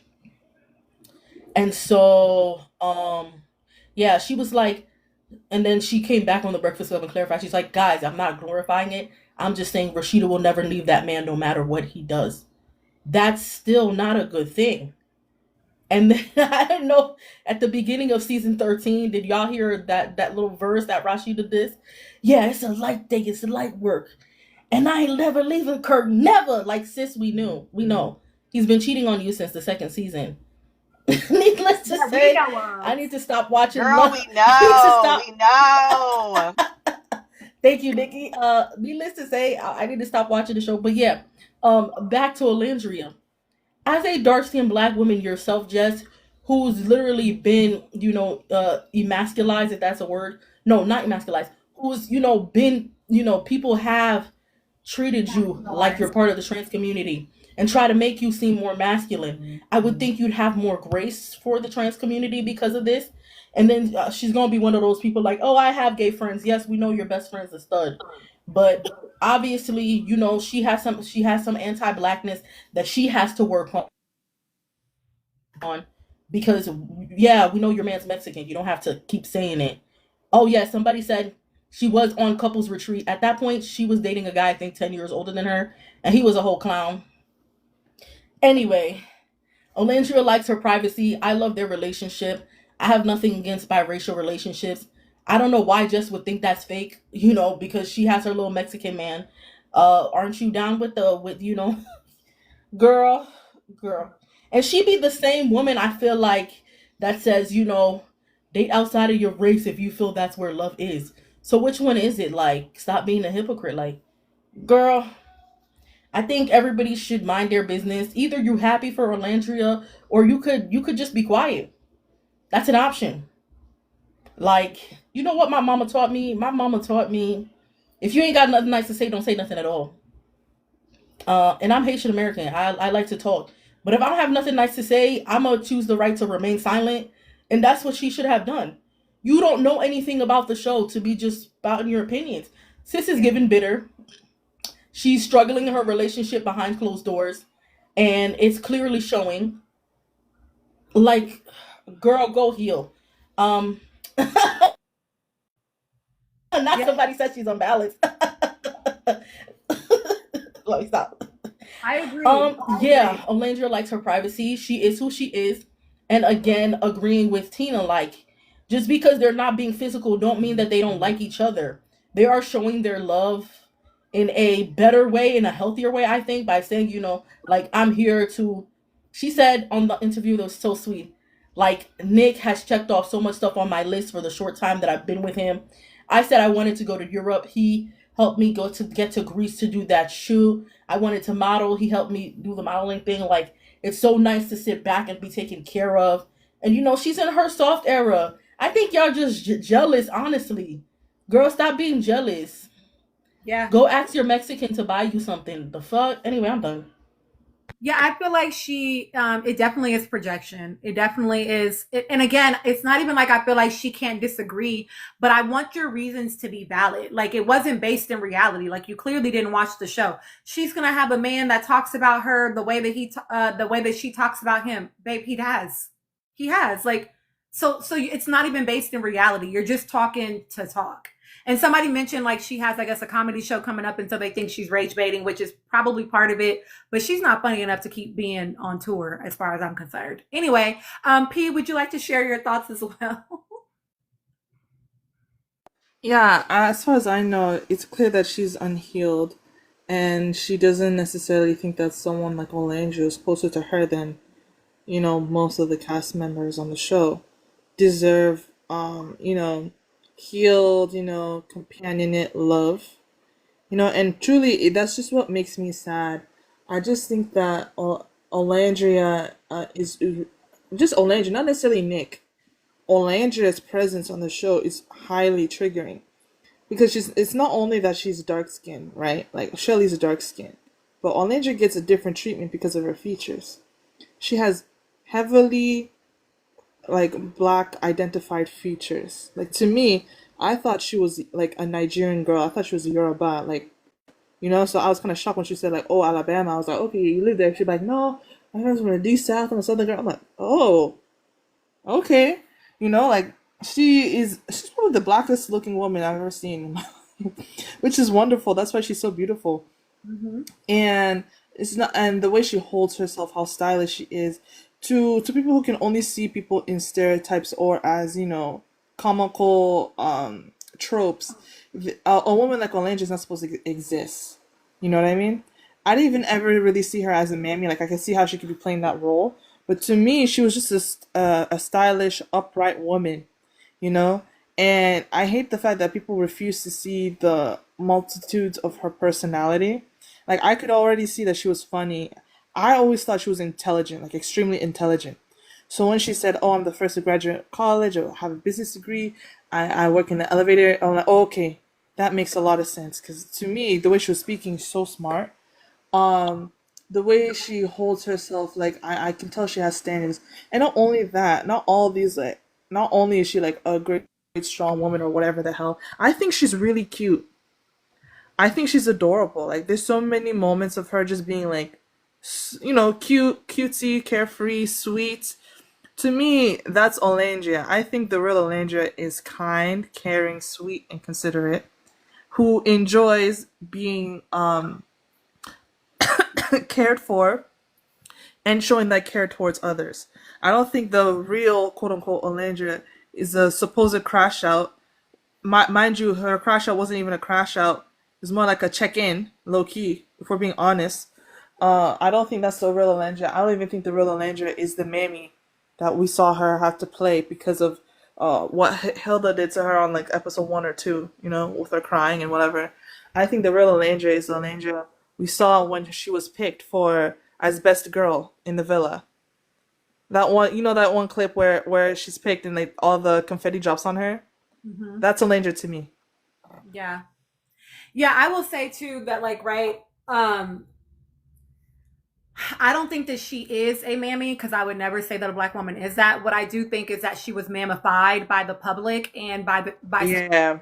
Especially by people that support Huda. They wanted her to be Huda's bestie and like basically be like the emotional support system for Huda. And when she defied that expectation, they ran like they were trying to find anything that they could on her to like defame her and make her look bad. And out of everyone on the cast, she probably has the cleanest internet history and probably the cleanest She does. record because they're just trying to find little things they can say about Olandra, saying, "Oh yeah, you kissed your best friend's man Ace and you didn't even tell her. Oh yeah, you got with Nick after your best friend left the villa." And it's just like people They are just couldn't make making her a up mammy. They tried to make her a Jezebel. exactly. they wanted her to be both though. Yeah, exactly. So it's like when she decided to step outside the confines of the role that they felt most comfortable with her in, right? It started on day 2 with Hilga, but then when they were sitting down and she's like, "Am I a terrible person?" And she's like, "Not terrible, but you did too much." And then she's like, "I'm about to go get my food." That they were pissed, right? Because how dare she not provide emotional labor to this woman that we feel that she Exactly. But I think production also plays a part in the mammification 100%, of 100%. Olandria, because even with the way that they edited her and Taylor's relationship, where they only show us her chasing Taylor and Taylor not being attracted to her, they have no problem showing us the clips of him talking to Ace saying that that he's not attracted to her, that he doesn't see her that way, or him, or her saying, "I know we're not physical, but it's because I'm slow burner," emphasizing those scenes that I'm not a physical person. I don't do that because I'm a slow burner, emphasizing that. And the only times that they show her being physical is, aside from the, Soul Ties that we all love in the Congratulations Kiss, is during the challenges where she's picked, where she's so seemingly objectified. So it's these two sides of the same coin, of the coin. It's either she's being objectified or she's being mammified, but never but but there's never an Never emotional humanized. connection between the two, you know? So they weaponize these two tropes with her and never lean into it. And even when when the tides start to shift with her and Nick, you see they lessen them on screen time to make the public question their validity. They breadcrumb the audience and barely give us anything because they don't want to turn around and go, oh, well, we've done this for her the entire season. We don't want to turn around and now give her, you know, this Cinderella true love story. Yeah. Exactly that. So like, Lazy was heavily objectified by the production. yeah, As much as I like seeing her ass, she was And the heavily viewers. objectified. The viewers, when she Seeing it first came too. out, the viewers were like, "Oh yeah, her body, you know, I just love her." And then when she didn't meet that expectation, suddenly, "Oh yeah, she has a Now BBL. there's hate Oh yeah, because like she's not just yeah, the I never body. liked her anyway." Like, yeah, so I will say, like, I made a whole video, y'all, about the mammification, and then the making her a Jezebel as well. And I will say that, like, to add on to your point, Gigi, like, the reason why Gigi is naming that, because maybe people don't know this, right? But the reason why Gigi is naming explicitly that they don't show the physical between her and Taylor, because she does say that there is like some level of like hand holding, and like that there was that between them that we didn't get to see. It's because the image of the mammy is a non-sexualized image. So they needed to, while they were keeping her within that dynamic, they were keeping her in that controlling image production. They could not show anything that differed from that, except in the challenges where they were able to very much objectify her, right? It couldn't be romance or tenderness or physicality in a way that was soft, in a way that was humanized. It could only be in the objectified role when they were doing challenges to fit also the Jezebel narrative. So they ascribed these Cabin challenge. to her. Cabin challenge. Yes, so they ascribed these two things onto Alandria and really helped to shape public perception around her as well. Okay. they'll try to make it seem like she's only desirable when it comes to like her body or being sexual. Like when I don't know Behind when she closed doors the cabin too. challenge. The fact that they had Okay. all those guys kissing up on her and none of the girls like were That was kind of able to crazy. kiss the guys, it's like I think that was very purposeful, and I did not like that. Yep. Okay, Anika, do you have any thoughts that you want? Oh, I know you said you had shared thoughts, but has anything come up that you want to share any thoughts around on this? Yes. Just to add one thing, I also felt that they tried, at least in an After Sun episode, they tried to impose the angry black woman trope on Olandria. I am really, really tired of it. And I think my frustration comes from me also being a dark-skinned black woman. Sorry. Navigating similar situations and similar things that, you know, I am human. I am a person. I have agency. Why can't you not see that other than trying to pigeonhole this person in these particular roles and boxes? It is frustrating. It is disgusting. I mean, you constantly, it almost feels as if you constantly have to be proving people wrong. It's a very, very frustrating place to be in. But the point I wanted to make outside of that is that I think a lot of people are forgetting that in Nick's final speech to Olandria, he very clearly stated that he witnessed her fierce loyalty and love to others not being returned. And I think all of his actions outside of the villa thus far has proven that he is going to be as fiercely loyal to her as she is to him. I think everything he has done I is agree. proving that he is fiercely loyal to her. And if people cannot read cues, I don't know if they need to put a blimp or a plane with a sign that says Nick loves Olandria. He loved her from in the villa when he was telling Ace that he gets the flutters. That was the point. He was going to say that he loved her and he stopped himself because he's human. He is scared. He was rejected once. He was friend zoned once. He does not want to be friend zoned again. He has had intense feelings for this girl. So he is waiting for her to catch up. And she obviously, from the interview with Andy Cohen on Watch What Happens Live, she has caught up. Let's leave it alone. It's there. Oh God, leave them. You know, that's as much as I have to say. I agree. I agree. Thank you, Anika. Okay, Azaria, did you have any thoughts that you wanted to add? I also want to add the one thing about Nick's parents. From the beginning, Nick's mom was rooting for Nick and Olandria to get together, but people don't actually realize that, like, Nick's mom, I'm pretty sure she's from Baltimore.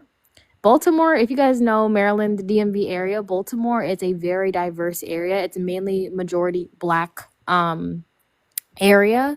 So his mom has already like been around a very like group of diverse people since she was like since forever. And then she's also modeled before, and I think she modeled in like the 80s. And again, modeling in the 80s was actually very diverse comparative to like the early 2000s or even like the late 90s, because they had a lot of foreign models from like different countries coming in to model. So she's been around a group of diverse people since like she was young.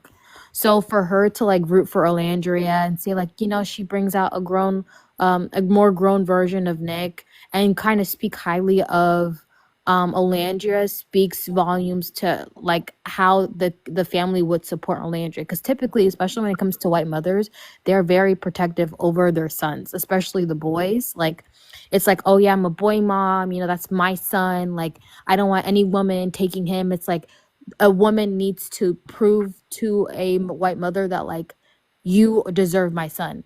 And versus her, she's like, she brings out a more grown version of Nick. She makes him more mature. She's proud to see the man that Nick has become due to Olandria. It's not like, oh yeah, she's proud of, Olandria, kissing up to Nick.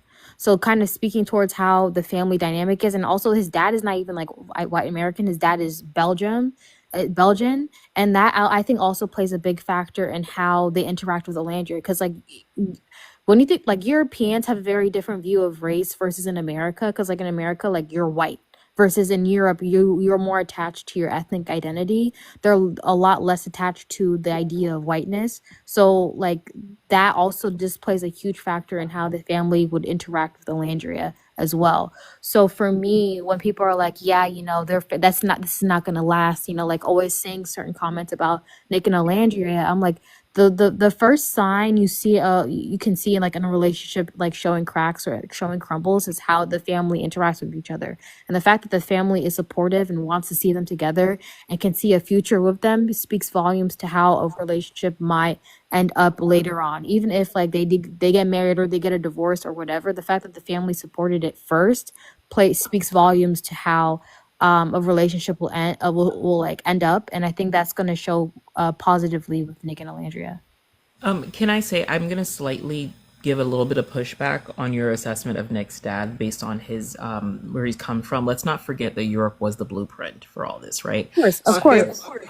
So I wouldn't necessarily say that it's just because he's from Europe that because of the diversity, having spent my formative years there, as the Black American kid who didn't even speak English, I can attest that it is a big, there is a huge racial issue there.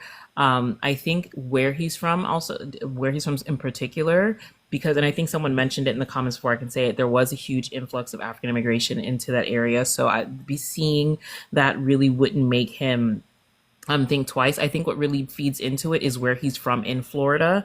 Nick being raised in Jacksonville, the Duval County white boys actually happen to like them, a dark-skinned black girl. So I don't think that the family issue would have been a thing, only because having raised their kids there, it's a very normalized thing there. So I think that would pretty much speak to it. In terms of the friend, in terms of the relationship side, he has had Black girlfriends before, so it's not anything that he is a stranger to. Nick is not a stranger to interracial relationships. He's always had a very diverse group of friends, always fit in, because that's just how Duval County is. It's extremely diverse like that.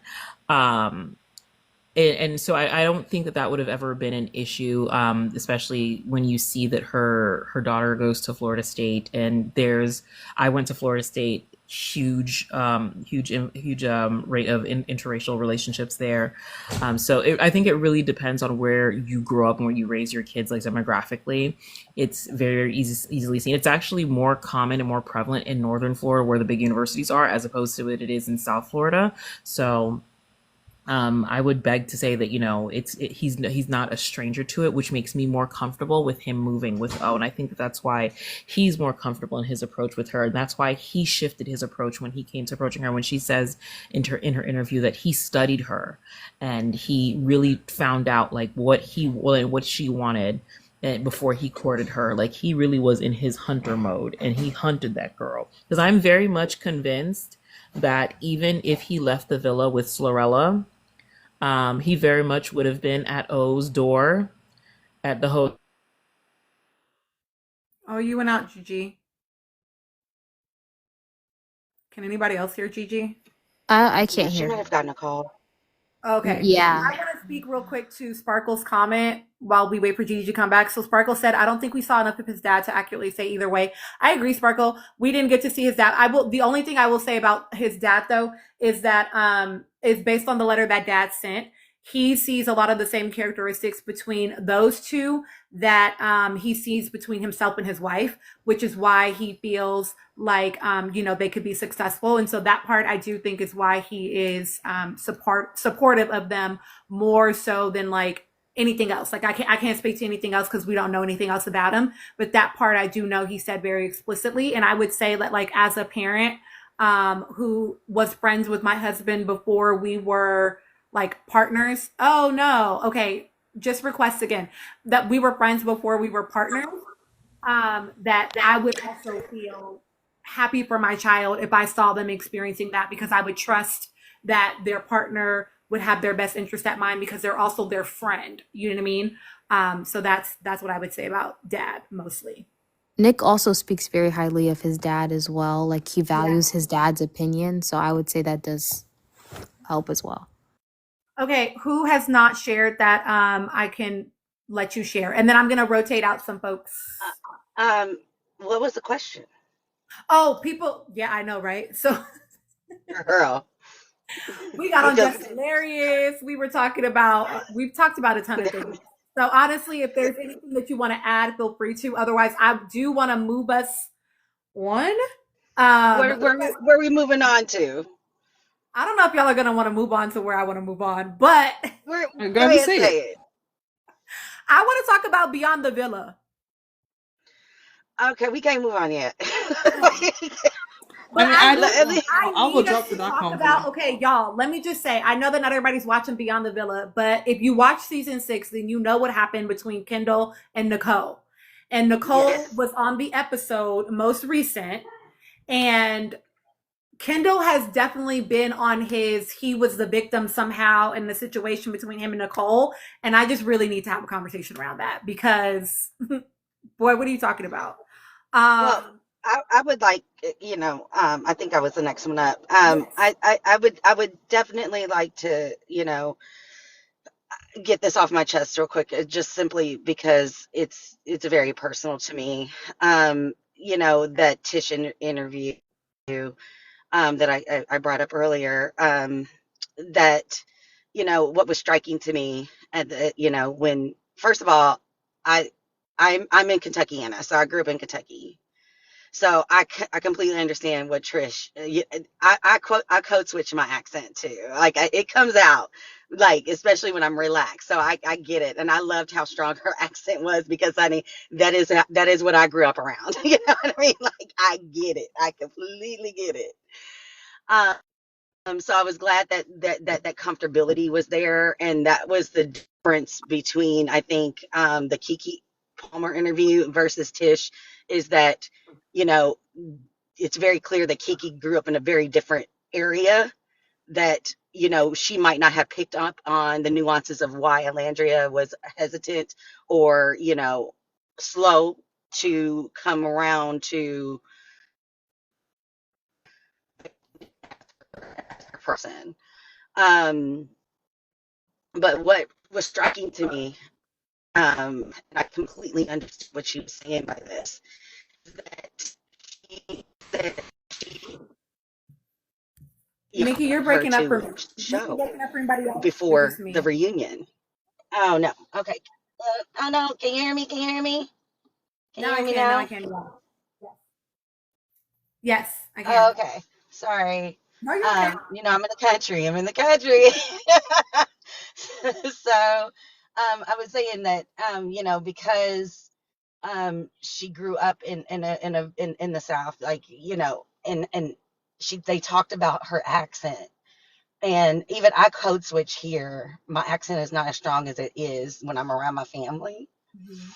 And so I really related on that. And what she said when she said that, when Trish asked, "Did you watch the show?" She was just like, I watched half of the first episode. I could not stand to hear my voice. And I was just like, oh my gosh, there's still so much, and she talked about how her accent, when people hear her accent, they think that she's dumb. And that's something I definitely have related to because I lived in New York for 20 years. Mhm. And, and I went to college in Los Angeles. So when I got to LA and to go to school, I definitely was taking a lot of phonetic classes. I wanted to get rid of my accent. It was actually one of my teachers was just like, that's one of the most endearing qualities about you. And I did, and I was happy that I had a professor to actually see that and love that about me. That I was just like, you know what, I'm not gonna fight this anymore. This is a part of who I am. This is a part of my culture. And so I definitely related that, but I understood why she didn't watch the show at that point because that would have been very hard for me even at her age to sit back and just judge, how she sounded and like what. There's so much there to unpack when it comes to seeing yourself and how you view yourself, not how everybody else views you, but how you view yourself. And then she also mentioned like she didn't want, somebody else's narrative to impact how she feels about herself. And I thought that was very powerful too. And at the same time, I think it would have been very important for her in her growth to watch in a sociological perspective to watch how she is being portrayed by this network because Nicolandria is becoming bigger than the show. They are going to court her to do stuff, going back, circling it back to Beyond the Villa. And I don't trust this network to give Nick and Landria their due in a way that is truthful and honest. And I think had she watched the show, that might have deterred her from even entertaining an idea of moving any forward with this network because of how she was portrayed. So I hope later on that they both decide to watch the show because what I don't want it to happen is for them to not watch the show, continue on this trajectory where they're being loved and beloved by a network that really did Alandria such a huge disservice and was, quite frankly, very disrespectful to her. Very disrespectful. So I'm hoping that, that she grows into that. And another point I just want to lastly make, and I know my time is up, is that um we also need to be very careful about putting Alandria on a pedestal because she is still a human being and she's going to fuck up. She is. And I am like I'm very it makes me nervous by the amount of love that she's getting where when she does fuck up because it's going to happen. There's going to be situations where we're going to side eye like what do you think this is already happened in states where know I'm they're keeping people that never keep them in my circle. They're still entertaining relationships that I would never entertain, knowing what I know. So I do potentially see that as a yellow flag going forward, but I I think if she understood how she was portrayed, she'd be much better prepared for what potentially might happen down the road. Okay, I want to speak to this and we can pivot here. So, my subscribers got a video from me, y'all, where I talked about how And I did make a larger general public video about how Black womanhood was showing up in that interview, how we were able to see the way that we socialize Black girls into Black womanhood, how that was showing up in the way that Alandria carried herself in the villa. And I was able to like name these things, but my subscribers got a video where I talked about how being mindful about the way our Black womanhood conditions us and going into the industry that Alandria wants to go into, that ask us repeatedly to contort ourselves, to self-sacrifice. And so how she's really going to have people around her that have either done their own deconstruction or like a professional or someone that's going to be able to support her, really sort of reconceptualizing in some ways what womanhood looks like as she's also showing up in this industry.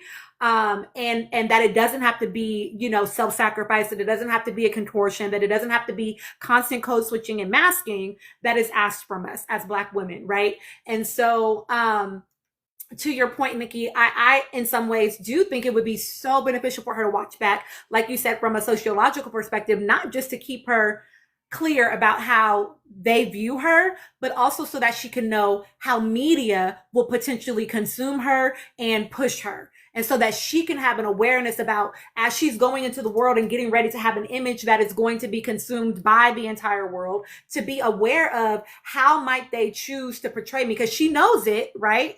She knows that. That's why she was showing up how she was in the villa, right? But to be able to see it in real time, I do think would be very good data for her. And I do think it would be important for her to watch back and for her management team to be conscious of, so that they're able to support her in not being objectified or mammified or just what's the word I want?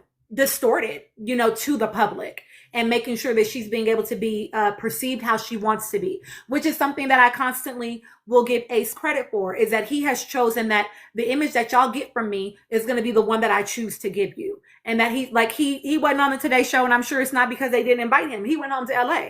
You know what I mean? And so he is making a conscious choice. I can talk about that real quick, Melanie.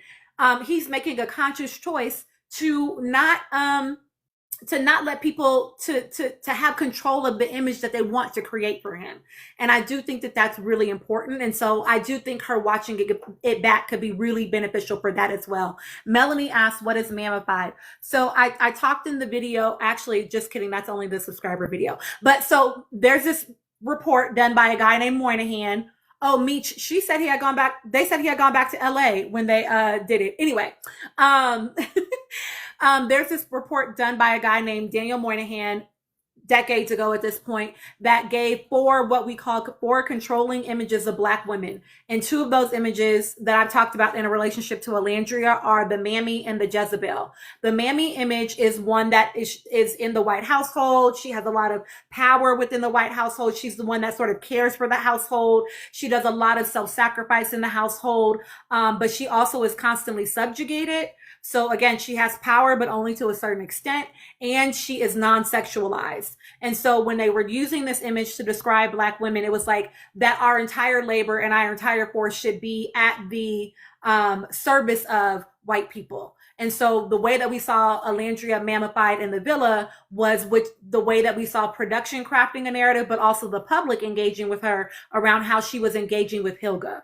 And so even though we know Hilga is not a white woman, in the United States, she would be raced as white. Like that's probably what she marks on her forms. And so they created this, she's doing the emotional labor. She's showing up for her rights. She's tending to Hilga's emotions, even though Hilga was trying to embarrass her at that fire pit, right? And so just really crafting this image of Alandria as tending to and being responsible for the emotions of this non-Black woman. And then once Alandria stepped outside of that, now she's the villain because now she's out of her place.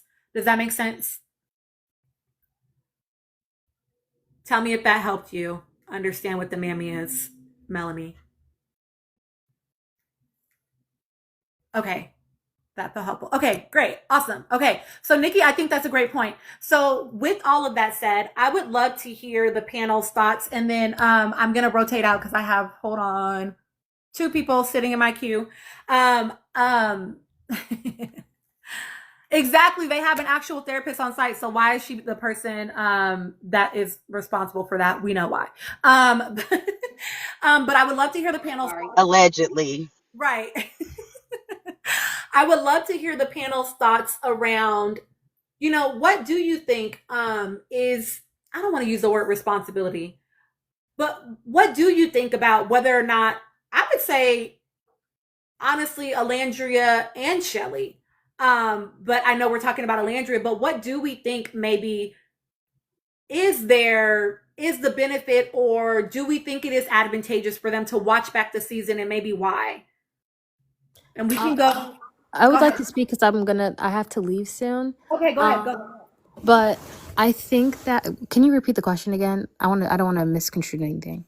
Hi, Ebonika. Tell me if I said that wrong. Hello from LA. So Azaria, I would love to hear y'all's thoughts around whether or not you think Alandria and Shelley, it would be advantageous or like useful to them to watch back this season to see the ways in which they were portrayed, especially as they are kind of catapulting into this other arena of fame at this point, honestly.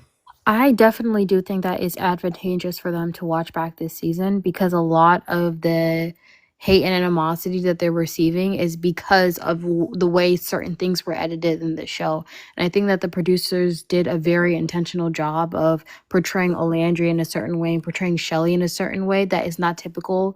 That's not a typical edit that you would typically see on Love Island. Because usually with the girls that are desirable, especially Shelley, that's like getting the most attention from men, they usually get the more favorable edit from the production. But Shelley did not get that type of edit, and it's like very intentional as to why they did that. Is because they're both Black girls on the season, and they wanted to incite a certain like group of people that were going to constantly keep defending them to keep more interest within the show.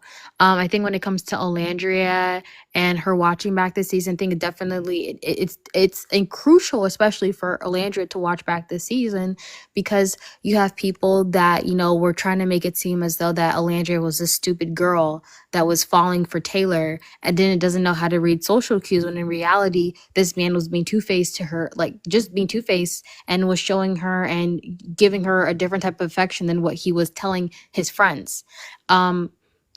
So I definitely do think that them watching back this season is very, very important for them, so that when they get to when they did get to the reunion, they can understand why people are trying to make certain points, and they can respond back with their own evidence and like other people that can support their evidence within the villa. Because the way that this show is edited, it makes it so that other people, specifically people like Huda, can have the way that this show is edited, it makes it so that other people, specifically people like Huda, can have have have certain arguments that they can make towards them that are not accurate, or just are just very misconstrued to what it actually was. So that is my point. And thank you so much for letting me stay on the panel. I have to go. It was nice meeting you guys. I followed some of you guys, and I wish you guys well. Bye. It was nice meeting you as well. Thanks, Azaria. Thank you for your I'll thoughts. chime in just so I can drop down and give somebody else a chance. So I think that it'd be very advantageous for both women to watch it back. And I think it's because they'll be following this, they'll be moving more into the media realm, into the influencer space. I feel like it's advantageous so that they can view how they were perceived and how they were consumed by a greater audience. And it would help them learn to control the narrative about how they're perceived in media. And I think that if anything, I know it would be painful. I hope that when they do watch it, that they do so with a great support system, because that's going to be extremely necessary, because then they will also see where all this vitriol online is coming from, where all this rhetoric and where these narratives are coming from. So I think that it would require a great support system that would be able to buffer for them as well. But in the grander scheme of what they plan to do, I think it's incredibly important to study from all angles. Thank you so much, guys. I think it's incredibly important to study from all angles. The sphere of the the field that you're entering. You study it from all angles, the good and the bad, so that you can control what it is moving forward. Um, and that's what I pretty much think about that. I'm gonna give, since you have this wonderful picture up, I'm gonna give a quick hot take about their outfits. I think that another part of them being careful is, another reason why I want them to watch it is the way that they're being styled. I think also speaks into this. I had a conversation earlier with somebody where they said, they said something really profound. It's like you only have so much time to make this impression of this new realm that you want to step into.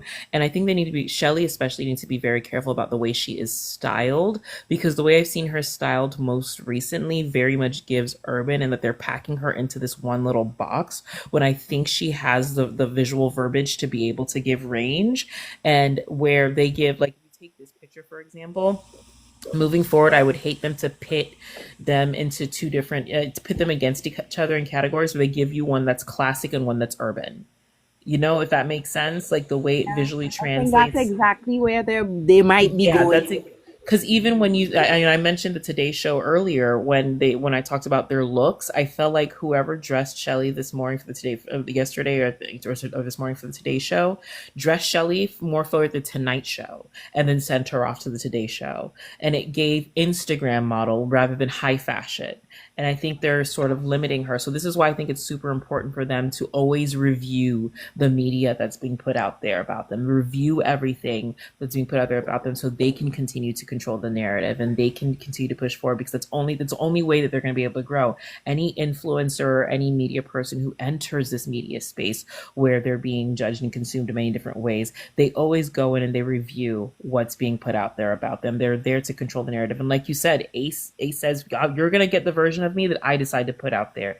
And I think that both teams need to be very careful about that, because we all saw what happened to Ace. Ace got the little short man villain edit for the most part, and that's because he didn't have control over that. And I think that this is his withdrawal from the media is sort of in protest of that, so he can reconfigure his image and be able to put that back out there. So I think both ladies can take a lesson in that and take a page in his book in that sense, and being able to shift the narrative. And to do that, they would have to go and watch it all. And I know Landria has stated in her interview that she didn't want to watch it only because she experienced it, but experiencing it through her eyes and experiencing it through our eyes, I think, are two different things. And I think she would need to take that plunge. Yeah. Yeah, I hear that. And to Nikki's point, right? I know that, I listened to the interview, and I know that Alandria said she didn't like the way her voice sounded. They put that shit on caption and mute it. Right. Very much watch and mute. It's okay. I did that for a lot of hubcaps scenes, so it's okay. And I think to your point too, Gigi, about like Ace is definitely stepping back. He is saying like, y'all are gonna get what I want you to see. So we're seeing him on his birthday doing the drive. We're seeing him, at the clubs and interacting with people and just really being who I think is himself. But he's saying, oh, no, I don't know. And I know that he and Shelley have watched more of the show than I think anybody else at this point. I do think he is saying, no, y'all are not just going to be able to have that edit. I'm also going to show you these other parts of me. And I think that that's wise. And so, but I think he's able to explicitly combat it because he knows what people looked at and what they saw. You know what I mean? And Gigi, you don't have to drop unless you just want to. Oh no, unless you have somebody else up here. I just felt like I'd give somebody else a chance to talk because I just started season 6, so I didn't want to, Okay. I had nothing. So I will drop down. Yeah, I will after continue. I speak, I will drop as well. Okay, go ahead, Pete. Yeah, I agree with everything you guys have said, and that was a concern with me for Olandria. I love the Barbie look, and I always say she did look like a Barbie, but I don't want her to be pigeonholed as Black Barbie, Bama Barbie. Even though I do love the name, I do think the name should stick, but I don't want her to just be that. Like, to me, I mean, Pre Villa with her photos, she's shown so many different looks: urban baddie, princess, vampire, alt hood, chic. You know what I mean? So many different versions of her. and I don't want her because I think with Olandra, her looks are so versatile, and it would really pain me to see her be stuck. And especially with Shelly next to her, I want them to be able to be two versatile women who can dress in different styles. I want that to be their brand. We're versatile. We can do many different things. To me, if they want to be branded as dolls, that's what a Barbie doll is. She does everything. You know what I mean? Yeah. Barbie's not just one look, you know. Um, but yeah, I want Shelly to have a different stylist than the one Olenja has. For I wish she got a different stylist for her press store. Because I believe they're using the same stylist and makeup artist, and I'm not saying that they're not doing a good job, but I feel like we would be able to see more of Shelly's versatility if she had her own separate team. Obviously, one that's working in concert with each other, but that's what I'm saying. I don't know if I have anything else. Oh, I it was actually really frustrating me that Nicolandra hadn't watched the entire season. When I was like, how are you gonna prepare for the reunion if you haven't watched the season? You know what I mean? Or even for interviews or things like that. Because it's not. I'm gonna be honest and I'm gonna be rude. I don't care that you went through what you went through because I don't know what you went through. You know what I mean? That literally doesn't matter. What matters to the public is what I saw. And what I saw was this. And if your experience was different, how am I supposed to know? How are you supposed to know what I saw was from what you went through? You know what I mean? Mind you, obviously there's editing to be done, but memory is fallible. You know what I mean? You don't know what someone else said about you. You don't know the pieces person moved so that they could get you in some position that was either advantageous for you or disadvantageous for you. You know what I mean? And as much as I love that, like Nicolandra loved the edits should not be the way you consume the show. I said this as soon as they came out. I said this as soon as 404 made that Mykonos post. I was like, oh, she fell for the Nicolandra propaganda. You know what I mean? Like, the edits are literal propaganda to push a narrative. Our narrative, we wanted Nick and Olandra to be together. Regardless, Nick didn't like Sierra. That was our propagandist, drive. That was the narrative we tried to push. That's not the truth. The truth was Nick liked Sierra, but he loved Olandria. You know what I mean? So I think only relying on edits and what even family, still family can feed you what they want to see, because especially if they love you, they don't want to see you hurt. You know what I mean? But fuck the hurt. You have to see what has been done so that you can make better moves in the future. And I think it's dangerous for them, especially as two black women, to not watch the show. I think that's crazy. They have to watch the show because the biggest villain was not anybody in that house. It was literally production. Yeah. Yeah, so I see y'all in the comments that are like, thank you so much, P, for your thoughts. I see y'all in the comments that are like, they're not gonna watch the show, like let it go. I will and like, maybe they've watched more now. On the Today Show, they said that they hadn't, and that was like yesterday or 2 days ago. The only person that said that she's watched it is Shelly. And on Watch What Happens Live, Amaya said she's only watched edits of the show.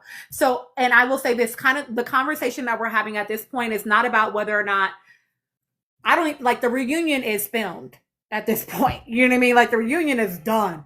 There's nothing we can do about that. But I will say this, right? As we're talking about the fact that it's explicitly Alandria, right? I don't really know what Shelly sees for herself. I don't know. I haven't heard in any interviews where she talks explicitly about that. But I think Alandria does need data on how she is being portrayed, because she's getting ready to be in an industry where that's going to be constantly what's happening, is somebody choosing the image that they're going to push out to her. And so her knowing, okay, this is how y'all chose to push me. This is how you chose to portray me. Now I can move with more information so that I have a little bit more control over how my image is given to the world. This is about safety for her. And this is about, obviously none of us want her to burn out in this industry. And if she doesn't have data or doesn't have I don't know anything about her management team. I hope that they're going to do a great job. But like, if she doesn't have people around her that are conscious of how she as a Black woman might be portrayed and consumed by media and pushed into the public, she has the risk of incurring things that she doesn't need to actually incur. And so I think the hope is that she just would have a little bit more data to just be able to really choose how her story looks for her. You know what I mean? And so it's less about the reunion. I do think that it would have been nice for them to be able to answer the questions based on what we had seen, right? To say, oh, that's what you saw. No, this is what it was. They can't do that. The reunion's over, right? But if they're going out into the world, and we know that Alandria wants to be like in Hollywood, she confirmed in that interview she's moving to LA in the next couple of months, right? So if we know that that's what she wants for herself, we know that she wants to get into modeling, we know that she wants to like do all the things. I know they look gorgeous. We would love to just see her as the aunties, as the older people, right, in the world that have already navigated the world as Black women.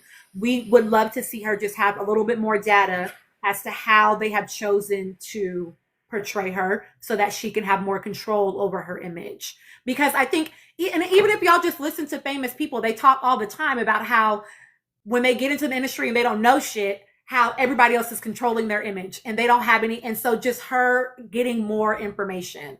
Yeah, you can totally come back up if you want to request. Okay, I know we have some new voices on here. I do want to let Anika and Anne respond, and then we will go to Get Like Ree, and then Moonlight, and then Amina, and then Amina, and then Moonlight, and then Sparkle. Okay, so my contribution is going to be short because I think you, Tina, and Gigi have more or less voiced everything that I wanted to say. I think it is imperative that especially Olandria looks at the show because she needs to see how she was portrayed. She needs to understand things in certain contexts because they want to dress her. I mean, Gigi raised an interesting point about the dichotomy of their outfits, pegging one possibly as an urban girl and pegging Olandria as the high fashion, because people were commenting during the show that her outfits were Shein, but she portrayed them as high fashion. So they are going to want to do that. So I'm hoping that whoever is managing her is looking out for her best interest in that regard. But for her to have direct control or for her to have input, she needs to see the show. I can't reconcile that she said in the interview with Tish that she knew going into the show she had to portray herself in a particular way as a Black woman, not only representing herself, but Black women around the world, because that's the exact phrase that she used, and not know all the parameters of how she has been portrayed throughout the show, and not, try to navigate what her life is now going to be outside of the villa. That's it for me. That's a great, yeah. I will say, so Spleen, I didn't know that her manager is a Black woman, but isn't Helga's a Black woman? So, I mean, no shade, right? No shade, because I'm a Black woman and I love Black women, and that don't necessarily mean nothing. I don't necessarily mean nothing. We don't all have a strong consciousness. Okay, I see that, Amina. I've heard that it's a Black man, but when she was at the house, it was a Black woman that was speaking as her manager to someone. I seen some video. I can't remember now. Sorry, Bubbles. Okay, perfect. Thank you, Amina. Wait, do you mean on her IG? No. Do you mean Helga's? Yes. I don't go to her page, so I know I didn't see. No, I'm talking about when she was in the villa. No, not when she was in the villa. No, when she was at that streamer house with that man, and everybody was making a fuss about how she reacted in that room. There was a Black woman there that was talking to another streamer as her representation, they were talking about planning some yacht party together for her. Okay, so when her account has been banned like 2 or 3 times since she's left the villa because of all them fake ass followers. So the person that they were reaching out to on Twitter is a Black man, and he's not American, so that's why I think he has not responded to. He doesn't care about the racism shit. And you can go look up those responses. He's saying like, oh, we're taking care of it. We're trying to get her verified so this stops happening. So that could have just been another person. Yeah. Okay, I can so go find his name. Also, like, I love that it's a Black woman, and like y'all are saying in the comments, right? I don't know what her praxis is. So I think Alandria is intelligent enough where if she watched this show, she could draw some conclusions and have some thoughtful feedback as to the to somebody's point. I don't remember who said it, but how her name, image, and likeness are then used and pushed out into the public. And I do think that it'll be nice for like Nick's mom and Nick to be able to offer some insight as well, but they are offering insight from a different perspective. She might need to watch the show with the therapist, but I go agree. look at the website that the Digital Brand Architects, because they manage Jackie Aina and they also manage a lot of other specifically dark skinned black women that are in the beauty space. I don't know if you know Tony Bravo, who's here on TikTok that has her own blush. She does a lot of different bright blush colors. She's very dark skinned. She just did her first blush with Tower 28. They manage her. They manage Glorilla, which is another Sudanese black woman that's very dark skinned. She does trying a bunch of darker foundations. They manage her. And like I said, Jackie Aina. So she's like, and other black women who know her team, she handpicked everybody. So, and that's what she was in Houston for those 4 days interviewing people. I love that. So I think she should watch the show, but I don't think, because like I said, by the end of that show, that girl had lost weight and she's already little as heck. So she was going through it. Don't clock me, because I thought you meant Glorilla like the rapper. No. There's Okay, another. that's what I Her thought. name She is. was, that's It's why I like made glow. that face. I was like, No, not her. I said Miss a dark skin. Gloria. She's okay. Gloria. is Gloria. Sorry. Yeah, Gloria. She's Sudanese and she does like a series where she tries the darkest shade of every foundation. Okay, I love And that. she's Okay. I yeah. think Sorry, I think Gloria. I was like, nah. Okay, anyway, sorry, y'all. Y'all are funny. Not y'all caught that immediately. Okay. Anne, will you give us your thoughts? Hello, these will be my final thoughts. I'd like to rotate out after this. Please be quiet, Josiah. Sorry, I'm talking to my son. Yes. What were we? Tina, could you say the question for me again, Yes, I was asking please? if folks thought that they needed to like Alandria and Shelly, but I was explicitly talking about Alandria, but either one. Do you feel like it's like useful for them to watch the show as they are entering this new arena of like being in the public eye in the way that they are? You said that Shelly watched it, correct? She said that she's watched quite a few episodes, but I know she hasn't watched. She last. Okay. From what I remember in the Access Hollywood and the ET interviews that Nick and Landria did together, at first both of them said they were gonna watch before the reunion and collect their receipts and come on the show. Shh, Josiah. And so I feel like maybe they watched it during the reunion, but then again, did what happens what happens live with Andy Cohen was post reunion, and I think Nick and Landria said that they technically didn't finish it. I think that they should watch the show, because here's the thing: as someone who's been in the medical field for a while, took a few psychology courses, I think that last season was a great case study for sociology, for the psychology of just people, and just the way that they were viewed as black women. I think that everyone on the show can learn a lot about themselves, and if they reflect, they could gain some growth from seeing themselves on the show. Sometimes we don't know how we're reflected, or the way we're seen, in the lens of the world, or in the lens of other people. I think it's important to see ourselves, outside of ourselves, because sometimes we don't. You know how when you break up with somebody, you don't know their red flags until you're out of the situation. I think it's always good on the outside looking in. So I would actually encourage not just the women, but even the men on the cast to watch themselves back. And it would be nice, now it's too late, if some of them came prepared and watched it,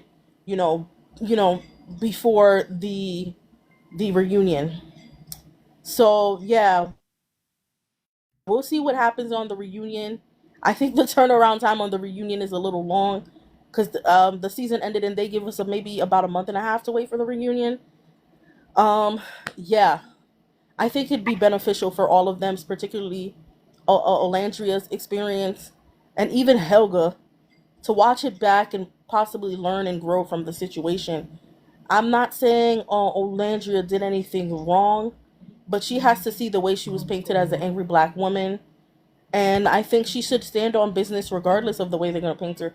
When it comes to, being a black woman in America, it's damned if you do and damned if you don't.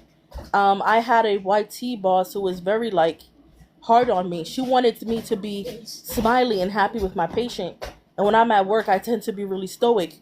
She said, oh, be friendly with the staff. But I'm like, the type of person I am, I'm new here. It takes me time to warm up to people. She was trying to make me a certain type of way, like my blackness was an issue. When she even at one point said, I'm surprised you had parents. Bitch, what?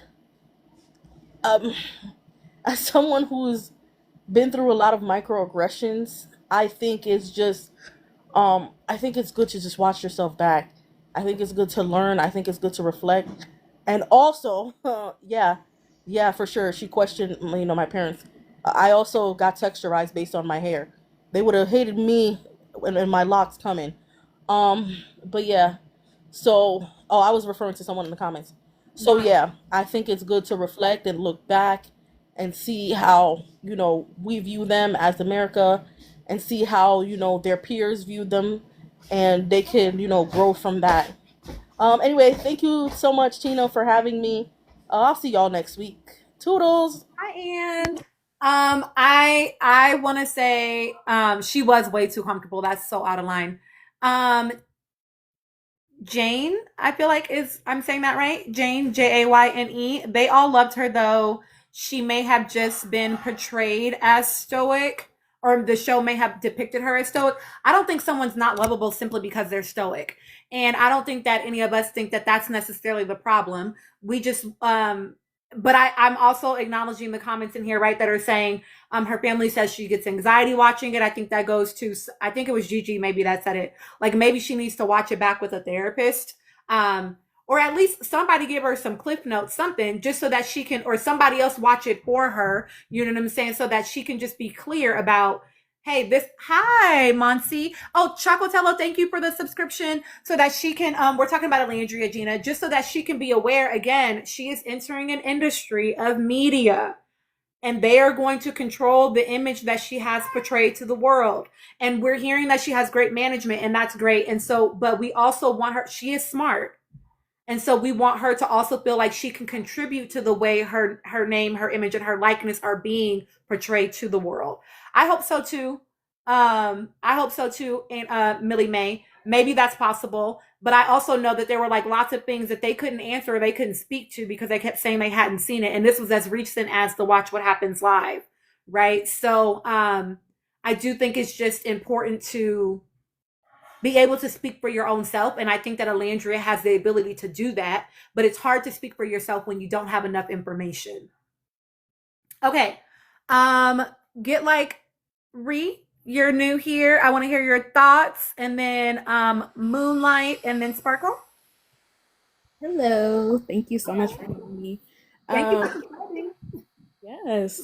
So I just want to say, of course, I think that it's going to be beneficial for them to watch the show.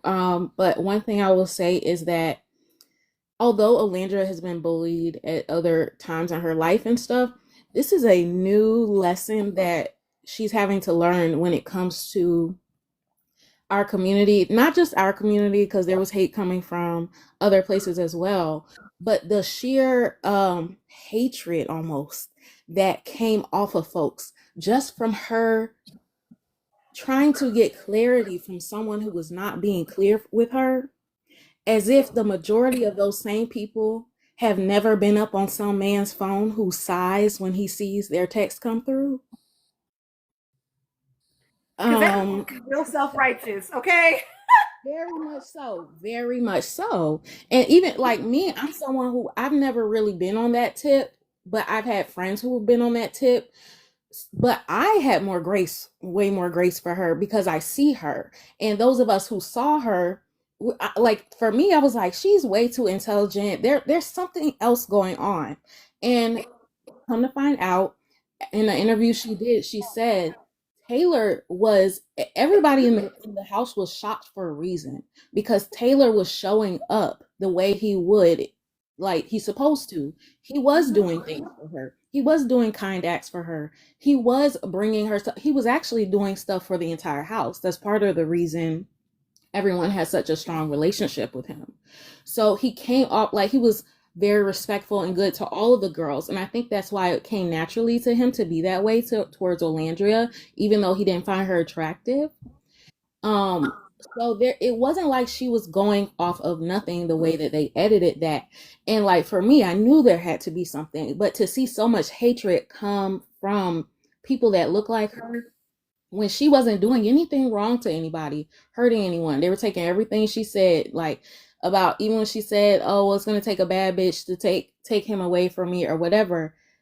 I don't think that was towards Clark. I think that was just her saying that in general, but every little thing she said was taken a certain way.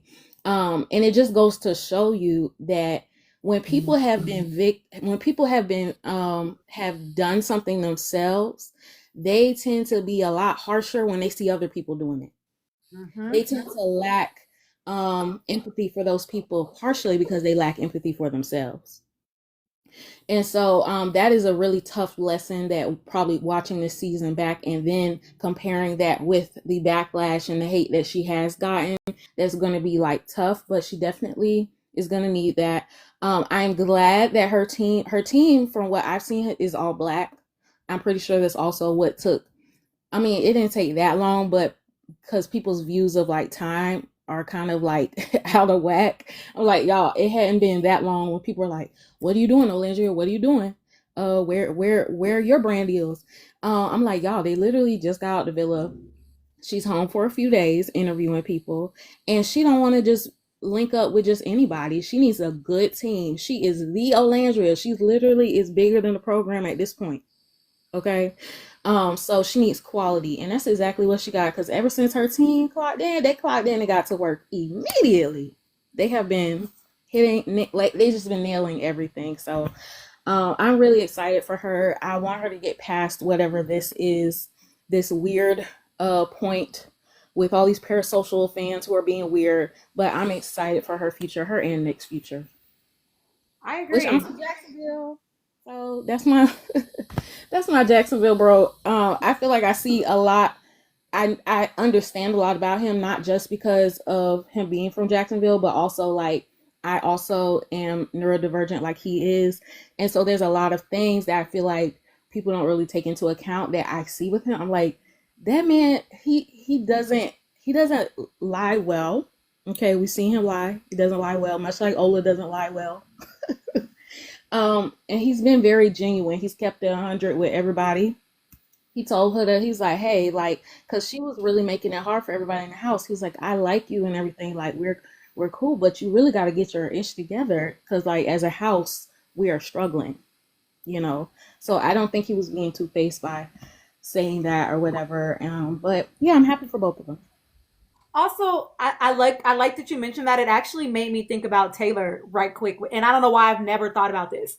But like we literally watched Taylor on TV telling her to chill the hell out. When she went to go talk to Jeremiah, he's like, "What are you doing?" You know what I mean? Like we watched Taylor do that, but why didn't anybody have any smoke for him about being quote unquote two-faced while he was also still her, hanging out with her and tending to her? Like why was him holding her accountable or like being honest about what he needed her to change about her behavior? Why was that not two-faced? You know what I mean? Hey, let me say this one last thing because I don't see too many people bringing this up. But to me, I think Taylor knew at this specific moment that he was never going to take it any further with Olandra, and nobody can convince me otherwise. After the blindfold challenge, when they sat and they talked, and she admitted that she got up and kissed Ace, and he was like, "Oh yeah, cool, well, thank you for being transparent," because he didn't expect. He was like, "I didn't get up and kiss nobody." He wasn't expecting her to have gotten up and kissed someone because in his head he was like, oh, he knew that she wanted a countryman, so he thought he had her in his pocket. He could have got up and kissed somebody, but he didn't. Something about the way his energy shifted after that, I felt like he kind of was like, oh, his feelings got hurt. Men's feelings they're sensitive, even though they act like we are sensitive. We all are. And I feel like at that moment, he subconsciously wrote her off, and he was just like, Yeah, like even I wasn't attracted to you like that, but like, yeah, I'm gonna keep you till I find somebody else. Yeah. Yeah. He needed a lot more hate for the way, well, I mean, he definitely got it from me, but he needed a lot more criticism for the way that he drug her along until he finally found a connection that he liked, right? He ran off Jalen, which we knew she wasn't going to pick that man anyway, right? But like the fact that he did all this extra now because I want you to keep me here versus just being honest and letting her explore was some bullshit. Um, and I agree, Jamila. They love him because he treated Ola bad. Again, yeah, this just goes back to like what they think she deserves, and it's never more than them. And sometimes it's not even, there are sometimes people in your life, like sometimes it is conscious. A lot of times it's conscious. But a lot of times people they don't even think that they're hating. They're just like, but if I can't have it, why would you have it? They can't see it for you because they don't have it themselves. And so they project, right? And yes, definitely some massage noir as well. Okay. Moonlight, I would love to hear your thoughts. Hello, hi Miss Tina. Thank you for having me. Of course, hello. Yes, always a pleasure. I just was speaking, I was like listening actually to your guys' answers, and I would say respectfully, I would have to disagree. I think that when I hear Olandria, when I see Olandria, the way that she comes across in interviews, one second. Ugh. The way that she already does come across in interviews is very articulate. Like she does have, I guess, a clear view of how she comes across to the public. And I think that that is actually why her interview with Tish was better received by the overall public as opposed to her one with Kiki, because she had more time to explain who she was as a person and her background and how that contributed to how she moved in the villa. If you actually watch both of the interviews back, Kiki's interview was on point. She spoke on anti-blackness. She spoke on a ton of other things that affected both her and Shelly in the villa. The only thing that's the difference is Shelly's presence. Like Shelly was a dominant force in the Kiki interview, and that's why we didn't get so much Alandria. And yet we're like hyping up this lukewarm interviewer, Miss Tish, very sweet woman, but I wish she would have dug in and pressed where I'm sure Kiki would have done if it was just like a solo one-on-one interview. So it's just been very disheartening to see everybody's reception to this woman in this space who is just there and like a sounding board for Olandria and her personality. But to bring it back to the point, I do think the way that she answered both of those questions, it gave, she is aware how she is received by the public. She is cognizant of what people try to paint her as and what her actions come across as. And I think that watching the show back, because of how her mind works, I think it would actually be a detriment to her. I think she would overthink it. I think she wouldn't see moments where she could look at herself and be like, oh, I can soften here, or I can be more vulnerable here. I think her mentality would make her overanalyze and criticize herself to the point where it is just, like I said, it's a detriment. And I don't think that that's a valuable experience for her. I think moving forward and expressing who she is rather than harping on what she isn't and what isn't the truth and what people aren't seeing and kind of coming across as defensive, I think her just aligning more opportunities to show off her sillier side, to show off her softer side, to show off her femininity in very calculated moves is a better trajectory for her career, especially as she's launching into like what I can see is like stardom. So I'm looking, like I hear the narrative. I understand like what it's like to be like a woman from Alabama. Like I'm from Florida myself. Like I understand completely.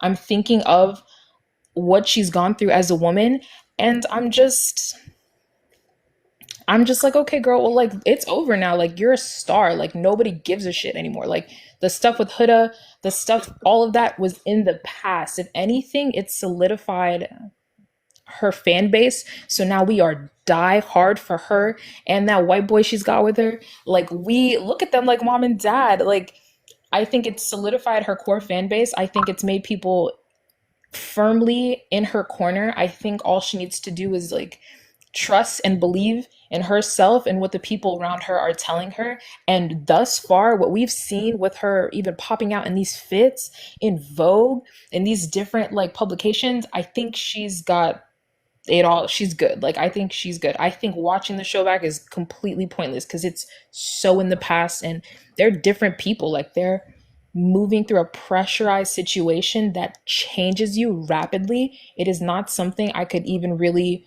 fathom, but I do see the effects of it. When I look at who she was before and who she is now, when I look at who Nick was before and who he is now, it just like Nick's got the right idea of like that shit's in the past. 404 is in the past. Like, we're not, who is that? Like, that's so crazy. I never did that. That's AI. Like, just moving forward is enough, like, I think. I hear that, Moonlight. I want to respond quickly as like a clinician to a couple of things that you said. Number one, she definitely overthinks. Like, Alandria clearly has a hard time trusting her gut about some things, which I think is actually very common in women, period. So she definitely has a harder time trusting her gut. It's right. Like, it's why you hear her going, even as we're at the end, was it always this? What did I not see? Like, what am I missing? Right? Like, she overthinks in some ways. And I will say this though.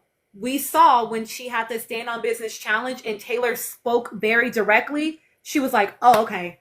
So I do think that in some ways her seeing things clearly would be like, oh, okay.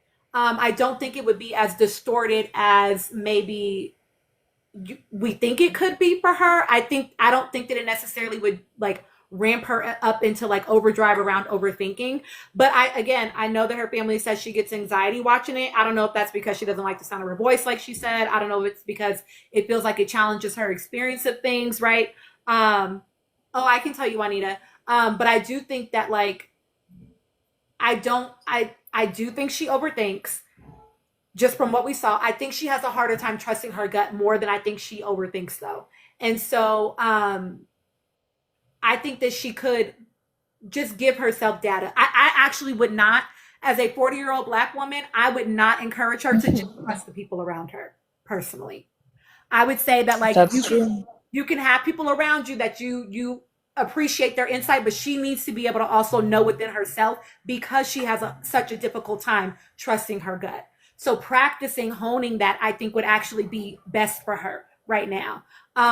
Yeah, I'm actually very curious about her dropping into like a more emotional experience. Like, she's very in her head, very like a logical person, but like the gut is your heart. It is your body. It is focusing on calmness and peace in your central nervous system. It is feeling your emotions. And that's why I would love to push her towards content that is like Black woman in luxury, Black woman getting a facial, Black woman getting a massage, Black woman having a gentle day, just very intentional pieces of media that I think would benefit her, and also women that identify with her, because her story is one that millions of women, Black women specifically, saw and resonated with, whether they had a visceral dislike to her or if they saw her and adored her. It is so, the revolution for us specifically Black women is rest. It is us trusting ourselves and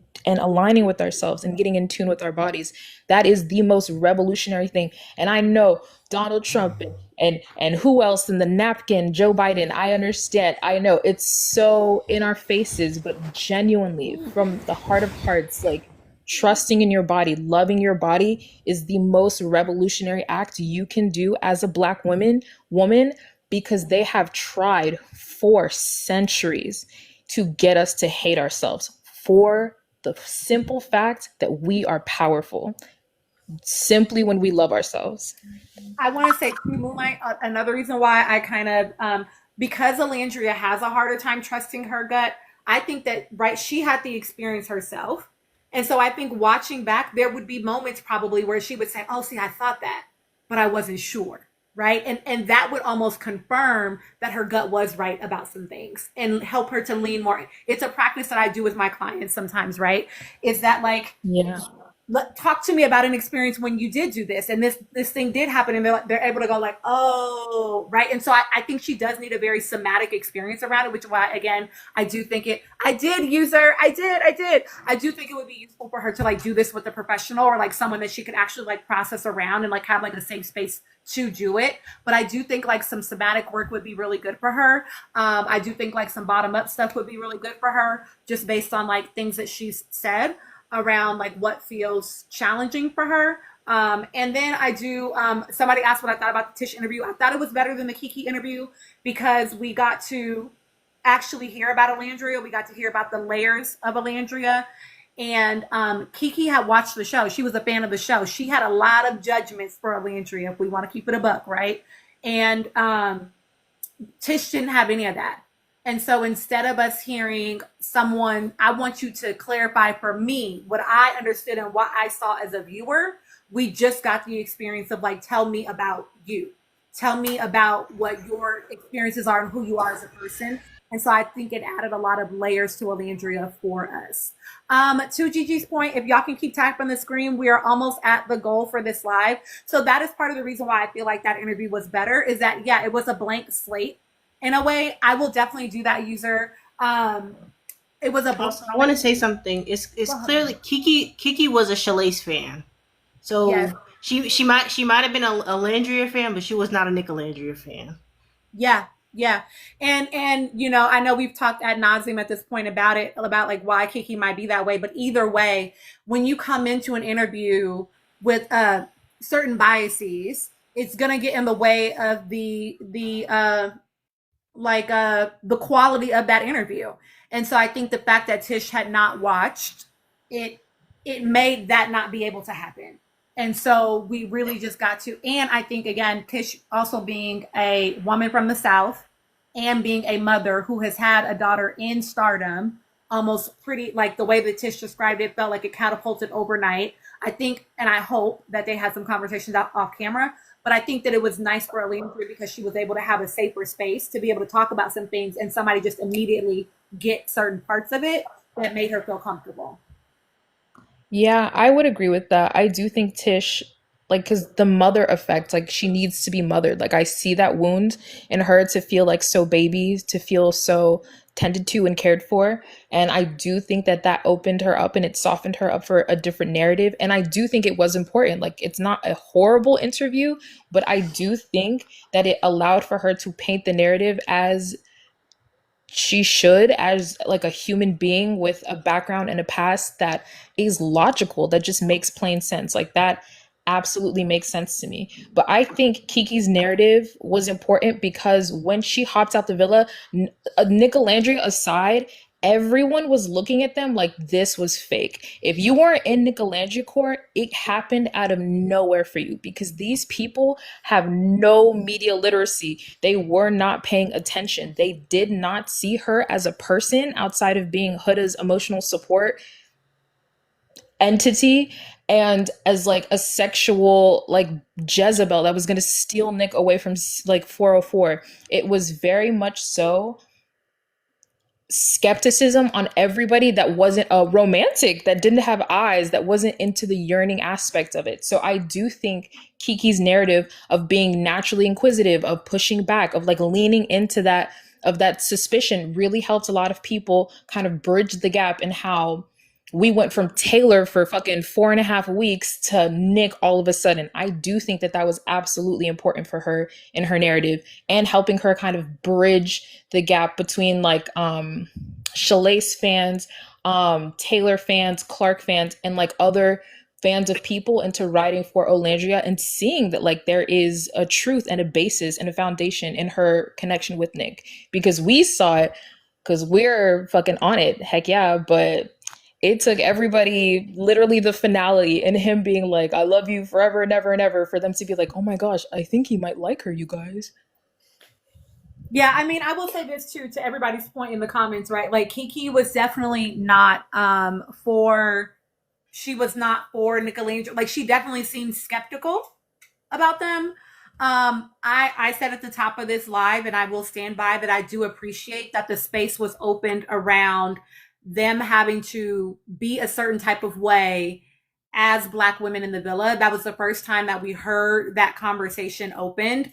I think the interview was poor because it was two people in 1 hour, and Kiki wouldn't shut the fuck up sometimes. And I love I Kiki. agree. Okay, I like, agree. but it's like she needed to ask the question and then back up a little bit, give it a little bit of room to let them say what they need to say. And then I also do think, and I've said this about Shelly before, I do believe that Shelly likes to be a little bit more diplomatic. And so I think that Alandria wouldn't have been able to really show up the way she wanted to in that interview anyway, had she, you know what I mean? And so I don't think that, because we see Shelly do it with Ace too, right? And so I think it was nice that she had an interview by herself and was able to offer. Yes, absolutely.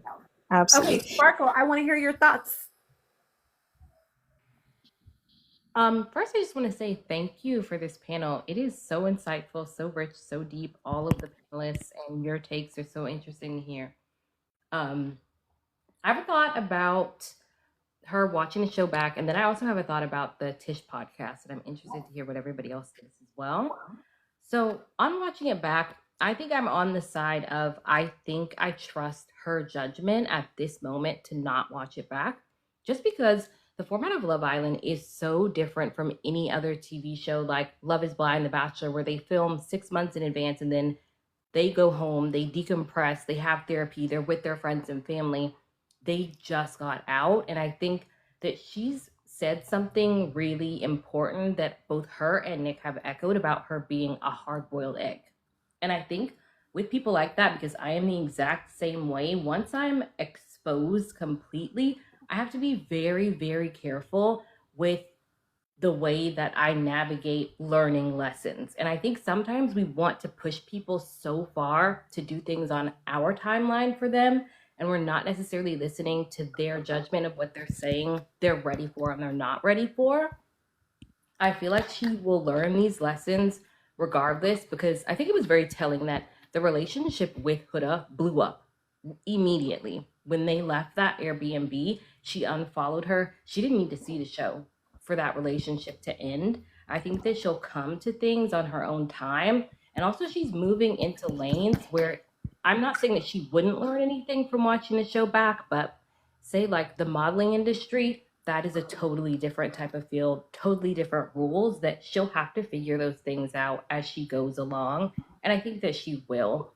So I don't know. I think if she's kind of in a place right now of coming out of the villa, you know, saying that she had a lot of anxiety, Nick saying that he had to take her phone from her at times, to now being in a different headspace.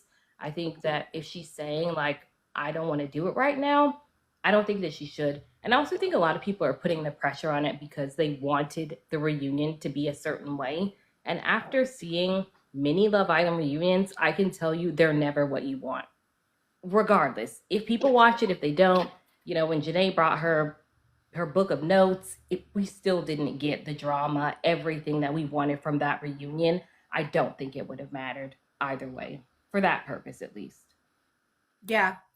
No, and I agree. And I've said that on this live. I think the last time we were on here, when we were talking about, people were asking about reunion thoughts, and I was like, I think that like we want certain things obviously as viewers, but ultimately like it's going to be on them how they choose to navigate it. And I don't really expect them to do what people necessarily want them to do. Yeah, I agree. And then I had a quick thought about the Tish podcast. So I have a lot of similarities to Alandria. I did grow up in Alabama. I still live in the South. I've lived in the South almost my whole life. And there was an interesting thing that kind of happened that I saw, and I've seen a few videos from people speaking about a little bit of discomfort that they felt at her socially conservative language, especially in the interview where she mentioned wanting to find a man that she could submit to, wanting to be led, those types of things. And I think it's really interesting. And I've been thinking a lot about my own ideologies and values lately as somebody who also grew up religious, grew up in the Deep South, very traditional type of family, even though I am an ally to all across the board. We do live in a society where our actions, our ideologies have a ripple effect. And with the rise of conservatism in a negative way, I understand that all of our actions do have a reaction. So it's hard to be in that place of feeling like I understand it, but I also want to live in my own truth and my own wants and needs, but also feeling cautious of how that's affecting other people. And I understand why some people felt uncomfortable with that type of language that she was using. And I see both sides of it, of feeling like she should be able to do whatever she wants. She can have whatever value she wants. But I understand why some people who aren't from those types of environments do feel uncomfortable with it. I want us to come back to that, Sparkle, because I have a lot of thoughts about that as a woman. But I will say this, as a woman raised in Los Angeles, so very much a city girl. Oh, wow. Yeah. But also in a Christian household, we have the same rhetoric. And I'm going to tell you, it's because my mother was a pick-me. I'm just going to be honest about that. Okay. And so I was definitely raised in a house that had certain beliefs and expectations around, you know, how I should engage with men. And that had to do with my mom's own beliefs around how she should engage with men. I don't ascribe to those things now. And as a, you know, therapist that definitely has a more womanist lens. Paris, tell me what you want me to give an example of. Paris, thank you for subscribing. I can see how rhetoric like that can be harmful, because to M. Ritz's point, if we're just talking about religion, the Bible says submit one unto another, right? But typically the task is only given to the woman, right? And so this is the way that whiteness and patriarchy infiltrates these systems in order to create a narrative for women, right? We're training women to be wives, but not men to be husbands. I could rant about this. So I do want us to come back to that, because I think that's a really great point. I want to add something too when we come back to that. So put me down. I'm a California girl too, but I'm a Northern California girl, but I'm Baptist. I got you. Oh, wait. Hold on. Someone just asked me.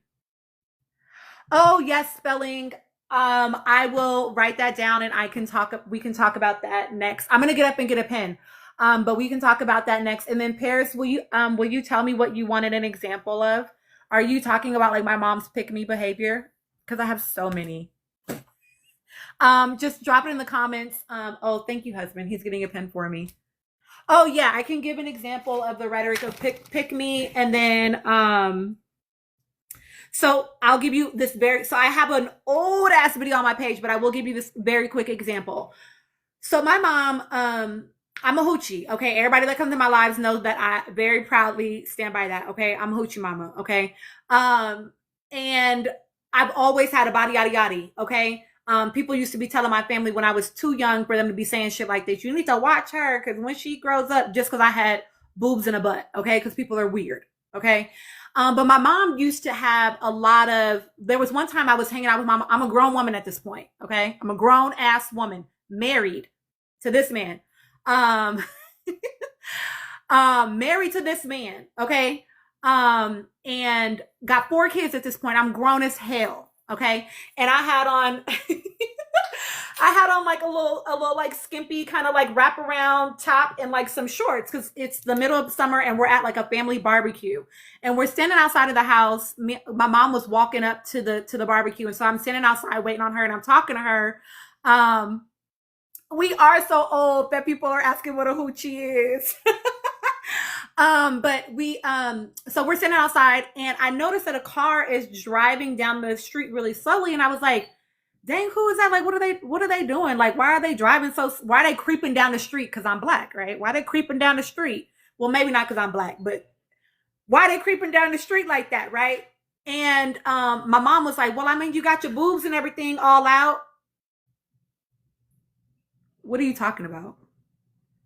And so my mom will do things like that, right? She said that to me. As we're sitting outside. We go inside and they're having a conversation with a bunch of women that are definitely, you know, they have a lot of patriarchal views around bodies, right?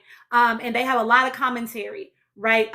My nieces, she was, how old was TT at that time? Like 16, 15? Who? TT. She was like 16, 17 years old. They're outside playing volleyball and she has boobs.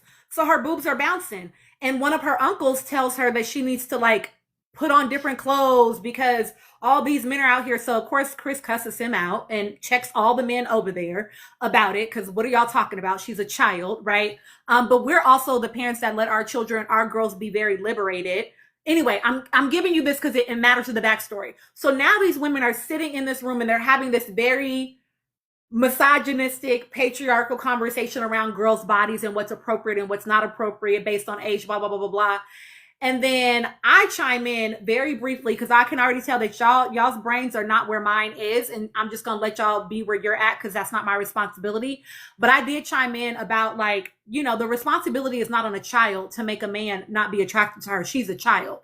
And my mom was like, well, y'all see how the one that I raised is dressed, as if she has ever been okay with me being a hoochie. My mom used to throw my clothes away.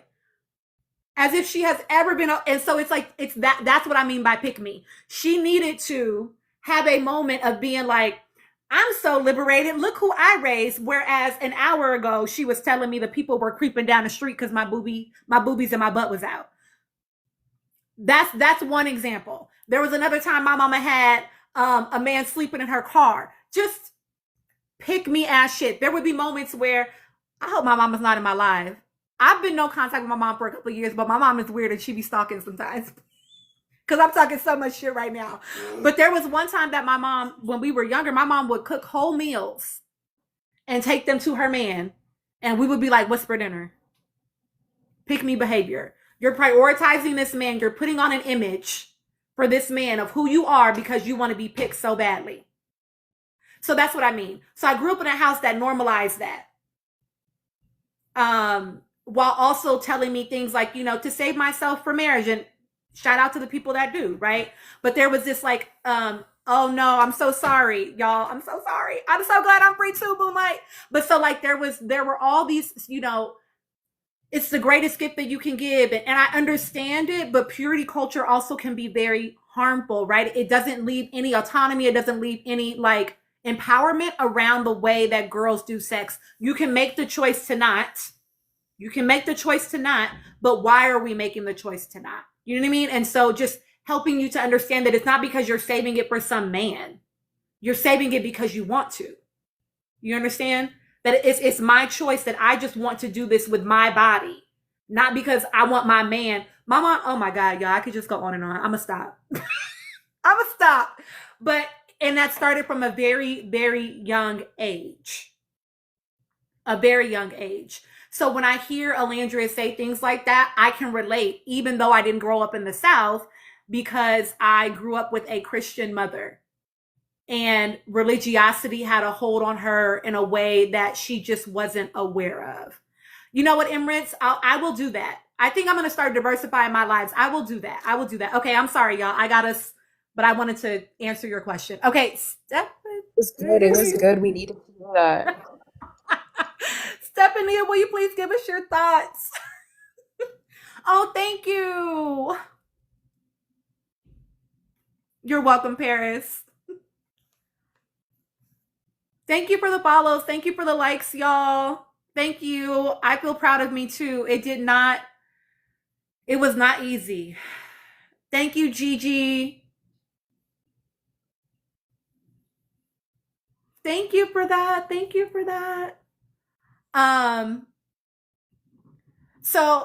Thank you, Ryan. I agree, Giselle, that, you know, she was trying to do things differently. I think her parents were raising her in a way to do that, right? Like to empower her to feel like she doesn't need to follow the same exact route that they took, right? That she gets to have choices in the routes that she takes in her life. Nola girl, you said, but Alandria seems balanced. Her combo with Zach gives more context of her views. Thank you, AV.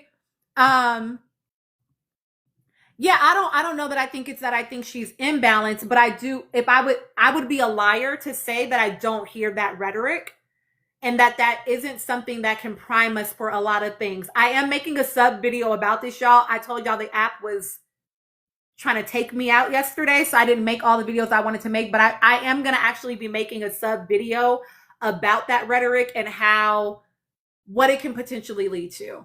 the oh, thank you for joining my fan club.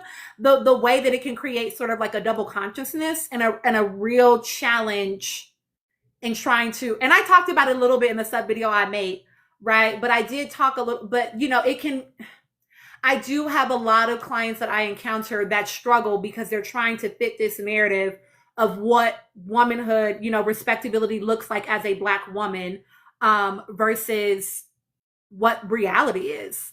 Oh, spleen. Yes, it does. Yes, it does. I've only been staying off of her. I'm only gonna give her maybe 30 more days. We're at 150K, y'all. We're just 50K to the... No, we haven't talked about Janae because I don't talk about Janae Pierce on my lives. I've been trying to respect the fact that she's asked us to ease up for a little bit. So I'm going to give her a little bit more space and room to agree. I do want to talk about... Kenny, but y'all don't be watching Beyond the Villa. Villa. I'm watching Beyond the Villa. Let's talk about Beyond the Villa when you're ready. Okay, because I want to talk about him. Okay, wait, my thoughts on who? Do you mean Janae?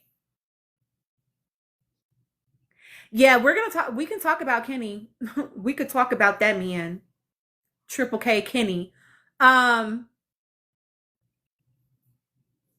think Janae, I'm gonna be very soft with this, and I'm not gonna give y'all all of my thoughts or go into the depth that I probably would around it, but I will say this.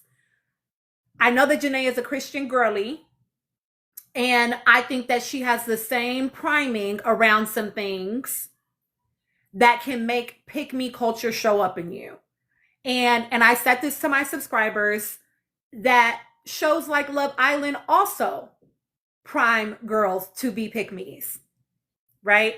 And so, if the greatest, I don't know how many of y'all have lived a Christian life, right? But I grew up non-denominational Christian, so I'm actually even like less rigid per se, right? But the entire thing that we are taught as women is that the ultimate goal is to be somebody's wife and be somebody's mother. So the fact that she's like, I was ready to get married yesterday on the last episode, even though her man won't live with her, you have to be careful. And I talk about this with my clients. You have to be careful when the goal is simply the title. However I can get there, it makes us accept things that we typically would not, because we so badly want the goal. That's what we've been taught our entire lives, is that that's the thing to achieve, right? And I said this about Clark in one of my sub videos, right? But like, that is the thing, that becomes the prize. And so then you put up with shit that you shouldn't put up with as a woman that did it. So I can empathize. Not in my most recent marriage, y'all, but I was married before. I always wanted to be married and I always wanted to do that. That was what I was taught. And so I allowed myself to, y'all, I'm about to tell my business to y'all. Oh my God. But I literally prayed about it, because it's when I was a Christian woman. I prayed about it and was like, and I clearly heard, wait. And then I did it anyway because he wanted to, because being married was the goal. Do you understand? So when you grow up under that rhetoric, it takes a lot of effort to unlearn that. Kai, I want you to listen to the entire context of this conversation. And so when being picked, being somebody's wife, being picked as the wife is the ultimate goal, you will deal with things that you otherwise would not, because the title means the most to you. When I divorced and I got remarried to Chris, one of his brother's girlfriends asked me, how do you get these men to marry you? And I understood, right? Because I knew what it meant to want to be a wife really badly, but also was like, I was in such a different place. I'm like, girl, that's not the ultimate goal. You know what I mean? Yeah, that's a good question, Emirates. And I don't want to dominate. I want my panel to also be able to talk. But like, yeah, you know what I'm saying? Like So being picked, yeah, she overlooked some warning signs, right? That too, Giselle. Yeah, like there's just a lot of layers to it, but pick me can look like a lot of things, right? It's like you rather side with the abuser over the woman, right? You say, oh, that's not a big deal, when, like, some of the people that we see making excuses for stuff that's going on with Taylor and Clark. Some of that is just, yeah, you're just naive and you can't see the things, but some of that is like you just want to align with the man. And what is that about? You know what I mean?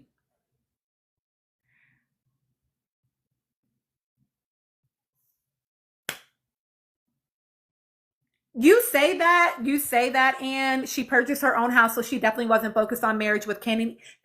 And I hear you, but here's why that's why that's challenging, right? Why I'm pushing up against that, because you're right. She wasn't focused on marriage with him. She was focused on marriage, period. Doesn't matter who.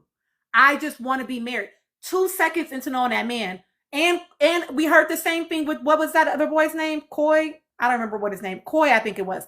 She's talking about getting married. Like, that's immediately where she's going, because being married is the ultimate goal for her. She wants the title of a wife. Y'all, I say that as someone that used to also want that. It is how we're raised. Oh yeah, with Connor too. So it's like, and the 4 kids, right? So it's like the title, if the title becomes the prize rather than the quality of the relationship, then we've lost the plot.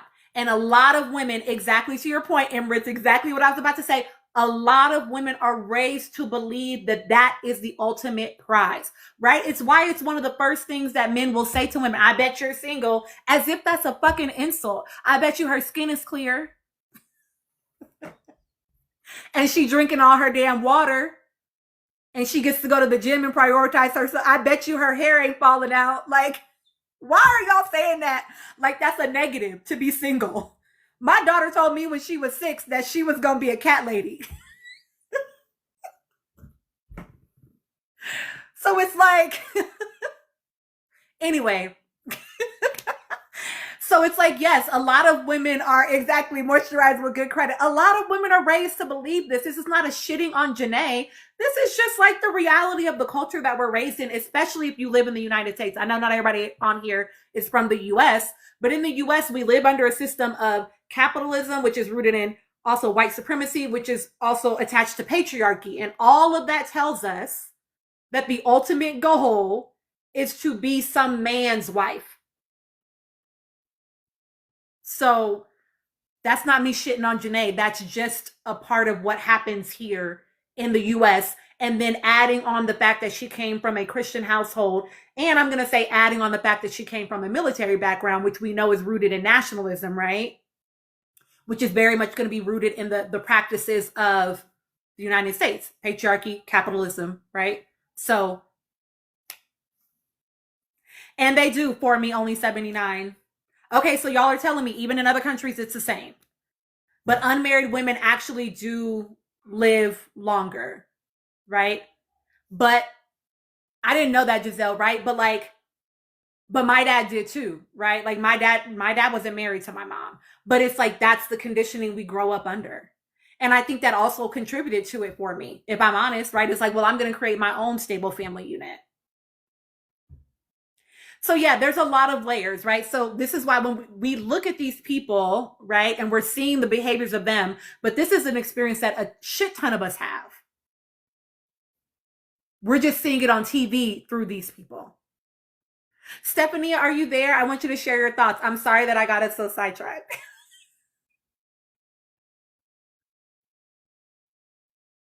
And get like, Reed, that's the part, right? A lot of us say, and Alandra, when she said I date to marry, I was like, oh baby, I used to too. And I'm not hating on that, because I did it too. I do wish that we encourage girls more to date for fun and to date for the experience. Sometimes just do it for the plot. You feel me? The goal does not always have to be to get to being somebody's wife. personally. I think Stephanie is maybe not here. Stephanie, are you here? Okay. I think not. So, I'm gonna drop you, Stephanie. If you want to come back up when you're here, please come back up. Davi, I'm so glad. Embrits, I feel you. And I think that it's about deconstructing our own views. It's about letting ourselves be questioned. It's about questioning our own selves, right? And really letting ourselves get into the stuff. I know that we all shared on that. Gigi, come on up. Do you want to share thoughts on that explicitly, Gigi? And then we can just go down the panel if folks want to share more. Of course. I listen, I think it's really fun. I think it's really great hearing your perspective, because I like to think that sometimes I'm a unicorn in this sense, because I never was the one who, like, growing up in such a large traditional family. I grew up as the only girl. My grandparents raised me till I was 12. I was the only girl in a house of 18 boys when I lived with my grandmother. So it was me and my two brothers, and the rest were all cousins. I'm her only granddaughter to this day. I'll be 40 next month. And to this day, I'm still her only granddaughter. My daughter is her only great granddaughter. And so being raised in a Caribbean household, very traditional, I was set on the fact that I was not going to get married. Like that was never me. It wasn't going to never be me. I wanted to have, my goal in life at 13 was to have one night stands on every beach on this planet. I have always been very pro hoe, and I've always decided that I was going to hoe responsibly.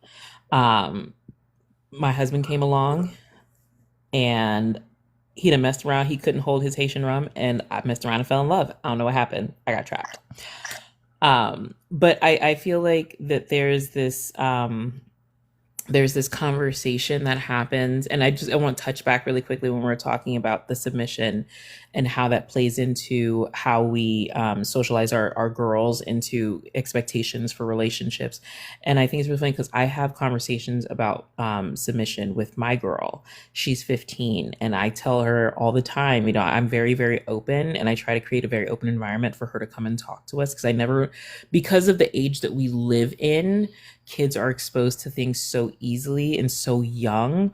I want to be able to give her the verbiage and the understanding simultaneously, and understanding that she has this free space to be able to come and talk to us at any point. But the other day we were having a conversation. I said, if anyone were to have to listen to us, like, they would literally have me committed as a parent, because I told her, I was like, listen, babe, I'm pro ho. I'm very pro ho, but you need to hoe responsibly. And at 15, you can't hoe any kind of way. You can't give consent. But I need you to know that these are things that, like, I want you to know that you have a choice, because it is your body. We have this thing where every year we joke about if she's ever going to get dress coded. And so I'm very much, I think, like you, where, I give her very much autonomy of how she can dress when she's going to school. And, she goes to an art school. So I try to give her that freedom in what she wants to do. And we do this thing every year where I record her for like the first week of school at least, and we try to gauge on how long it's going to take for her to get dress coded. She has yet to be dress coded in the 2 years in high school. So God rest whoever administrator's soul. They'd rather call me and tell me that she has a C in biology than her cheeks are hanging out in the shorts. So it is what it is. But I say it to say that, like, it's very important how we have these conversations, because I also talked to this conversation about Alandria and the way she talks about being submissive. I think that it's important to also hold space for understanding that submission can have different meanings and different dynamics.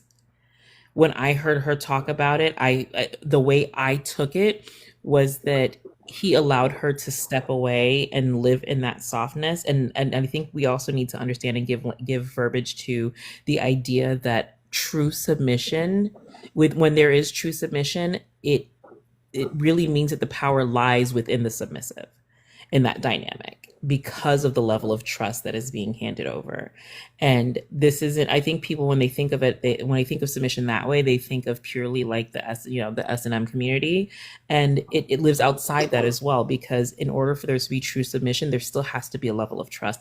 And the person that is submitting to the person who is leading has to be worthy of that trust.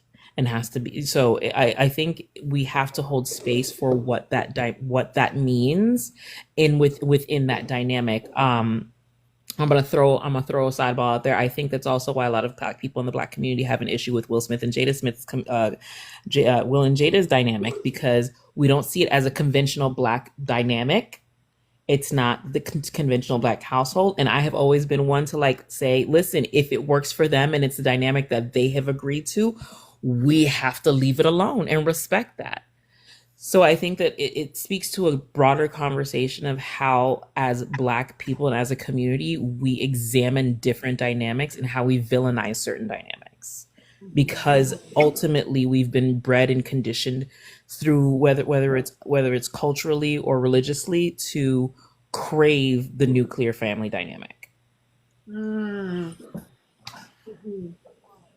Yeah, I agree. I think that, this goes, y'all know that we nerd out over here, right? But this definitely goes back to like enslaved times, right? And goes back to the way that whiteness shows up and imposes itself, right? That this idea of the ultimate nuclear, like the nuclear family as the ultimate goal. And that too, right? Black people are very socially conservative, even when they believe that they are liberal, right? So yeah, I think that, yeah, that's a great point. That's a great point. Go ahead, Gigi. Oh no, sorry, I hit the unmute by accident. Okay. Sparkle, would you like to add your thoughts to this? Or do you want me to have the whole panel go and then come back to you since you posed it? Yeah, they can go and then I can circle back. Okay, perfect. Moonlight, do you have thoughts that you'd like to add to this? Yes, I would say femininity is so.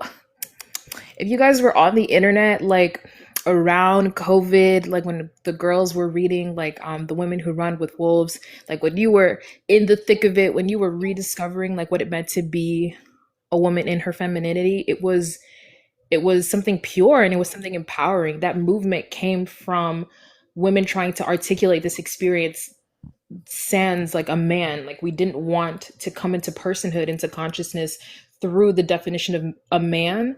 And that's when like the rhetoric around the divine feminine like really came into blossom. It really came into bloom.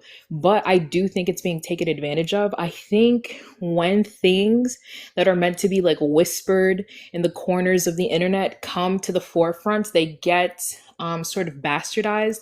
So when we do hear femininity, people do automatically chuck it into the bin of like submission, of misogyny, of degrading and disgusting things, because for some reason, and excuse me, and at its basic level, when you think of that, that's inherently misogyny. Why is anything that is deemed feminine like inherently unworthy, is inherently less than, is inherently negative? And I think it's so sad that happened with that term. But I do think, like Gigi is saying, it is up to us to kind of uphold and empower ourselves in each and every moment to recognize what dynamics do feel good for us.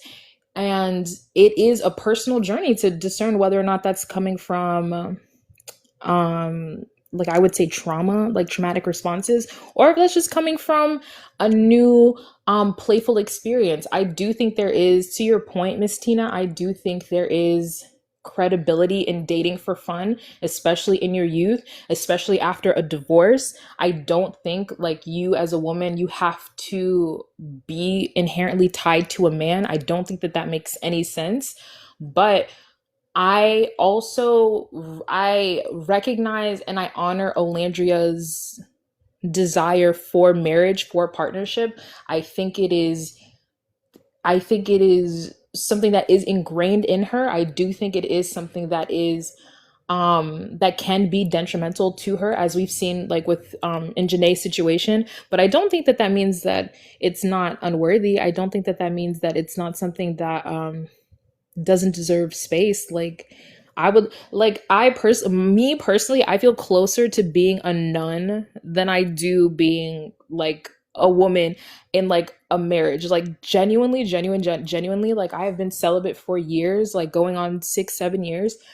I don't I don't partake in any of those pleasurable things. Do you know what I mean? Like I am so chaste when it comes to sex, and it's after a period of like just promiscuity that like I felt more empowered with holding it, not only from men but from within myself. Like I wanted that clarity. I wanted to be able to realize when I was having and experiencing desires of the flesh, or when I was experiencing like actual romance and chemistry, and it turns out it usually was just lust. So that's just the experience. So I do think that there is empowerment when it comes to submitting in a relationship, especially with Olandria. Like her journey, like you have to look at her karmic destiny. Like when you think of her journey, it is based in learning to let go, learning to go with the flow, learning to realize that you don't have to take care of everything, that you can exist as a woman and be taken care of, whether that is from a man or if that's from God. And I personally think God sent Nick. Like he's so Piscean, he's so in tune, whatever. I don't even want to get into it. So yeah, I do think that there is power and there is empowerment where Olandria is coming from. And I think we have to like acknowledge the bastardization of the divine feminine and the verbiage of that movement, and recognize that some people feel, and people who are probably more inclined towards marriage, they do feel safer in a dynamic where they can submit, where they can trust, where they can grow with another person. So that's true for them too.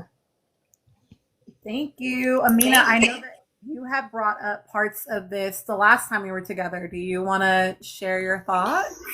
Actually, yeah. So I think we got off track to what I was actually trying to say, and I was like, maybe I didn't articulate myself well, and I was trying to think about it a little bit longer. But now we're on track to what I was actually saying. What I was saying is not the divine feminine conversation, or Olandria not feeling feminine because she's dark skinned. None of that. I was saying kind of, whose mic is picking up? Is it mine? I just muted it. It's fine. Okay. I was kind of saying like how the red pill community, especially for Black men, it can easily lead you to the very conservative community. It's like a fine line. So when you have Black women ingesting this, femininity content, not the divine femininity content. I'm talking about where they're telling you, oh, go buy the best you can afford and go out and try to meet rich men, without telling you that you have to have a level of access to even get in those circles. Like, let's be real. And they want you to look a certain way. And there's going to be stuff that you're giving up to even get in that, get on that level. That's what I was afraid of. What I was hearing is like, is she ingesting those type of videos?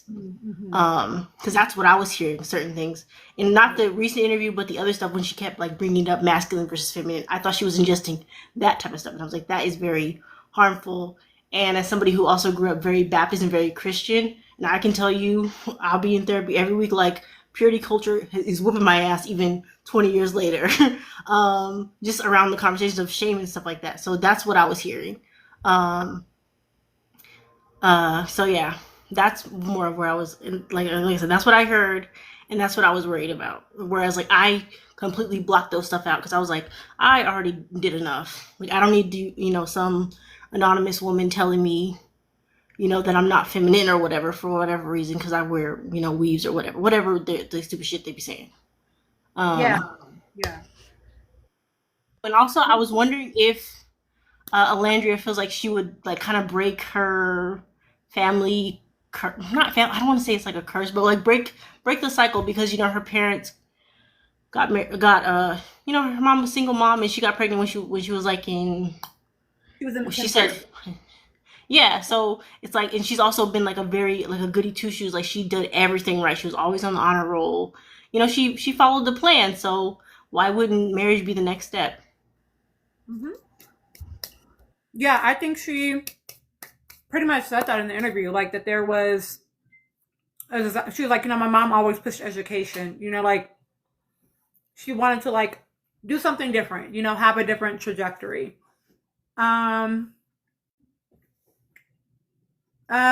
Tata, do you want to share? And then Athena.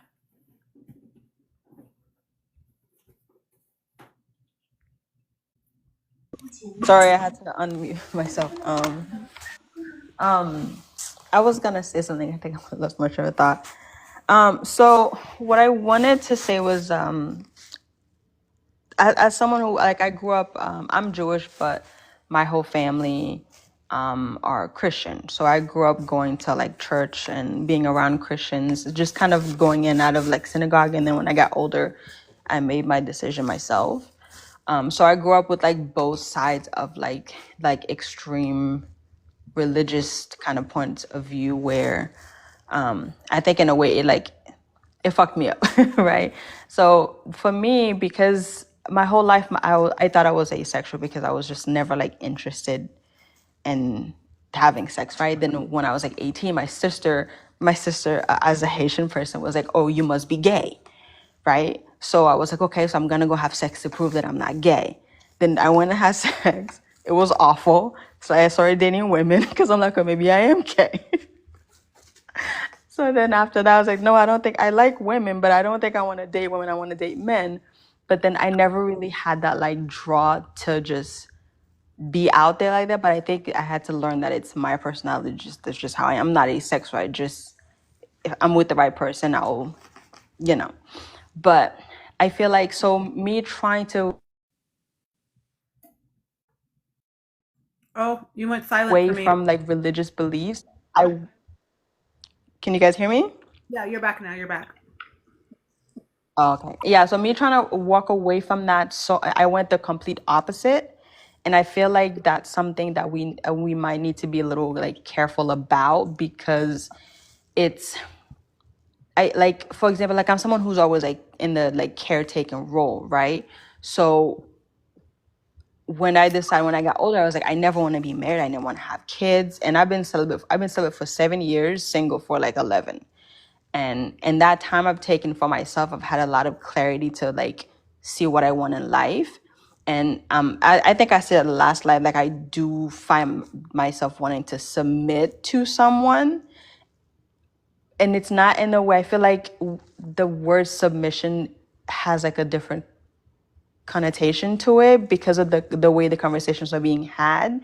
Because I think what she might mean is that like you want to just put everything down and just let someone take the lead and make the decision. So as long as it's someone you can trust. And I feel like there is power in you choosing to submit to someone. There is power in you choosing to let someone else take the lead as long as it's someone you can trust.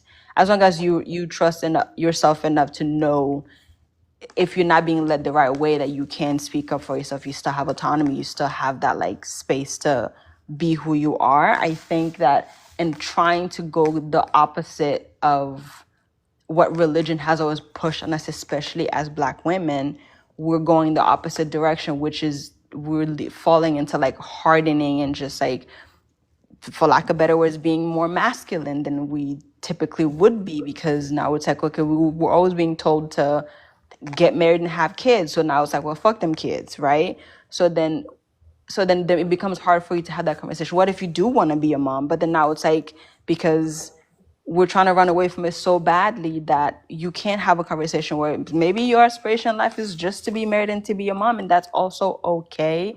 It's about having that healthy boundary and having that healthy like grasp as to who you are as a person, and in order to do that. But I feel like if the conversation, it just seems to be either or, but there's like no room for like the in between. So it's like it leaves a lot of confusion.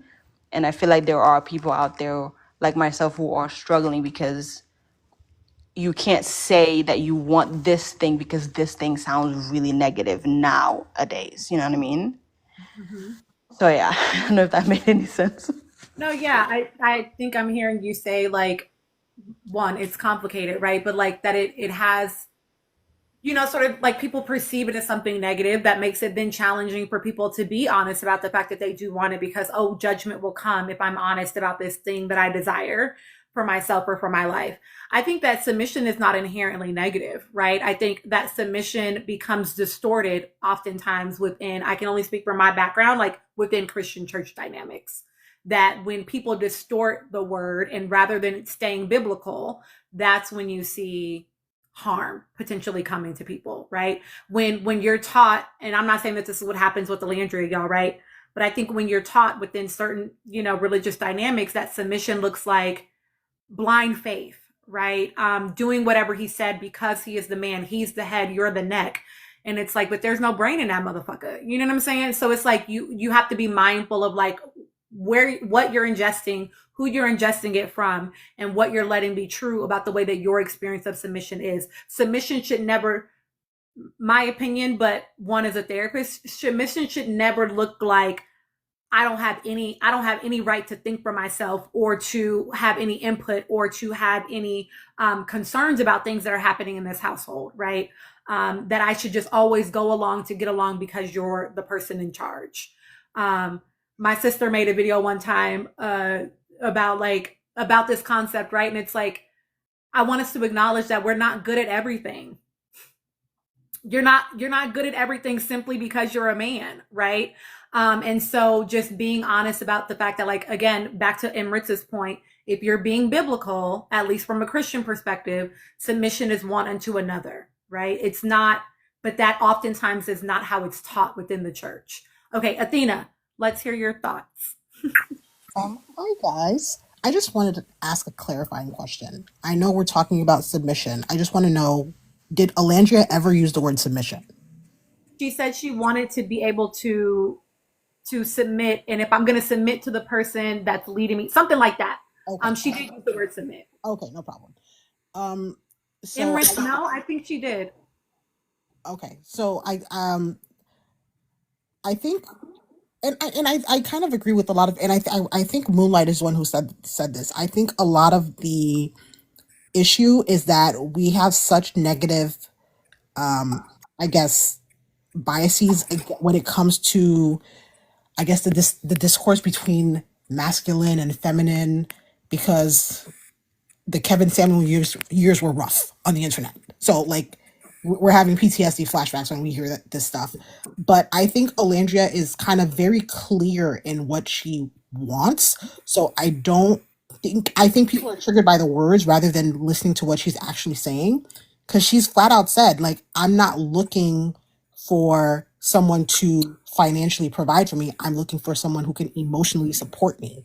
She is looking for someone who is wanting to see her win, and being the type of woman that she is, of course she would want to see the same thing for that person. So when she's, and look, I understand this because the added dynamic of her being an eldest daughter. I only have one sibling, but I'm the older child. I remember one time when I was younger, I got in trouble for something my brother did, because my dad said, "You're his older sister. You should have stopped him." Like, that's, granted, like, I never really got in trouble, so it wasn't a big deal, but that's kind of the dynamic. Like, you are the leader in the household. It doesn't matter that you're the girl. Like, eldest daughters are the men of the house. Like, that's what it is. We're the men of the house, even if there's a man in the house.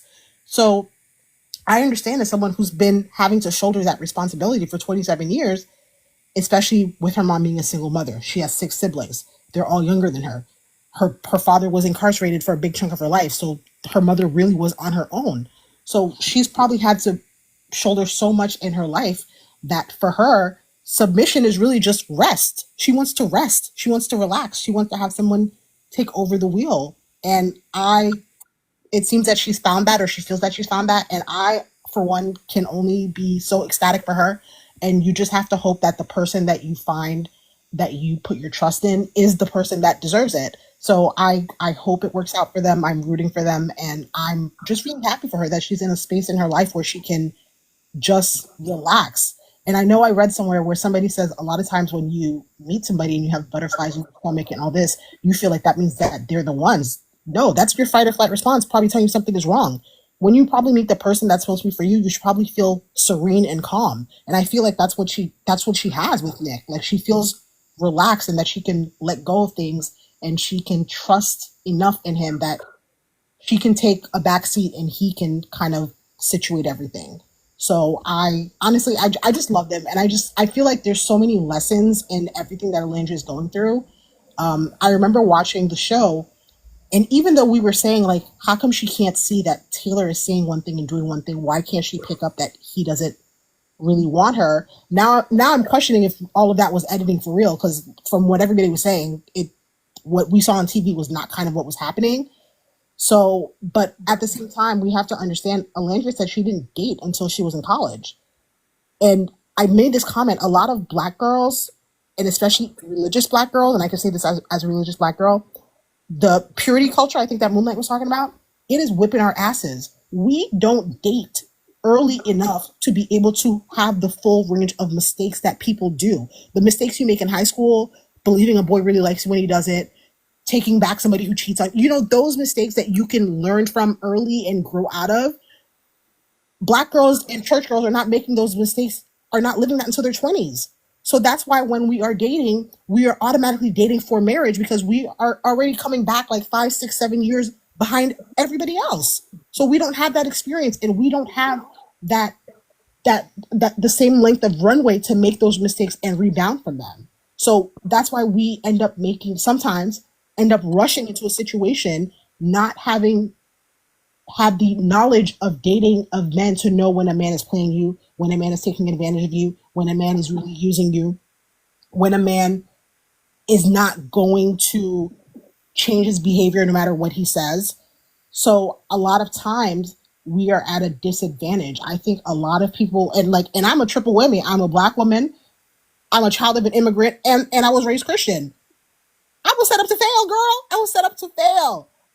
So a lot of times we don't realize these things. And that's why I always say, I think the worst dating advice you can give a black church girl, a lot of these people do, they want you to marry a pastor. I know so many demonic pastors, it's insane. I don't know, it's insane. It's insane. It's crazy. The worst thing you could ever tell a church girl is to marry someone who's in leadership role at church, because you are setting them up for a lifetime of servitude, gaslighting, it's an abuse. That's just what it is. And I really, really hope that, if nothing else, watching Alandria's journey, I'm so glad that she ended up winning at the end, but we can take some lessons from that. A lot of times we have to not always listen to what somebody says.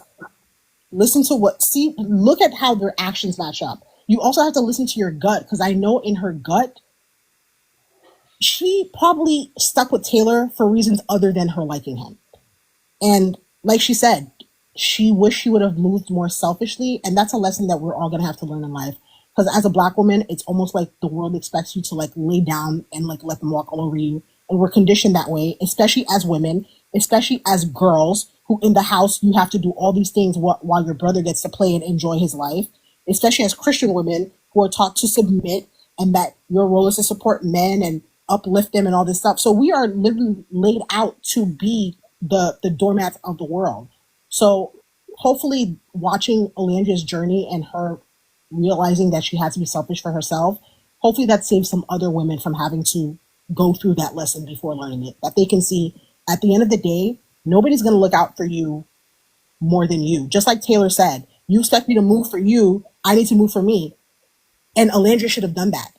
And now that she knows that, I hope other people watching that can see that too. Because at the end of the day, people are always going to do what's best for them. So you have to do what's best for you. Not at the detriment of other people, not to hurt other people, but you have to realize at the end of the day, nobody's coming to save you. So you have to save yourself. Okay, so I wanna say a couple of things. And then I want to let you, Sparkle, if you wanted to respond again, I will let you do that. And then I am going to move us from this topic. Thank you, Kebsov. You have a good night as well. Because I'm only going to stay on for another 45 minutes, y'all. But so yes, Brianna, this is the mammy trope. This is also the strong black woman schema at play. And I want to just name, right, that when we're talking about what Alandria says, as we are analyzing, as we are discussing it, I am K Boogie. It's not just about us saying this is what's happening for Alandria. We're saying this is what she's saying, and this is what this could mean in a larger scheme of things as well, right? To Gigi's point, we only have 45 minutes to get 200K, y'all. We can do this. And so I want us to also name, right, to Athena's point, Pauline, I am. My husband recorded it so that I can post it on to YouTube. I do have a YouTube, so if you missed it, any part of this, or you want to just go out and see us later, whatever, there's a link in my bio that you can click on my YouTube. You can subscribe, and I will be uploading the entire live to YouTube. But so when we talk about the fact that we're raised under these things, I know this goes back to Nikki's point about us not wanting to pedestal Alandria, right? Like understand that she is a human. And so there are going to be flaws, and she's going to be a nuanced person. You know what I'm saying? Oh yeah, will you? I will let you do that, Sparkle, in just a second. I know Brianna, he's great. So I want us to also remember, right, that as we're saying, oh, we grow up under this system, we know, like, we have these things put onto us, right?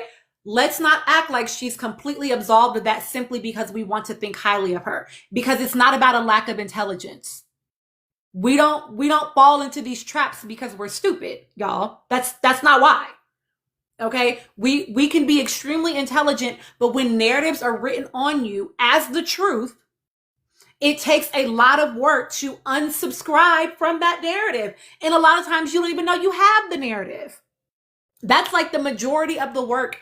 And I said it to my subs, that's like the majority of the work that, hi, Lindsay, that I do with my clients, is them coming to me and them feeling sort of some level of like discontent, like, oh, something is going on, something's wrong. And when we start to get into it, what we realize is, oh, I have this belief system that doesn't actually align with who I am. Where did I learn that? And that should be old as fuck and it got nothing to do with them, but it's something that was ascribed to them from birth, usually. Very early on. So yes, I do believe she's extremely intelligent. I think that she means it in certain ways. And she got a lot of the same conditioning that the rest of us little Black girls got. And so she is not just immune to the potential effects of that, right? And that is okay. That doesn't make her stupid. It's not a negative about her. That's just the world that we live in. It's just the world that we live in. And that's okay to acknowledge that that is potentially also happening for her. But even if it's not, right, this conversation is also about just like what's happening for little Black girls in general. And I think to some extent, women in general, ours is just complicated in a different type of way as Black women, right? We are all getting scripts assigned to us. We can't help it. It's in everything you watch. It's in what you engage with people at school around. It's what you hear in your actual education system. It's literally everywhere. And and you don't fall victim to it because you're stupid. You simply are living out what people have told you you're supposed to live out.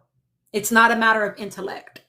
That said, I do think that, as an oldest daughter, she is exhausted by some things and she just wants some rest. And I do hear her often talk about like turning her brain off with him. And I think that that's okay to want to do. And I can hear how that is rooted sometimes in other things. And she's not absolved of it just because we love her and we like her. You know what I mean? Like, no, I haven't yet. I'm going to talk about that next. I'm going to let, and I want us to just hold that can be true. Like, she can be having part of this experience as well. That's not a negative thing, y'all. Black women are doing everything that we can to survive in this world. The way that we formulate our Black womanhood is in order to survive this world. It is necessitated by the system that we live under. So it's not about shitting on her. It's not that we can't extend her grace. It's not that you can't have compassion for her, because you should be doing all those things for all Black girls that are having that experience. But the conditioning is not your fault, and it's not a matter of you being stupid. It's what you learned. Okay, I just wanted to add that. Okay, was it Sparkle that said you had it pulled up and you could tell us exactly what was said? Yes, I can. So this is about 16 minutes into the interview with Tish. The context is that they were talking about Houston versus Alabama, like the Deep South versus like Southwest. And she said on Men and Tish saying that chivalry isn't dead, she said, I need someone to open doors for me, get me flowers, do manly things, who can also lead. How can I be submissive to a man who isn't doing those things? So that is exactly what was said. And also, again, it's not coming from a place of judgment from me. I loved hearing from everybody. I feel like I'm holding my own self accountable in this. I'm not on the other side of those things in any sense of the word. I'm still kind of at the place where, I bought my own house before 30. And there was a part of me that was really, thank you. But I was also kind of like disappointed. I was like, damn, I had to buy this house by myself. Like, I had to go to work and like work my corporate job. And I had to do this instead of having a partner and having a man who was leading me to do it. So it's such a double-edged sword. And I feel that's maybe where Janae is as well. Because I know somebody brought up the fact that she went through with buying her own house. Sometimes we're in this headspace where we haven't unpacked a lot of these things, and maybe some of these things are true to us. I think there's a certain level of, myself that does believe in, certain binary gender roles, certain conservative values, but also it's hard to know where those things end and where your own desires begin. And a lot of us, I don't think I'll ever fully unpack that. And I'm okay with that. I just, want to get to the root of some of the things that may truly be destructive to me that I could pass on to somebody that would be destructive to them, or other women who are, seeing the way that I move. So yeah, it's all love. I think she's incredibly intelligent. I think I'm also intelligent, but like you said, we're not immune. And I think that was so transparent. Thank you for saying that, Sparkle. I also bought my first house when I was very young, right? And yeah, so I can, this is the complexity of Black womanhood that I couldn't really get into completely on my video for the general public, that I know I'll probably start making longer form content for YouTube, y'all. But it's like, that's the complexity of Black womanhood, is that there is this, narrative around needing to be like respectable, which has to do with like true womanhood, which is the white version of this, right? Which is like about your entire existence revolving around your family, and like everything you do being for like the edification of your family and your children. And there's also this like portion of, thank you, Sparkle, there's this other portion of like being strong, right? And this has to do with like enduring and like pushing through, and like, and so there is this complexity of like, I need to be able to be strong, but I also want to be soft. And y'all know what my thesis was on at this point. You've heard me say it 1,000 times. But when I did my thesis, when I did the research, actually what helps, and this, she's in a interracial dynamic, so I have no idea, but what helps Black marriages to sustain, part of what contributes to that health is the Black woman being a strong Black woman. It's the fact that, what I think a lot of people don't account for, and like we see this with like trad wives too sometimes, right, is you literally have no idea what's going to happen at any given moment on any given day. And so if you relinquish all of your power and all of your responsibility, and I'm not saying that this is what Alandria was saying, right? But if you relinquish all of your power and all of your ability to someone outside of yourself, what happens if your husband becomes hurt on the job and now he can't work anymore? Then what? What do y'all do? And that came up a lot in the research, is that there would be things that would happen. And what helped the family to be able to continue to sustain was the fact that the Black woman had the strength and the ability for them to work as partners 50-50 to be able to keep the family moving forward. You know what I mean? So I don't think it's something wrong with the way that Black women have understood and defined our womanhood. And I think it's complicated when we don't, I am Pauline, when we don't understand the nuance of that, while also trying to ascribe to ideals that don't fit within our womanhood and the way that our womanhood shows up. So anywho, that's like a much deeper topic. I'll have to make some more long form content about that as well. Okay. Y'all want me to talk beyond the villa. Does anybody have anything else they want to add to this portion of the conversation before I move us along, for the folks in here that want to hear me yap about beyond the villa? Oh yeah, I just have one thing to say, and I think it was Athena. Like, yes, I think we are traumatized by the, what's it called? The man that died, whatever his name, Kevin Samuels, and all the other women who popped up around him. So, my biggest thing is like, Alandria, you're already feminine. So you don't even have to, even if you felt like, you having to do it by yourself and be single, you're already feminine. That's what would bother me. Like, baby, ain't nobody gonna look at you and say there's anything masculine about you. And like I said, if they did, we know where it's coming from. I think that's a great. That was the biggest thing. It's like, you're already, feminine. Like, so stop whatever you watching that's telling you that you're not and you need to do something else and find a man and hurry up. Stop watching it. Because I hear younger people telling me that stuff and I know what they're watching. Yeah. And who they're watching on YouTube. Like, if I can tell who you're watching on YouTube, I'm scared for you as a woman and as a man. If I can point out which, red pill content you're watching for men and then which femininity content you're watching as a woman, I'm like, okay, stop it, please. One last thought. I'm sorry. Go ahead. No, just one last thought on this topic in particular. I just want us to think and really examine what it means to be feminine and be softer and be submissive as when we think about Elandria, because we see these representations in interracial relationships in social media that present in other ways that we don't question. And like and by that I mean, if I don't know if any of you know Tom and Demi Schweers, who were really big on social media, who were really big on this platform specifically. They chronicled their pregnancy journey.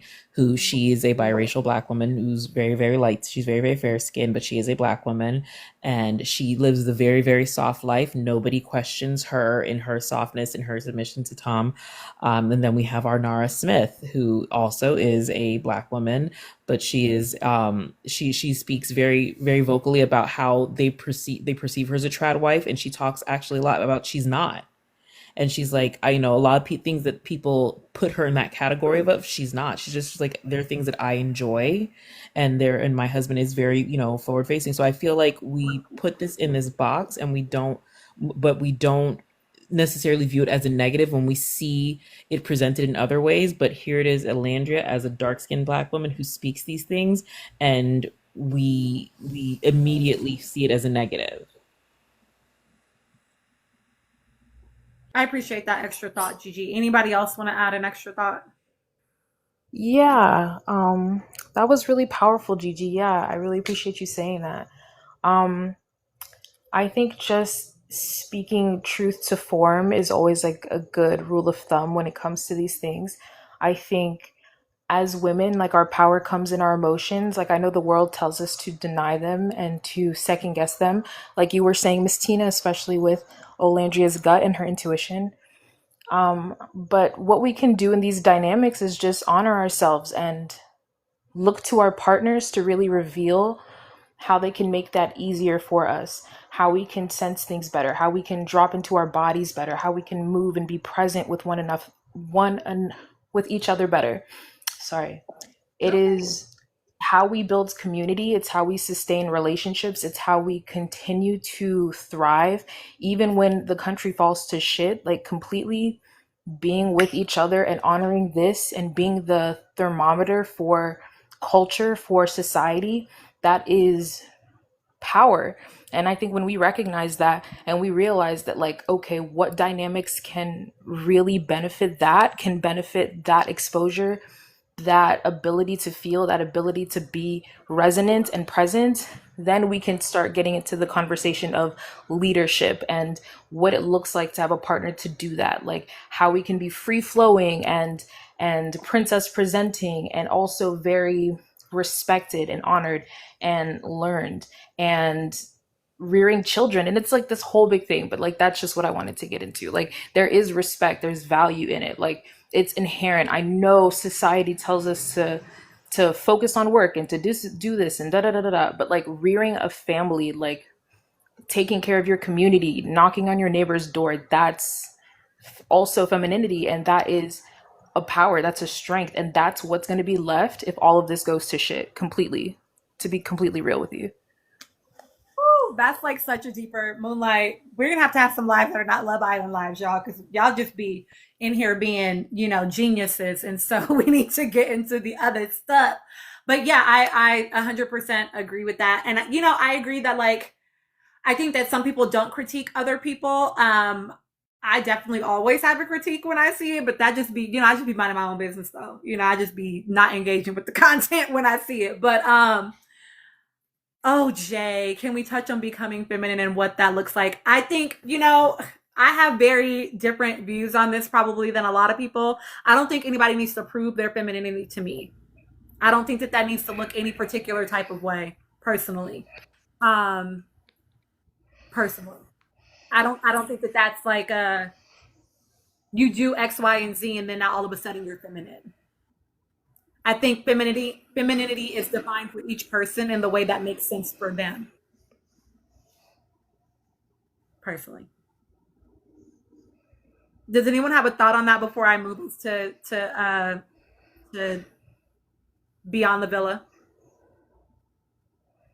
Yeah, you're right. You just have to feel your feelings. I'm sorry. That's how you be feminine. Just feel your feelings. Feel your Yeah. feelings. Even when it's hard, don't get in your head, just feel your feelings. Yeah. I mean, y'all, I just I will say, I'm definitely a princess. Like I'm definitely like a spoiled brat.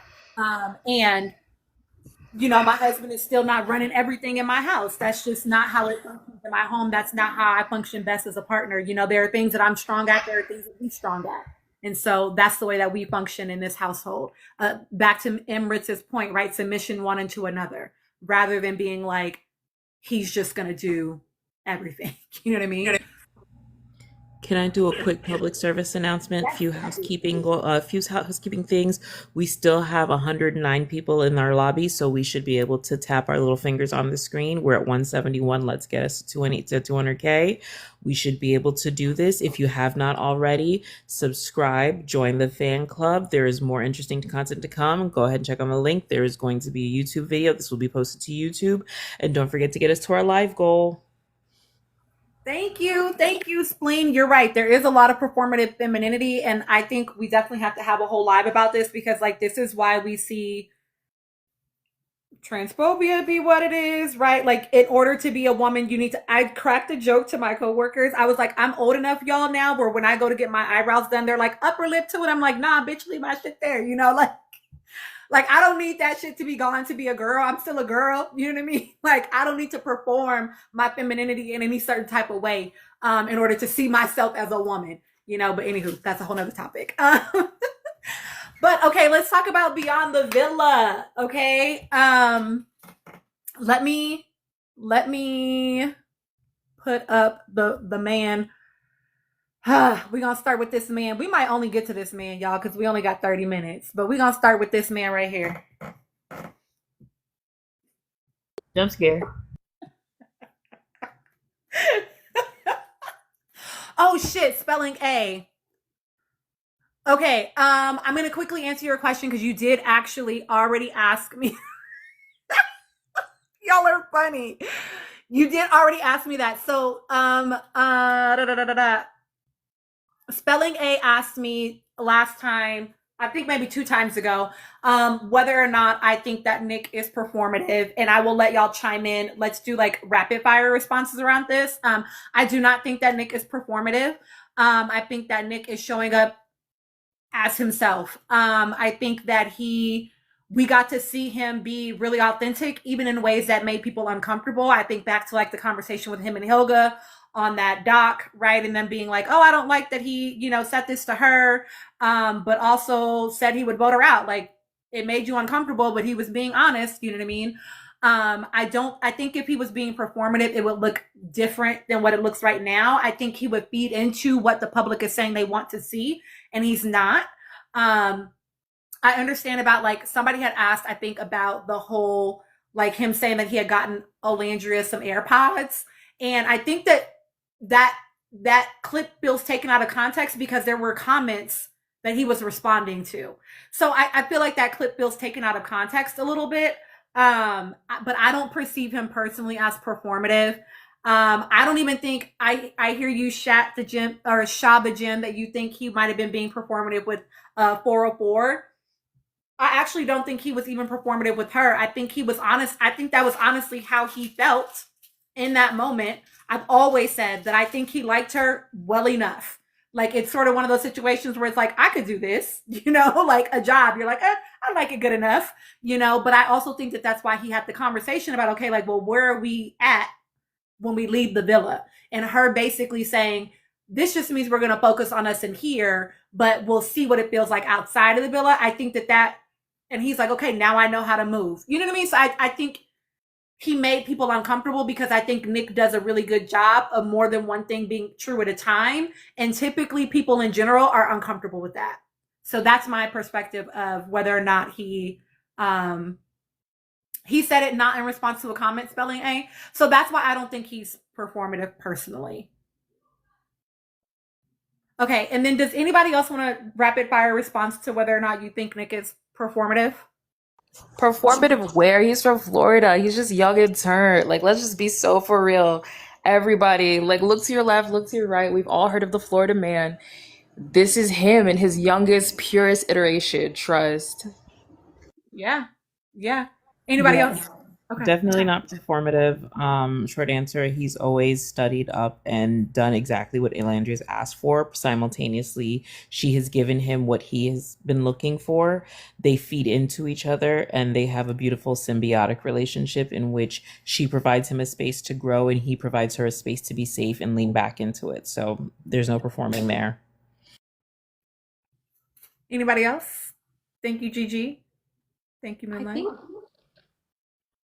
Go I ahead. was just gonna say, I think the fact that Nick really desires fame and that many people, after seeing the success of last season, desired fame coming into the show really rubs people the wrong way. I don't think it should be at all. I think the network is using you, they're making money off of you. You have the right to make money off of your own image and your likeness. But some people they find that irritating. I think Nick loves being famous. He's eating it up, he's living in it, and yeah, some people say that he's fake because of that. I don't think so. I think that that's a great point too. Yeah, about him saying that he's going to turn into a cowboy. I think that's just about him like trying to shut down some of the shit that people say, right? If you can only, again, we maybe have a couple thousand, tens of thousands of people on our platform. They have millions of people commenting about them daily. You know what I mean? So I think him saying like, okay, I'll just be a cowboy if she fucking wants a cowboy, since y'all keep saying that that's why we can't work. I think it's about frustration and like irritation with people continuing to spin that narrative, even though she said something different. More than I think it's about he is trying to perform for her or for us. It's about just being like, I can do that too. Like, that's nothing. I'm going to do whatever needs to do in order to be with her because I want to be with her. But more than that, let's also normalize a partner listening to what you want and actually giving it to you Yeah. and not calling that performative, because that means they actually like you and listen to your needs. Exactly. Right, it's only been a couple of weeks. Yeah. Champagne Mommy, that's crazy. Okay, can we talk about this man? I know he's a jump scare, y'all. I know. But I want to talk about what'd you say? That's Pennywise. I know. So I want to talk about this. So I don't know if people, yes, please tap the screen. We are almost there and we're almost done with this live. So I want to talk about I want to explicitly talk about him in the context of how people perform on social media for us versus what's happening in real life. And why social media alone cannot be indicative of a person's entire character and who they are, right? So I've been honest that I've always seen him as someone I always perceived their dynamic where I thought Janae liked him more. No, not Nick, this guy right here, Triple K Kenny. I've always thought that Janae liked him more than he liked her. That always felt clear to me. And I do feel like that's a problem. That said, on the show, on Beyond the Villa, they adopt a dog. And on the show, he talks so much crap about this dog and not wanting the goddamn dog. Terrible. My husband watches Beyond the Villa. He talks terribly about the dog, how the dog is doing this and the dog is doing that, blah, blah, blah, blah, blah. When they're in their confessional, this is the other thing, right? Because I'm going to give Janae a little bit of smoke about this. When they're in the confessional and he's talking about, they're talking about the dog in the confessional. And she's like, well, you wanted a dog. And he was like, no. And she's like, yeah, like you said you wanted a dog. And he's like basically telling her that that's not true, that she kind of like made it up. Exactly the emptiness, right? For me, two things can be true in that moment. Either one, he's gaslighting you, which is a red flag. Or two, he's lying to you about wanting the dog. So either way, red flag, right? Either way, it's like, why are you doing that, right? And then this is what he was posting though when he was in the villa, when they were recording Beyond the Villa. He posted a Snapchat that said, just handed Juan off. Juan was the dog. Give me a minute. Mind you, on the show, he's like, oh, I'm glad the dog is gone. So I want us to talk about this and y'all can use, it doesn't have to be him, right? Because lots of people do this, right? But I want us to talk about for a minute, like that experience of people and you probably have people like this in your regular life panel, right? Where they put on a show for social media and you're like, but I know you in real life. And it's different than what you're putting on social media, right? And explicitly, I want to maybe hear your thoughts around. So you know people, I'm sure, even if not just him, you know people that they are one way on social media and another way in real life. And the people in real life that still tolerate and are around them, despite the fact that this person is portraying two personalities. Like, why is that not a clue to people? So whether you want to talk about it from the perspective of Kenny, or you just want to talk about it in general, the experience of people pretending on social media versus real life, and why that doesn't clock for some people as a problem. This is so interesting because I sort of noticed the same thing in Janae, like, and this is not to attack her, please, please, please, please. I love this girl down. She deserves grace. This is such an odd echo. I think they're mirroring each other in this way because Janae is really passive aggressive and she is very sweet and very adorable, but then she will say another thing right after that is her true feelings. And so she did this at their anniversary party, and this is the starkest contrast between them. So Janae will say something and she's like, no, I totally forgive you. Everything is good. We are good. I love that. And then she'll say the second thing, which is, well, actually, you disrespected me and I didn't like that. Two contrasting statements. She says them one right after the other, but you know that the second one is her truth.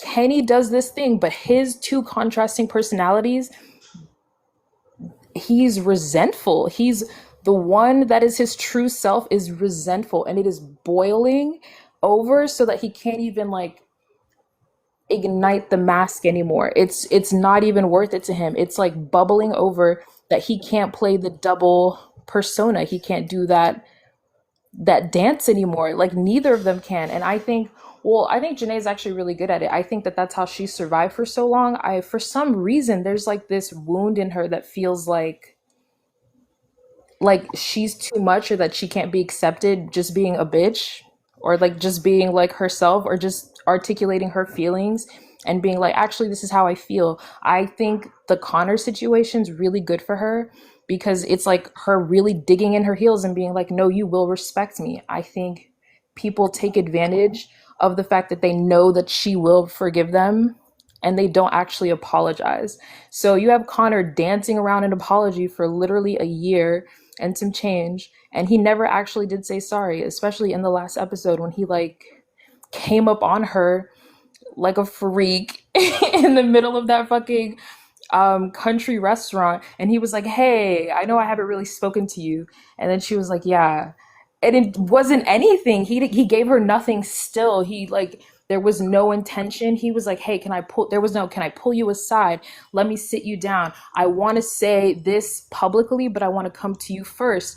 I apologize. It was weird for me to be on podcast talking shit about you so I could get clout. That's all he needed to say. And he'd be like, I will back off you from the rest of your life, but know that I will state this publicly and I will spend the rest of my life apologizing. And that's it. When people bring it up, sorry, like I was being a freak, sorry. That's literally it. But he does not do it because Janae's persona is this loving, God-fearing girl. And that is her to an extent. That is very true. That is very honest to an extent. But also there's the part of her that's digging in her heels. That's like, no, respect me. You didn't apologize to me. You're not even showing respect in this moment. You're throwing me half a bone and expecting me to wag my tail. Like there is this duality to her as well. I do think it's light. Like for when I see her, I see it in its light. I see it in its potential. I don't see it as like a sociopath. I see it as a girl that needs to come into unity and balance with herself. I see a girl who needs to acknowledge that she's worthy even when she disagrees, even when she says no, even when she's a bitch, even when she's a little mean, she's still worthy. She's still valid. She's still sacred in herself. And when you see Kenny, you see him in this horrible, horrible, horrible thing where his public persona agrees with her public persona. Yeah, let's be a fake relationship. Like, yeah, let's do the dance. Yeah, let's fake it and be enthusiastic about that because they love the money, they love the cheddar, they love the clout. But like his under self is so resentful. He is a coward in how he has moved about his life because he should have ended it when Janae said that they were having trouble 3 months into their situationship, their relationship. He ended it because he knew he couldn't do this forever. Like, please. Yeah. I agree, and I'm actually subs. I know that I said I was making this video, but I swear I'm gonna make it hopefully this weekend. But I think that a lot of spiritual bypassing happens with Janae. I think that I see this also just like in the way that she does like emotional conversations with like Leah. And I've talked about this before when she said that she was literally terrified for Leah about the cancer scare, but all she could offer Leah in the moment was, it's okay. You're going to be fine. You're going to be fine. Like she really struggles with letting the uncomfortable thing be in the space with her. And so I think even at moments where she felt that discomfort or that disruption in her body, that she really struggled to let that show up in the space. And I think that goes to like what he had said to her about Connor. Well, we're supposed to, God would say forgive, right? And so I think that spiritual bypassing is basically a much bigger concept than this sentence, but basically that the idea of using your spirituality as a way to just sort of move past things, to not deal with them, right? And so I think that she allows that to keep her from really doing the challenging thing. But Spleen, you are a sub, and I'm going to make a video actually about it. So I will get that to y'all soon. Okay, who would like to go next? Gigi or Tata, do y'all have thoughts that you want to go next? Sure. So I'm going to speak to it in the broader sense. I think that it's so easy for us to accept the duality in nature when it comes to people's social media presence versus their presence in person. And I'm going to sound like an old head when I say this, but I think it's because of the advent of social media and how it's exploded and how it's continued to evolve and integrate into our society. It's allowed us to become more disingenuous within ourselves in the way we present. And because we're constantly performing, we have it as the generations go on and as it becomes more prevalent and in generations, as it becomes more forward and more present in their lives, we're what's the word I'm looking for? We become very poorly socialized is the easiest way I can put it. So in being socialized and not in desocializing ourselves in our generations, and our descendants, we put on this front, we put on this mask. And I would encourage people to read this novel. It's a fiction novel, but it has a lot of great applications in the real world. The Authenticity Project, where it talks about where it discovers what it is, to be your authentic self and what authenticity means. And I think we lose a lot of authenticity in that, and it becomes easy for us to digest because of social media. And we know that it's just the internet. There is the idea that it's just the internet. And because of the instant gratification social media provides, it's easier for us to excuse what we do to perform for it, if that makes sense. Yeah, that does make sense. Thank you for adding those thoughts. Peter, we're talking about how people will perform one way on social media and a different way in real life. And we're using this man and this woman to some extent as like a case conceptualization, but people are also speaking from just personal experience. Tapa, did you have thoughts that you wanted to add around this as well? Thought that might be doing rounds at work. Okay, Sparkle, did you have any? Wait, who wins? Moonlight or Sparkle? I think Moonlight, you win already. Sparkle, do you have thoughts that you'd like to add? Not too many, I guess, other than just to say that I think this is maybe a byproduct of them coming off of a reality TV show and feeling like maybe there were parts of themselves that they needed to withhold from the public, but it's just so toxic that it went so much further than that and was just like completely withholding who he was as an individual. So really scary. Yeah. Yeah, I think it's alarming when someone is so comfortable shape-shifting like that. I agree. Very scary. Amina, my friend, do you have thoughts to add around this? No, not at all. Just F Kenny, to be honest. I don't care about none of the men from these shows besides Cordell. And still, I only follow the women anyway. Well, I follow Janae and Serena, and I can see Cordell on Serena's page, so. Period. I feel that.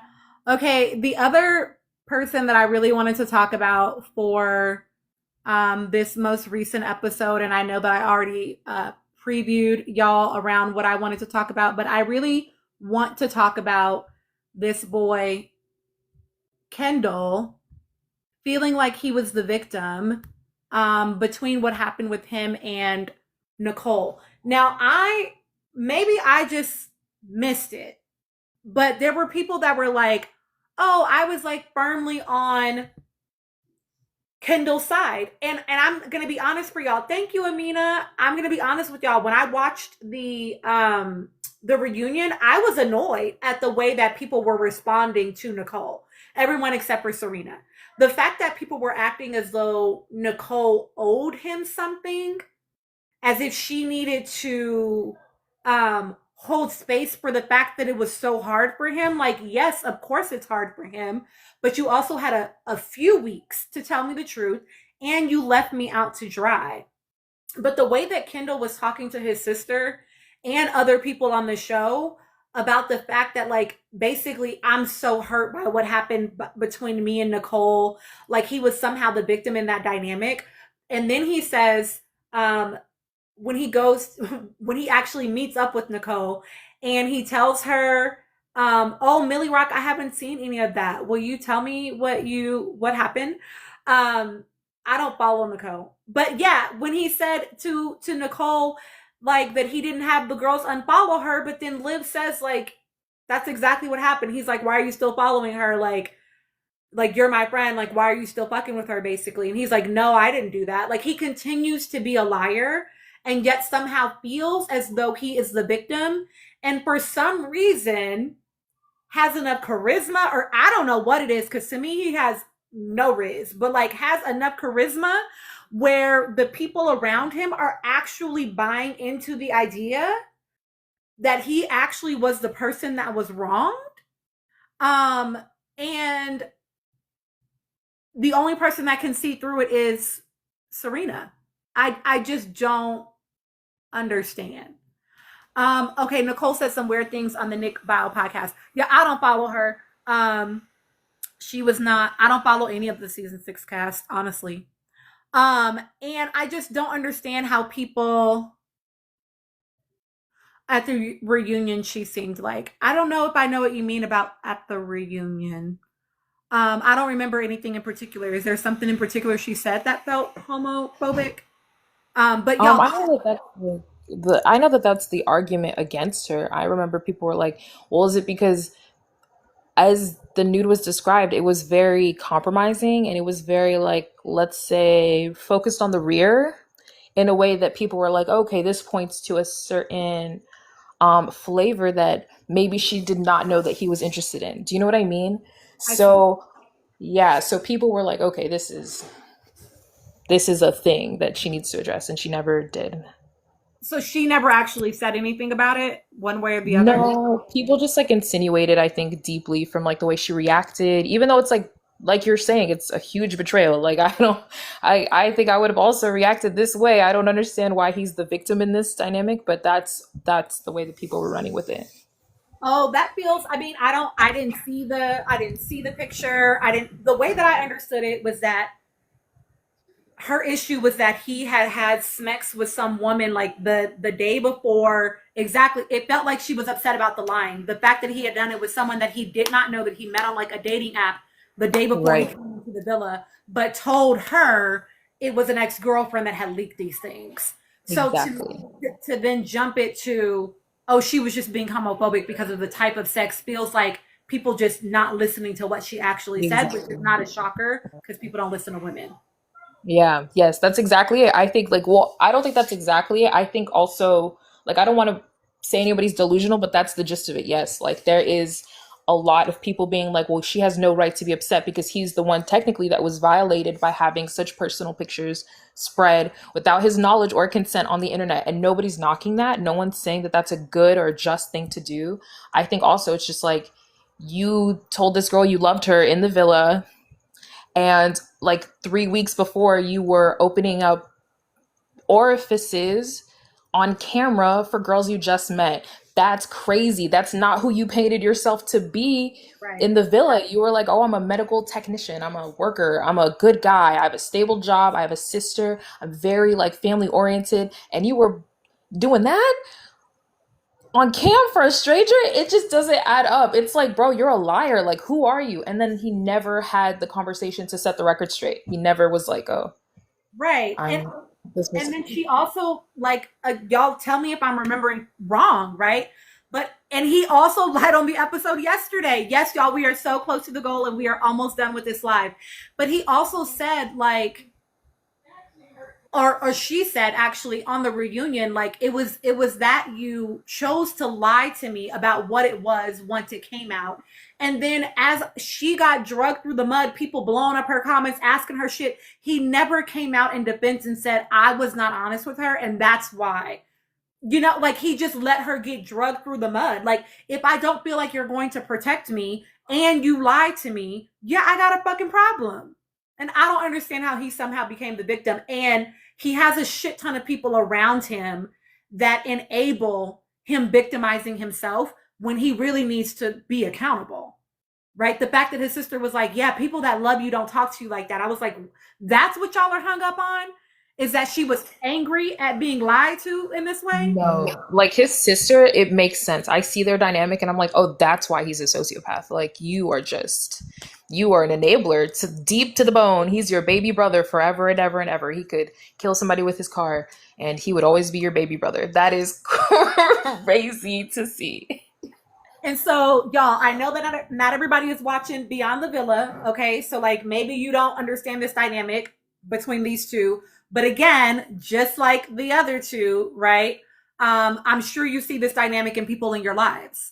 And I, you know, I think part of it is like misogyny that makes people like want to align with him, right? I think, and yeah, he told Livin Kaler to unfollow her, but then told Nicole he didn't. You know what I mean? And so he just ultimately is a liar, period. And she's going to watch back. I actually was like, when she watches back this episode, she's going to be like, so you are a liar. Like, you're a liar. And I didn't know why she honestly even met up with him, but I would love to hear y'all's thoughts just about the experience or about people in general that, you know, do similar behavior to this man where you're clearly the perpetrator. You're the perpetrator, even though, yes, he was victimized, but not by Nicole. He was the perpetrator in their dynamic, and how they somehow flip that into them being the victim in the dynamic. And I think we can think of this when we think about WW tears, right? Like, you fucking with me. Now I said something back and you crying. So now all of a sudden you're the victim. We see this with Helga in the villa, right? So I wonder if y'all could just talk about it. If you have any thoughts about it around that perspective as well. Just any thoughts that you want to add around it in that context. And we only have 3 minutes left. I have something. This is kind of like the typical, you know, we talk about Kendall not being in touch with his blackness. This is actually the typical white people response of like doing a half acknowledge of maybe what, not even an apology, acknowledge of maybe what you did wrong, but then you point to something bigger and then the focus completely gets shifted to something else. So he may say something like, oh, you know, I did lie, but oh my God, look how I was treated. And, you know, I was totally embarrassed. And it's like, okay, that's one thing, but can we keep it on one topic first? You know, because then we're going to go in a completely different direction. And that's kind of like with the whole thing that BuzzFeed just did with that fake apology with Shelly, where they fake apologized, acknowledge, but then they said, oh, how can we protect Black women in workspaces even like ours? So then it completely shifts the conversation, like, oh yeah, that's a very important conversation, but why keep it on the damn topic? Apologize to Shelly. We can talk about the other thing later. So it's like they do this all the time. It's bullshit, to be honest. I love that. That is so important. Like the shifting and the moving of the goalpost. And I love that you brought up the Shelley and BuzzFeed thing because that's literally exactly what they did. They never said sorry. They were like, this is what happened. It was harmful. That's why it's called acknowledging. They just Right, acknowledge they're it, but it's not an apology. Here's our 10-part series about everything that we're doing to show you that we're committed to being better. Like, so are you fucking sorry? Say sorry. And I agree. Yeah, deflecting, gaslighting, and victimizing themselves. It's definitely giving Darvo. Yeah. What was your question again? Like what you were initially asking? Yeah, I just want to hear you all's thoughts about the ways that this shows up. You know, this can be, you can talk about them explicitly, but you can talk about, because again, I know not everybody's watching Beyond the Villa. But like I want to hear like, you know, just how this shows up to Amina's point, right? Like how this shows up in ways where it's like there's this deflection and this reversal and this changing of the subject in order to move the goalpost, in order to be the victim, et cetera, et cetera. But like how the person that ends up, that is the actual perpetrator, that because of your response, now somehow they are the victim in the situation. Yeah, I think that's like Helga's strategy right now. Like that is her goal to move. She's doing that. I think she would have invented it the way that she's moving out of the villa. So I think it is also, I think it's like I think Taylor Swift did it. Let's wake that up. Sorry, Swifties. I think Taylor Swift did that for a long time to remain a victim and to kind of perpetuate this narrative that she's like a woman scorned for so long to sell her music.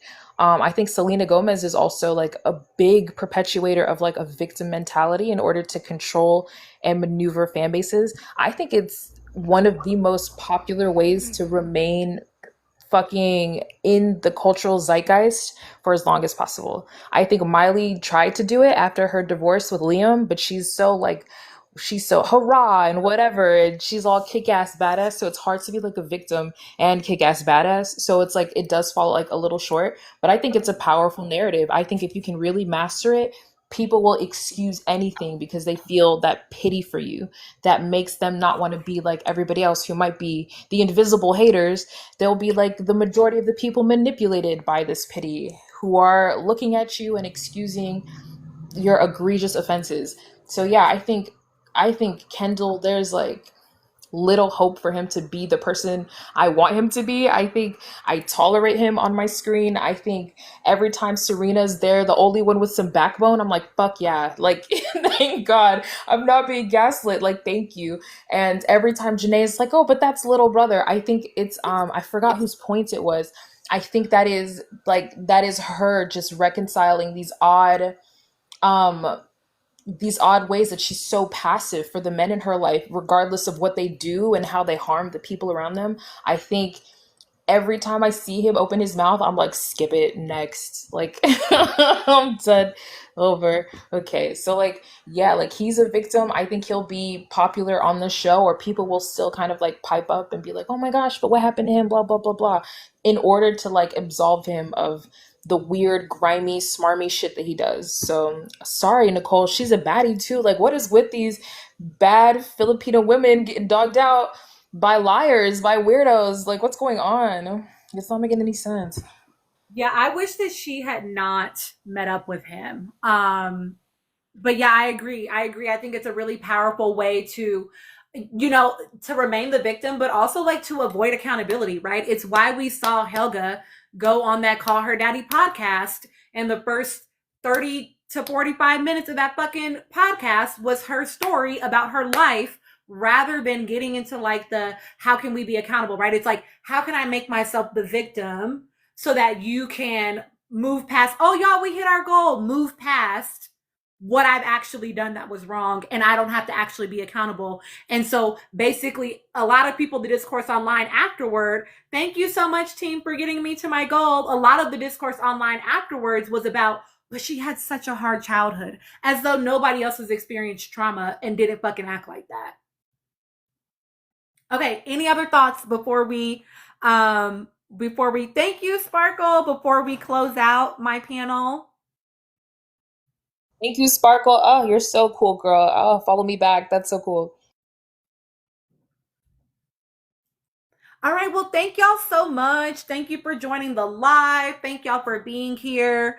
I will definitely be live every Monday and Wednesday. Like I said, I know the yes, the panel's always amazing. Shout out to my panel. The reunion of Love Island will be being live streamed by I'm gonna like tag her in a video, and then she will be live streaming it, and then I'll be on her live afterwards. But I saw tonight that we probably need to wake up some deeper conversations, so I'm happy to do some lives about those as well. Subs, y'all definitely have some more content coming soon. I just could not do it today. I was so frustrated with the app yesterday. So, all right, y'all, thank you so much for being here. Thank y'all for always sharing space. Wait, I have a question. Did anybody participate in the Hunger Games this morning? Try to Hunger get tickets for Black Romance Book Fest? Was anybody doing that? No? No, I was actually trying to go to Romance Con in Orlando, and I got really, really sad because I found out I couldn't go because I have a work conference. Oh, I've only slept for 4 hours, girl. It was so terrible. It was awful. They put the tickets on sale at 9 a.m. So I was waking up at 5:30 trying to get tickets in California, but I got 2 tickets. But I am tore up. Right. I'm so sleepy. 2 tickets to Hunger Games. That's crazy. Well, y'all get literally. I'm gonna go play my real Sims. Right. And then I will see y'all soon. Bye. Yes, thank Bye. you. Have a good night, everybody. Good night. Good night. Bye. All right.